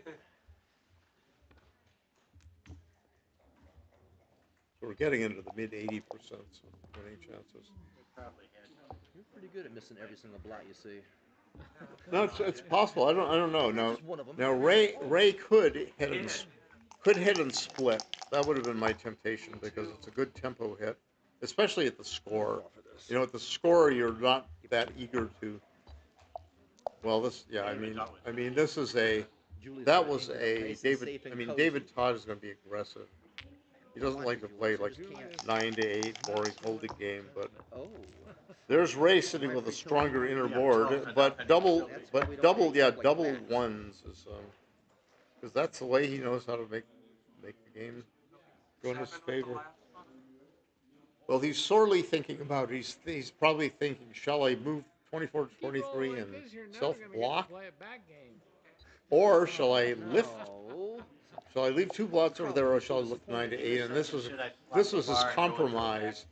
This is his compromise. Well, he could, or make a prime. He doesn't want to be hit. We want to make the 7-point, right? I think. But yeah, I mean, back games are not David's enemies. Now here's Ray with a shall Ray tempo hit. It looks a little bit. I don't think you do either. Starting your 2-point? Unbelievable. 4. I was just looking at Dirk Schieman's book, To Hit or Not to Hit, and fortuitous. There are some interesting examples where you do make early tempo hits 8 to 2 with a 6. Is that a good book, Marty? I don't have it. Fortuitous. It's a very good book. Oh, it's an excellent book. Yeah. Okay. Yeah, everybody should get it. It's really good. I don't know if Prime Time's reviewed it yet. I forget things, but I will review it if it hasn't been reviewed and nobody else wants to. But it's an excellent book. To Hit or Not to Hit by Dirk Schiemann.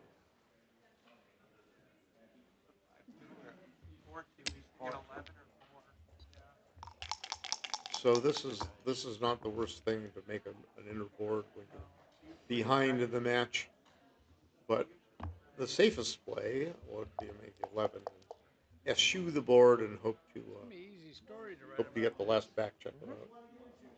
You haven't missed. I don't miss a shot and you don't hit a shot. What's wrong with that story? I think now what you're going to play to the 24 and 11, maybe just stay flexible. He's got some good force to make a 4-point. You don't want to play 6 to 4. You don't want to self-block by making the 24. You don't really want to come up to the probably don't want to come to the 21 point under the gun. So I bet he does. He says, all right, hit me if you want. Hopefully I'll hit you back or I'll make an anchor there. So that's just not the worst play, I'm sure. What's 7 and 8? What's 7 and 4? It's a bit scary, but will David double with this lead in the match? Really? I would not. I think he's got 4 checkers back still, and Ray has a stronger board. David has some priming chance. He's got the better priming chance. He might roll a combination of 3, 2, and 1, not including double threes, which is 8 numbers, and make the bar point, or he might roll a combination of 6, 5, and 4, not including double sixes. Yes, including double twos. I counted double 2 already.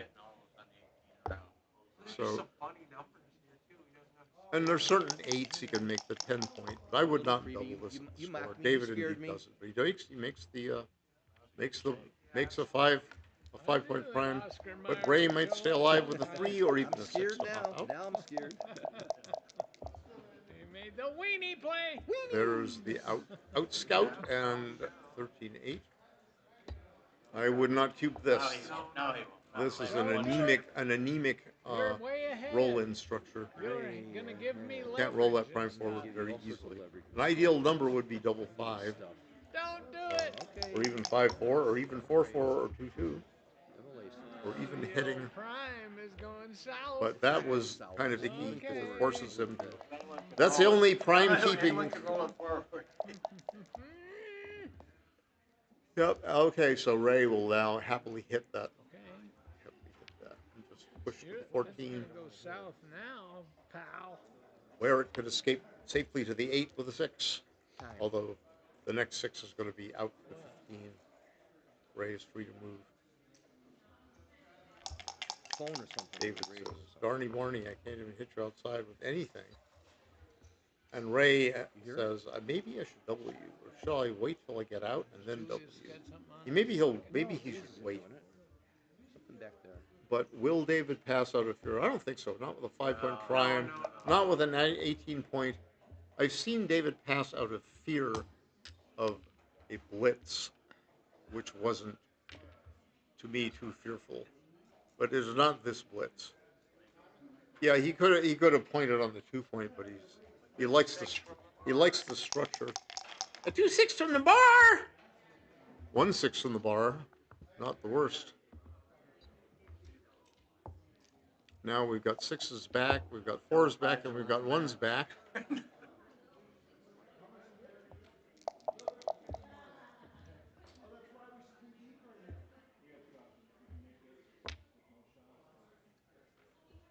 Let the mistake making begin.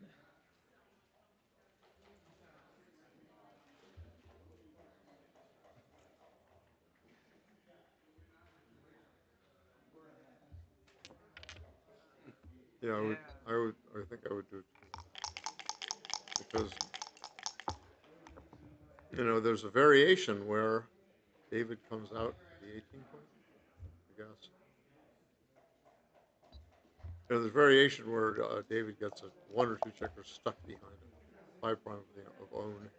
That's the prime keeper's nightmare. We are starting round And 6. David might be thinking, gee. And Ray is thinking, shall I keep my 6-point? Or shall I not keep my 6-point? It's tempting. But he says I can hit loose. Oh, sure.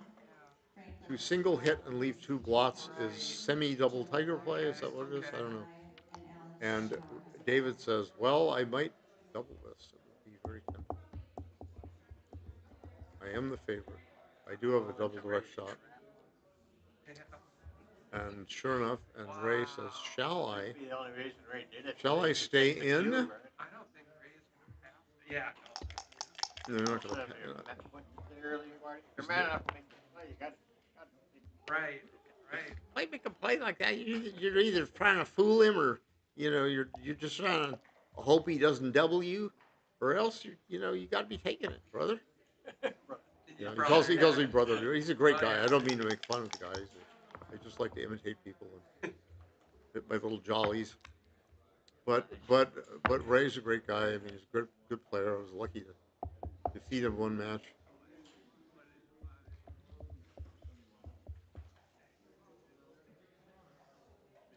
David is also David.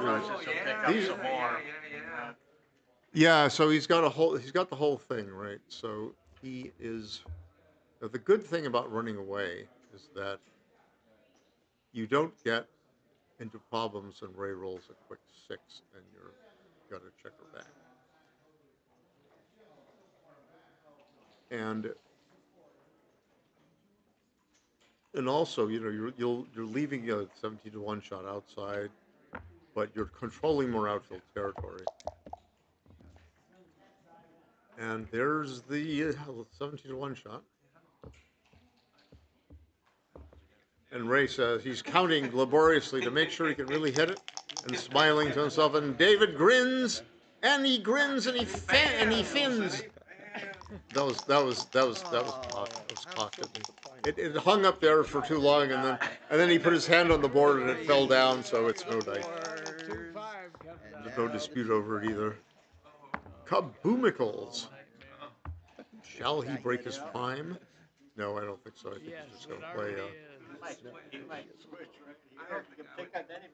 Well, David likes solid primes. Yeah. He says, I'm going to duplicate 2s, you see. He says, I don't have to duplicate 2s. I can add another active builder. This would be my temptation. And Ray says, you know what? I can hit you again if I really want to. But he says also that I can re-anchor. Go to the ace point. Oh, Make the anchor, and I can lose. Go to the ace point.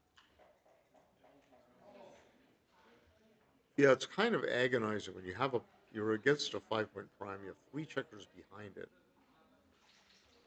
You can say, all right, if I hit him and he fans and I cover and he fans and then I get out in the next couple of rolls and then I get out some more. He's like, it's like, well, that's a long parlay. But you can also say, well, if I make the 21 point, I might get hit and I might get stuck back there.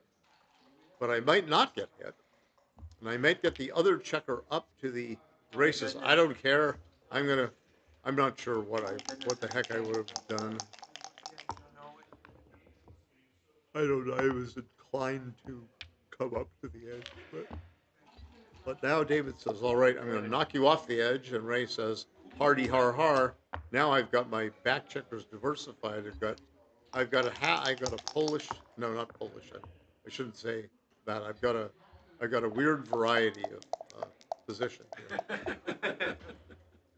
I come from Buffalo. I ought to know. I spend my winters with loads of snow. And there's a Polish community. I had a Polish American girlfriend, for gosh sake. Or half. She was German, half German ethnic. That's another Buffalo ethnic group. A lot of Germans came in the 19th century. A lot of Poles came in the late 19th, early 20th century.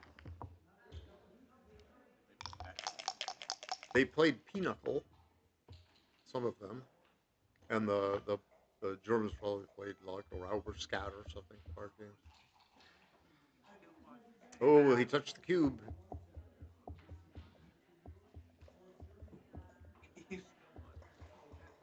Yeah, no, he could just go 18-8. It's legitimate. It's quite legitimate. I would probably do it. 18-8. He's got 2 left. Right? Yeah, I just go 18-8 and let him crack with 5s, and if he rolls 6-1 and I fan and he covers and he gets all his checkers out, then so be it. I tell you, but I don't know. 1, 2, 3.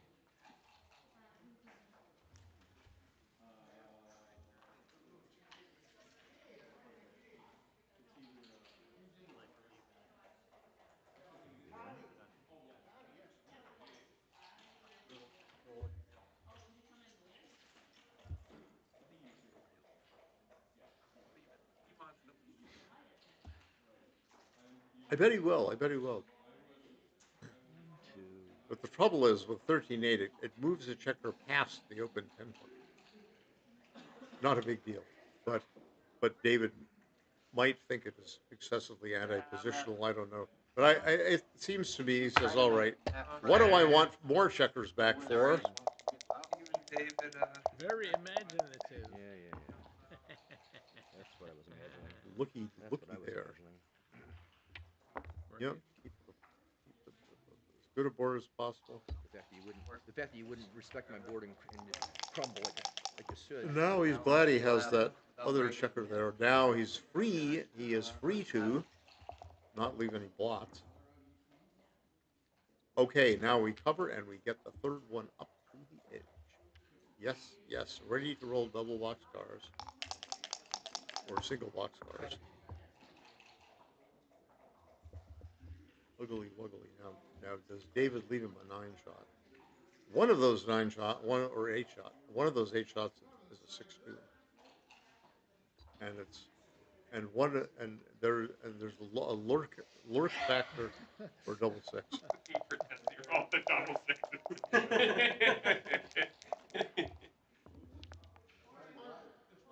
Oops. Well, he comes in, and now his game plan is to wait patiently for the double 6 or for 6 something else, and then later exit. So now he's pay off the double 6 and control the 10 point. Not sure. I mean, so he says, I'm not going to let him roll double 6 at all. That's a little inflexible for me. I might have paid off the double 6. Oh man. It was a 6. Or if not paid off the double 6, at least not stacked on my 13 point. So Ray says, all right, I got a 5-point board waiting for you. I buried a checker, but you know. And David slots the old stubborn. And Ray says, if I break my board, From a long time ago. I really want to make my 2-point. He could have killed a 5. And David says, I will make a board in case you come out and I hit you. And Ray says, there's the inevitable 6. Break right now. And I should probably play 5, hoping that you roll a 2-1 or a 3-6 and I hit you back. No returns there. That's all right. I just don't want to be hit, no matter if I have return shots or not. Dave says, please give me a 1. And there it is. And I guess you got to go to the 9-point for flexibility. 2-6. And Ray says, give me a 4-6. So I guess you should stop on the ace point, come in on the 1, so as not to be blocked by the 8-point of David. And give himself more ways to jump up to the jump-off point of the 21 anchor. What is that? A 5-4, so he's going to menace any blot left on the 21 point and tippy ho. Oh no, please no. Oh no, please no. Ah, Ray. Double 6s will be very devastating from here. Could have just played it quickly and quietly, but no. I think should make the deuce. This is all right. That's all right. No quibbles. So you could kill a 4 and make a 4-point board. And David says, all right, I will finally come in. I got a spare 3 to keep the 4-point board. And David says, now I will keep my 4' and I will make my 2 and slot my 1. 4-1. Oh, you had a blonde. Yeah, that's legal. So. Then came the double 6s, the double 1s, yucky poo. Oh, that was a 2-1? I guess so. 6-2. And now for the inevitable exit. This guy, he comes right out, doesn't he? Uh-oh, the blotchy watchies. There you go. That's capricious handling. Give me a bubble 3. What? You capriciously, I accept. David's grabbing the In fact, I beaver it. I'm gonna beaver it. Oh yeah. Right, that's the rules. You Yeah. gotta make him touch, make him Well, take what it. am I looking for here? Ray made a motion to cube, well, he did turn it. No, you can make a motion as long as you don't touch it. If it's your turn. No, there's no. I know the rule. You could make a motion, but you can't touch it. But you could complain if you're playing. You could complain to the director and say he's making a motion unethically, and then it's at the director's discretion what to do about it. That someone else picking up the cue. They're like, whoa, whoa, whoa! No, he's just screwing around. Sorry, Ray.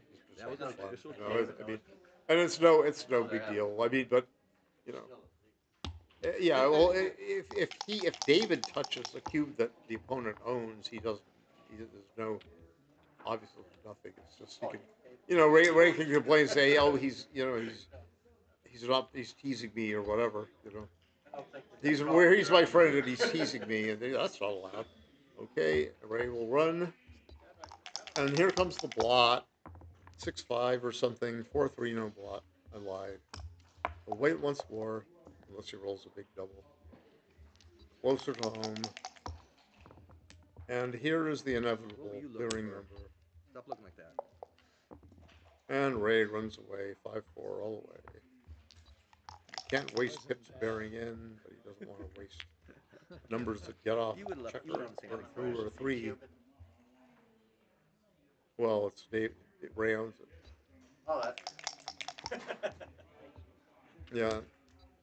And double sixes might give him a prayer. Oh, he's got 5 on this. That's why I peeled. Well, that's good. good. Now he can get off in 3 turns. Not anymore. No more 3 turns. So now it's 9-0, and Ray says 9. He's leading me. My rolling was superior at all times. Well, I have a good chance of going through this whole match without hitting anything. You have a good chance of going through this whole match without scoring a point. I'm sorry, it just slipped out of my mouth. I don't know what. I'm so sorry. Oh yeah, auto. There we go. 2 action. On auto. Carry forward. 1-4. 1-4. Yeah, there we go. Carry forward. Fortuitous. Don't put me behind another 5 prime, please. You don't have a problem with them. You get off every time. So he's got enough. Build. I work so hard for him, and he just treat them like they're trash. Or you call it formula. And David says, I am going to try to make that 5 point. And Ray says, I'm going to try to prevent you from making a 5 point and hit you back. David says, well, I like to blitz. I like to climb. I can't do anything but hit you on the 2 point. Maybe you'll fan, and then I can attack you. If you hit, I will come back at you with a back anyway. 8. And Ray says, here's an anchor. Here's the blot for you to try for with 6x, and sure enough, it hits. Where's the 5 going to be? Probably around the 11. Of course, you got to play 13-8. This looks a little bit more blot countingly good. And now I guess he's gonna. Well, he could bring a builder to his 9 point, which is probably best because you have to accelerate your development. You can't just save. And now double deuce. Double deuce hits on the. I don't think I want that one anyway. Hits on that. Thanks for the offer. There's too many other things abounding. Holy cow. I would do it. Well, you've proven that you're a coward. You don't want to hit me, so might as well. The trouble is, the danger is you get hit back with a 2-4 or something. But David says, I am not going to let you. I'm not going to let you blitz me ever. You have the anchor, and I'm not giving it up. Ray says, all right. That's good enough. I'm going to make my 5 point. Keep it. And David says, hit and cover. All right. I just shot you. And a 6-5 is probably going to go 24-18. Covered What the guy Kit would do. Like I want to hit that guy. That was what I would do.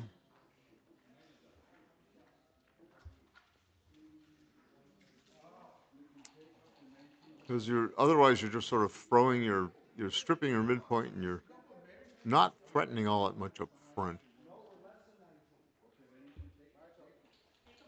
But you say, oh, if he hits me with a 4, I might double anchor with a 1 or with a 3-2. But I think you just keep your checkers flowing as best you can. You might have to break a point in order to hit you. Like the 2, he'd have to break 9 points, but at least shift it. And David says, well, I won't have to break any point. I'll reinforce my beautiful. And now Ray is going to point on that checker. Probably going to come. He could come out. It's nice and flexible, fully outfield, not stripping any points. So that's what Ray has done. It looks good to me. And now we've got David stays on the bar. Will wail and gnash his teeth. Har har, I made it. 2-6 from the bar, yell yell, and then he makes a 7 point. He gets 15-11. Let him come to you. Only leave 4 shots there. Like that. 9! Double 3 hits back. What you don't 7 understand? hit backers. While you were commentating, I put homing pigeons into every single one of these suckers. They're locked in, baby. See, they're very friendly. All They're locked touching in. each other's curly locks and Nice and cozy. non-curly in Ray's case. Little posy.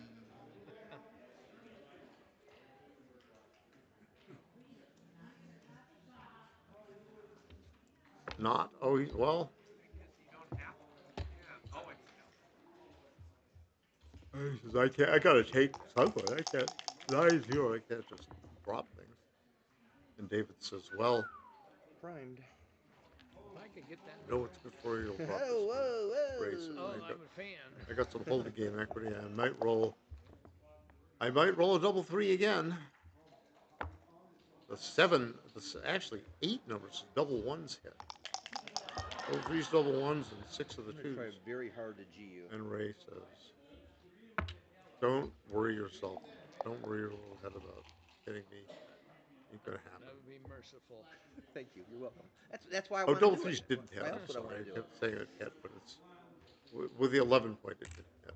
I was lying about the double. Tortured roll after roll after roll. I think maybe he had made, well, be that as it may. I was wrong about the double 3s on at least one time I was saying it hit. Doesn't hit now. But it does make the 4 point. Which I think is right. Why the heck not? Just because you might gammon me and win the match? What is that, a 6-5? Oh, 6-5. So I think he's got to play safe. 9-4, 7-1. Wow. But I know David is tempted to go 9-3. Well, Ray.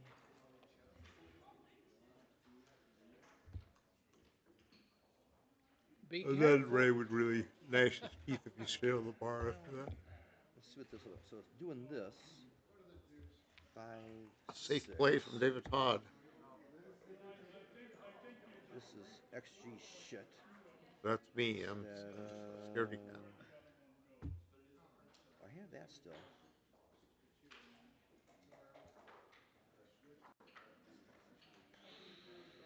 Okay. Where have you parked the weenie mobile? Yeah, you're ahead in the race. You just want to it. come home and not be hit. So why I'm would riding block? it home. If you win 2 points, you're up 11-0. Well up into the mid-90s or so. Winning. Yeah, make that 7 lost point. a 5-8 back game all day. I hope he rolls. All weekend. And why would that be, Ray? 6-3 or well 6-4 maybe. Oh wait, 6-4. You haven't played a 5-8 back game all weekend. 5-4 is double 5s? somewhat horrible, but at least it clears the 11 point. No. So how long can you David hold will this? orient himself to the fact that he has to play 11-6, 11-7. then he'll do it.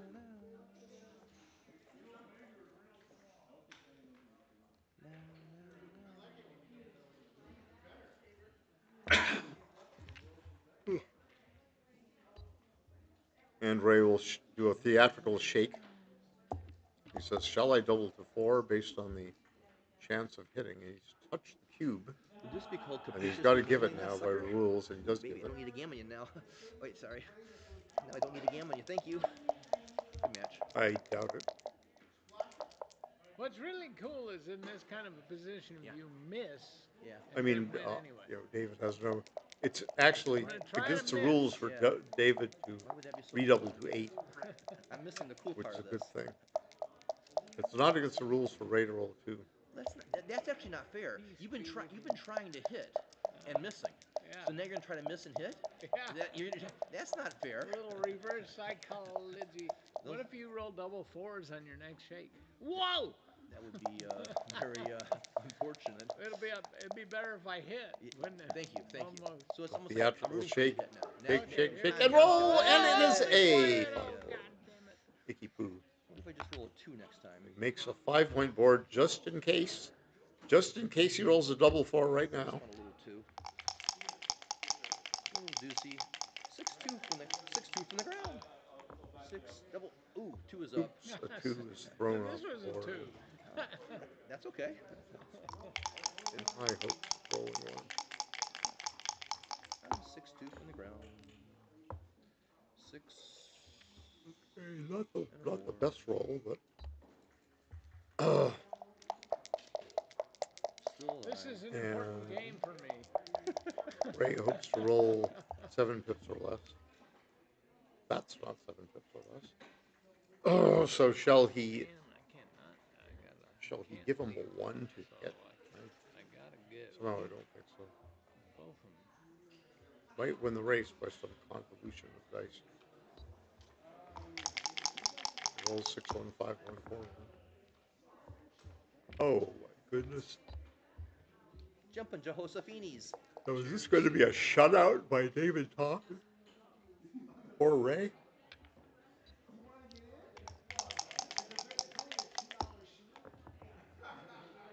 Six, 1, 2 check. Too early for that. He might have tried 4 to 3.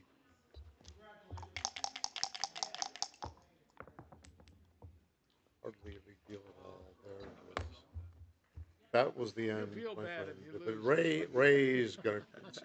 Thanks, boss. All right, a skunk. That was We call him the skunk, David Todd. Good match, bro. He does take showers every day. He just skunk is a term for shutting an opponent out. He skunked me.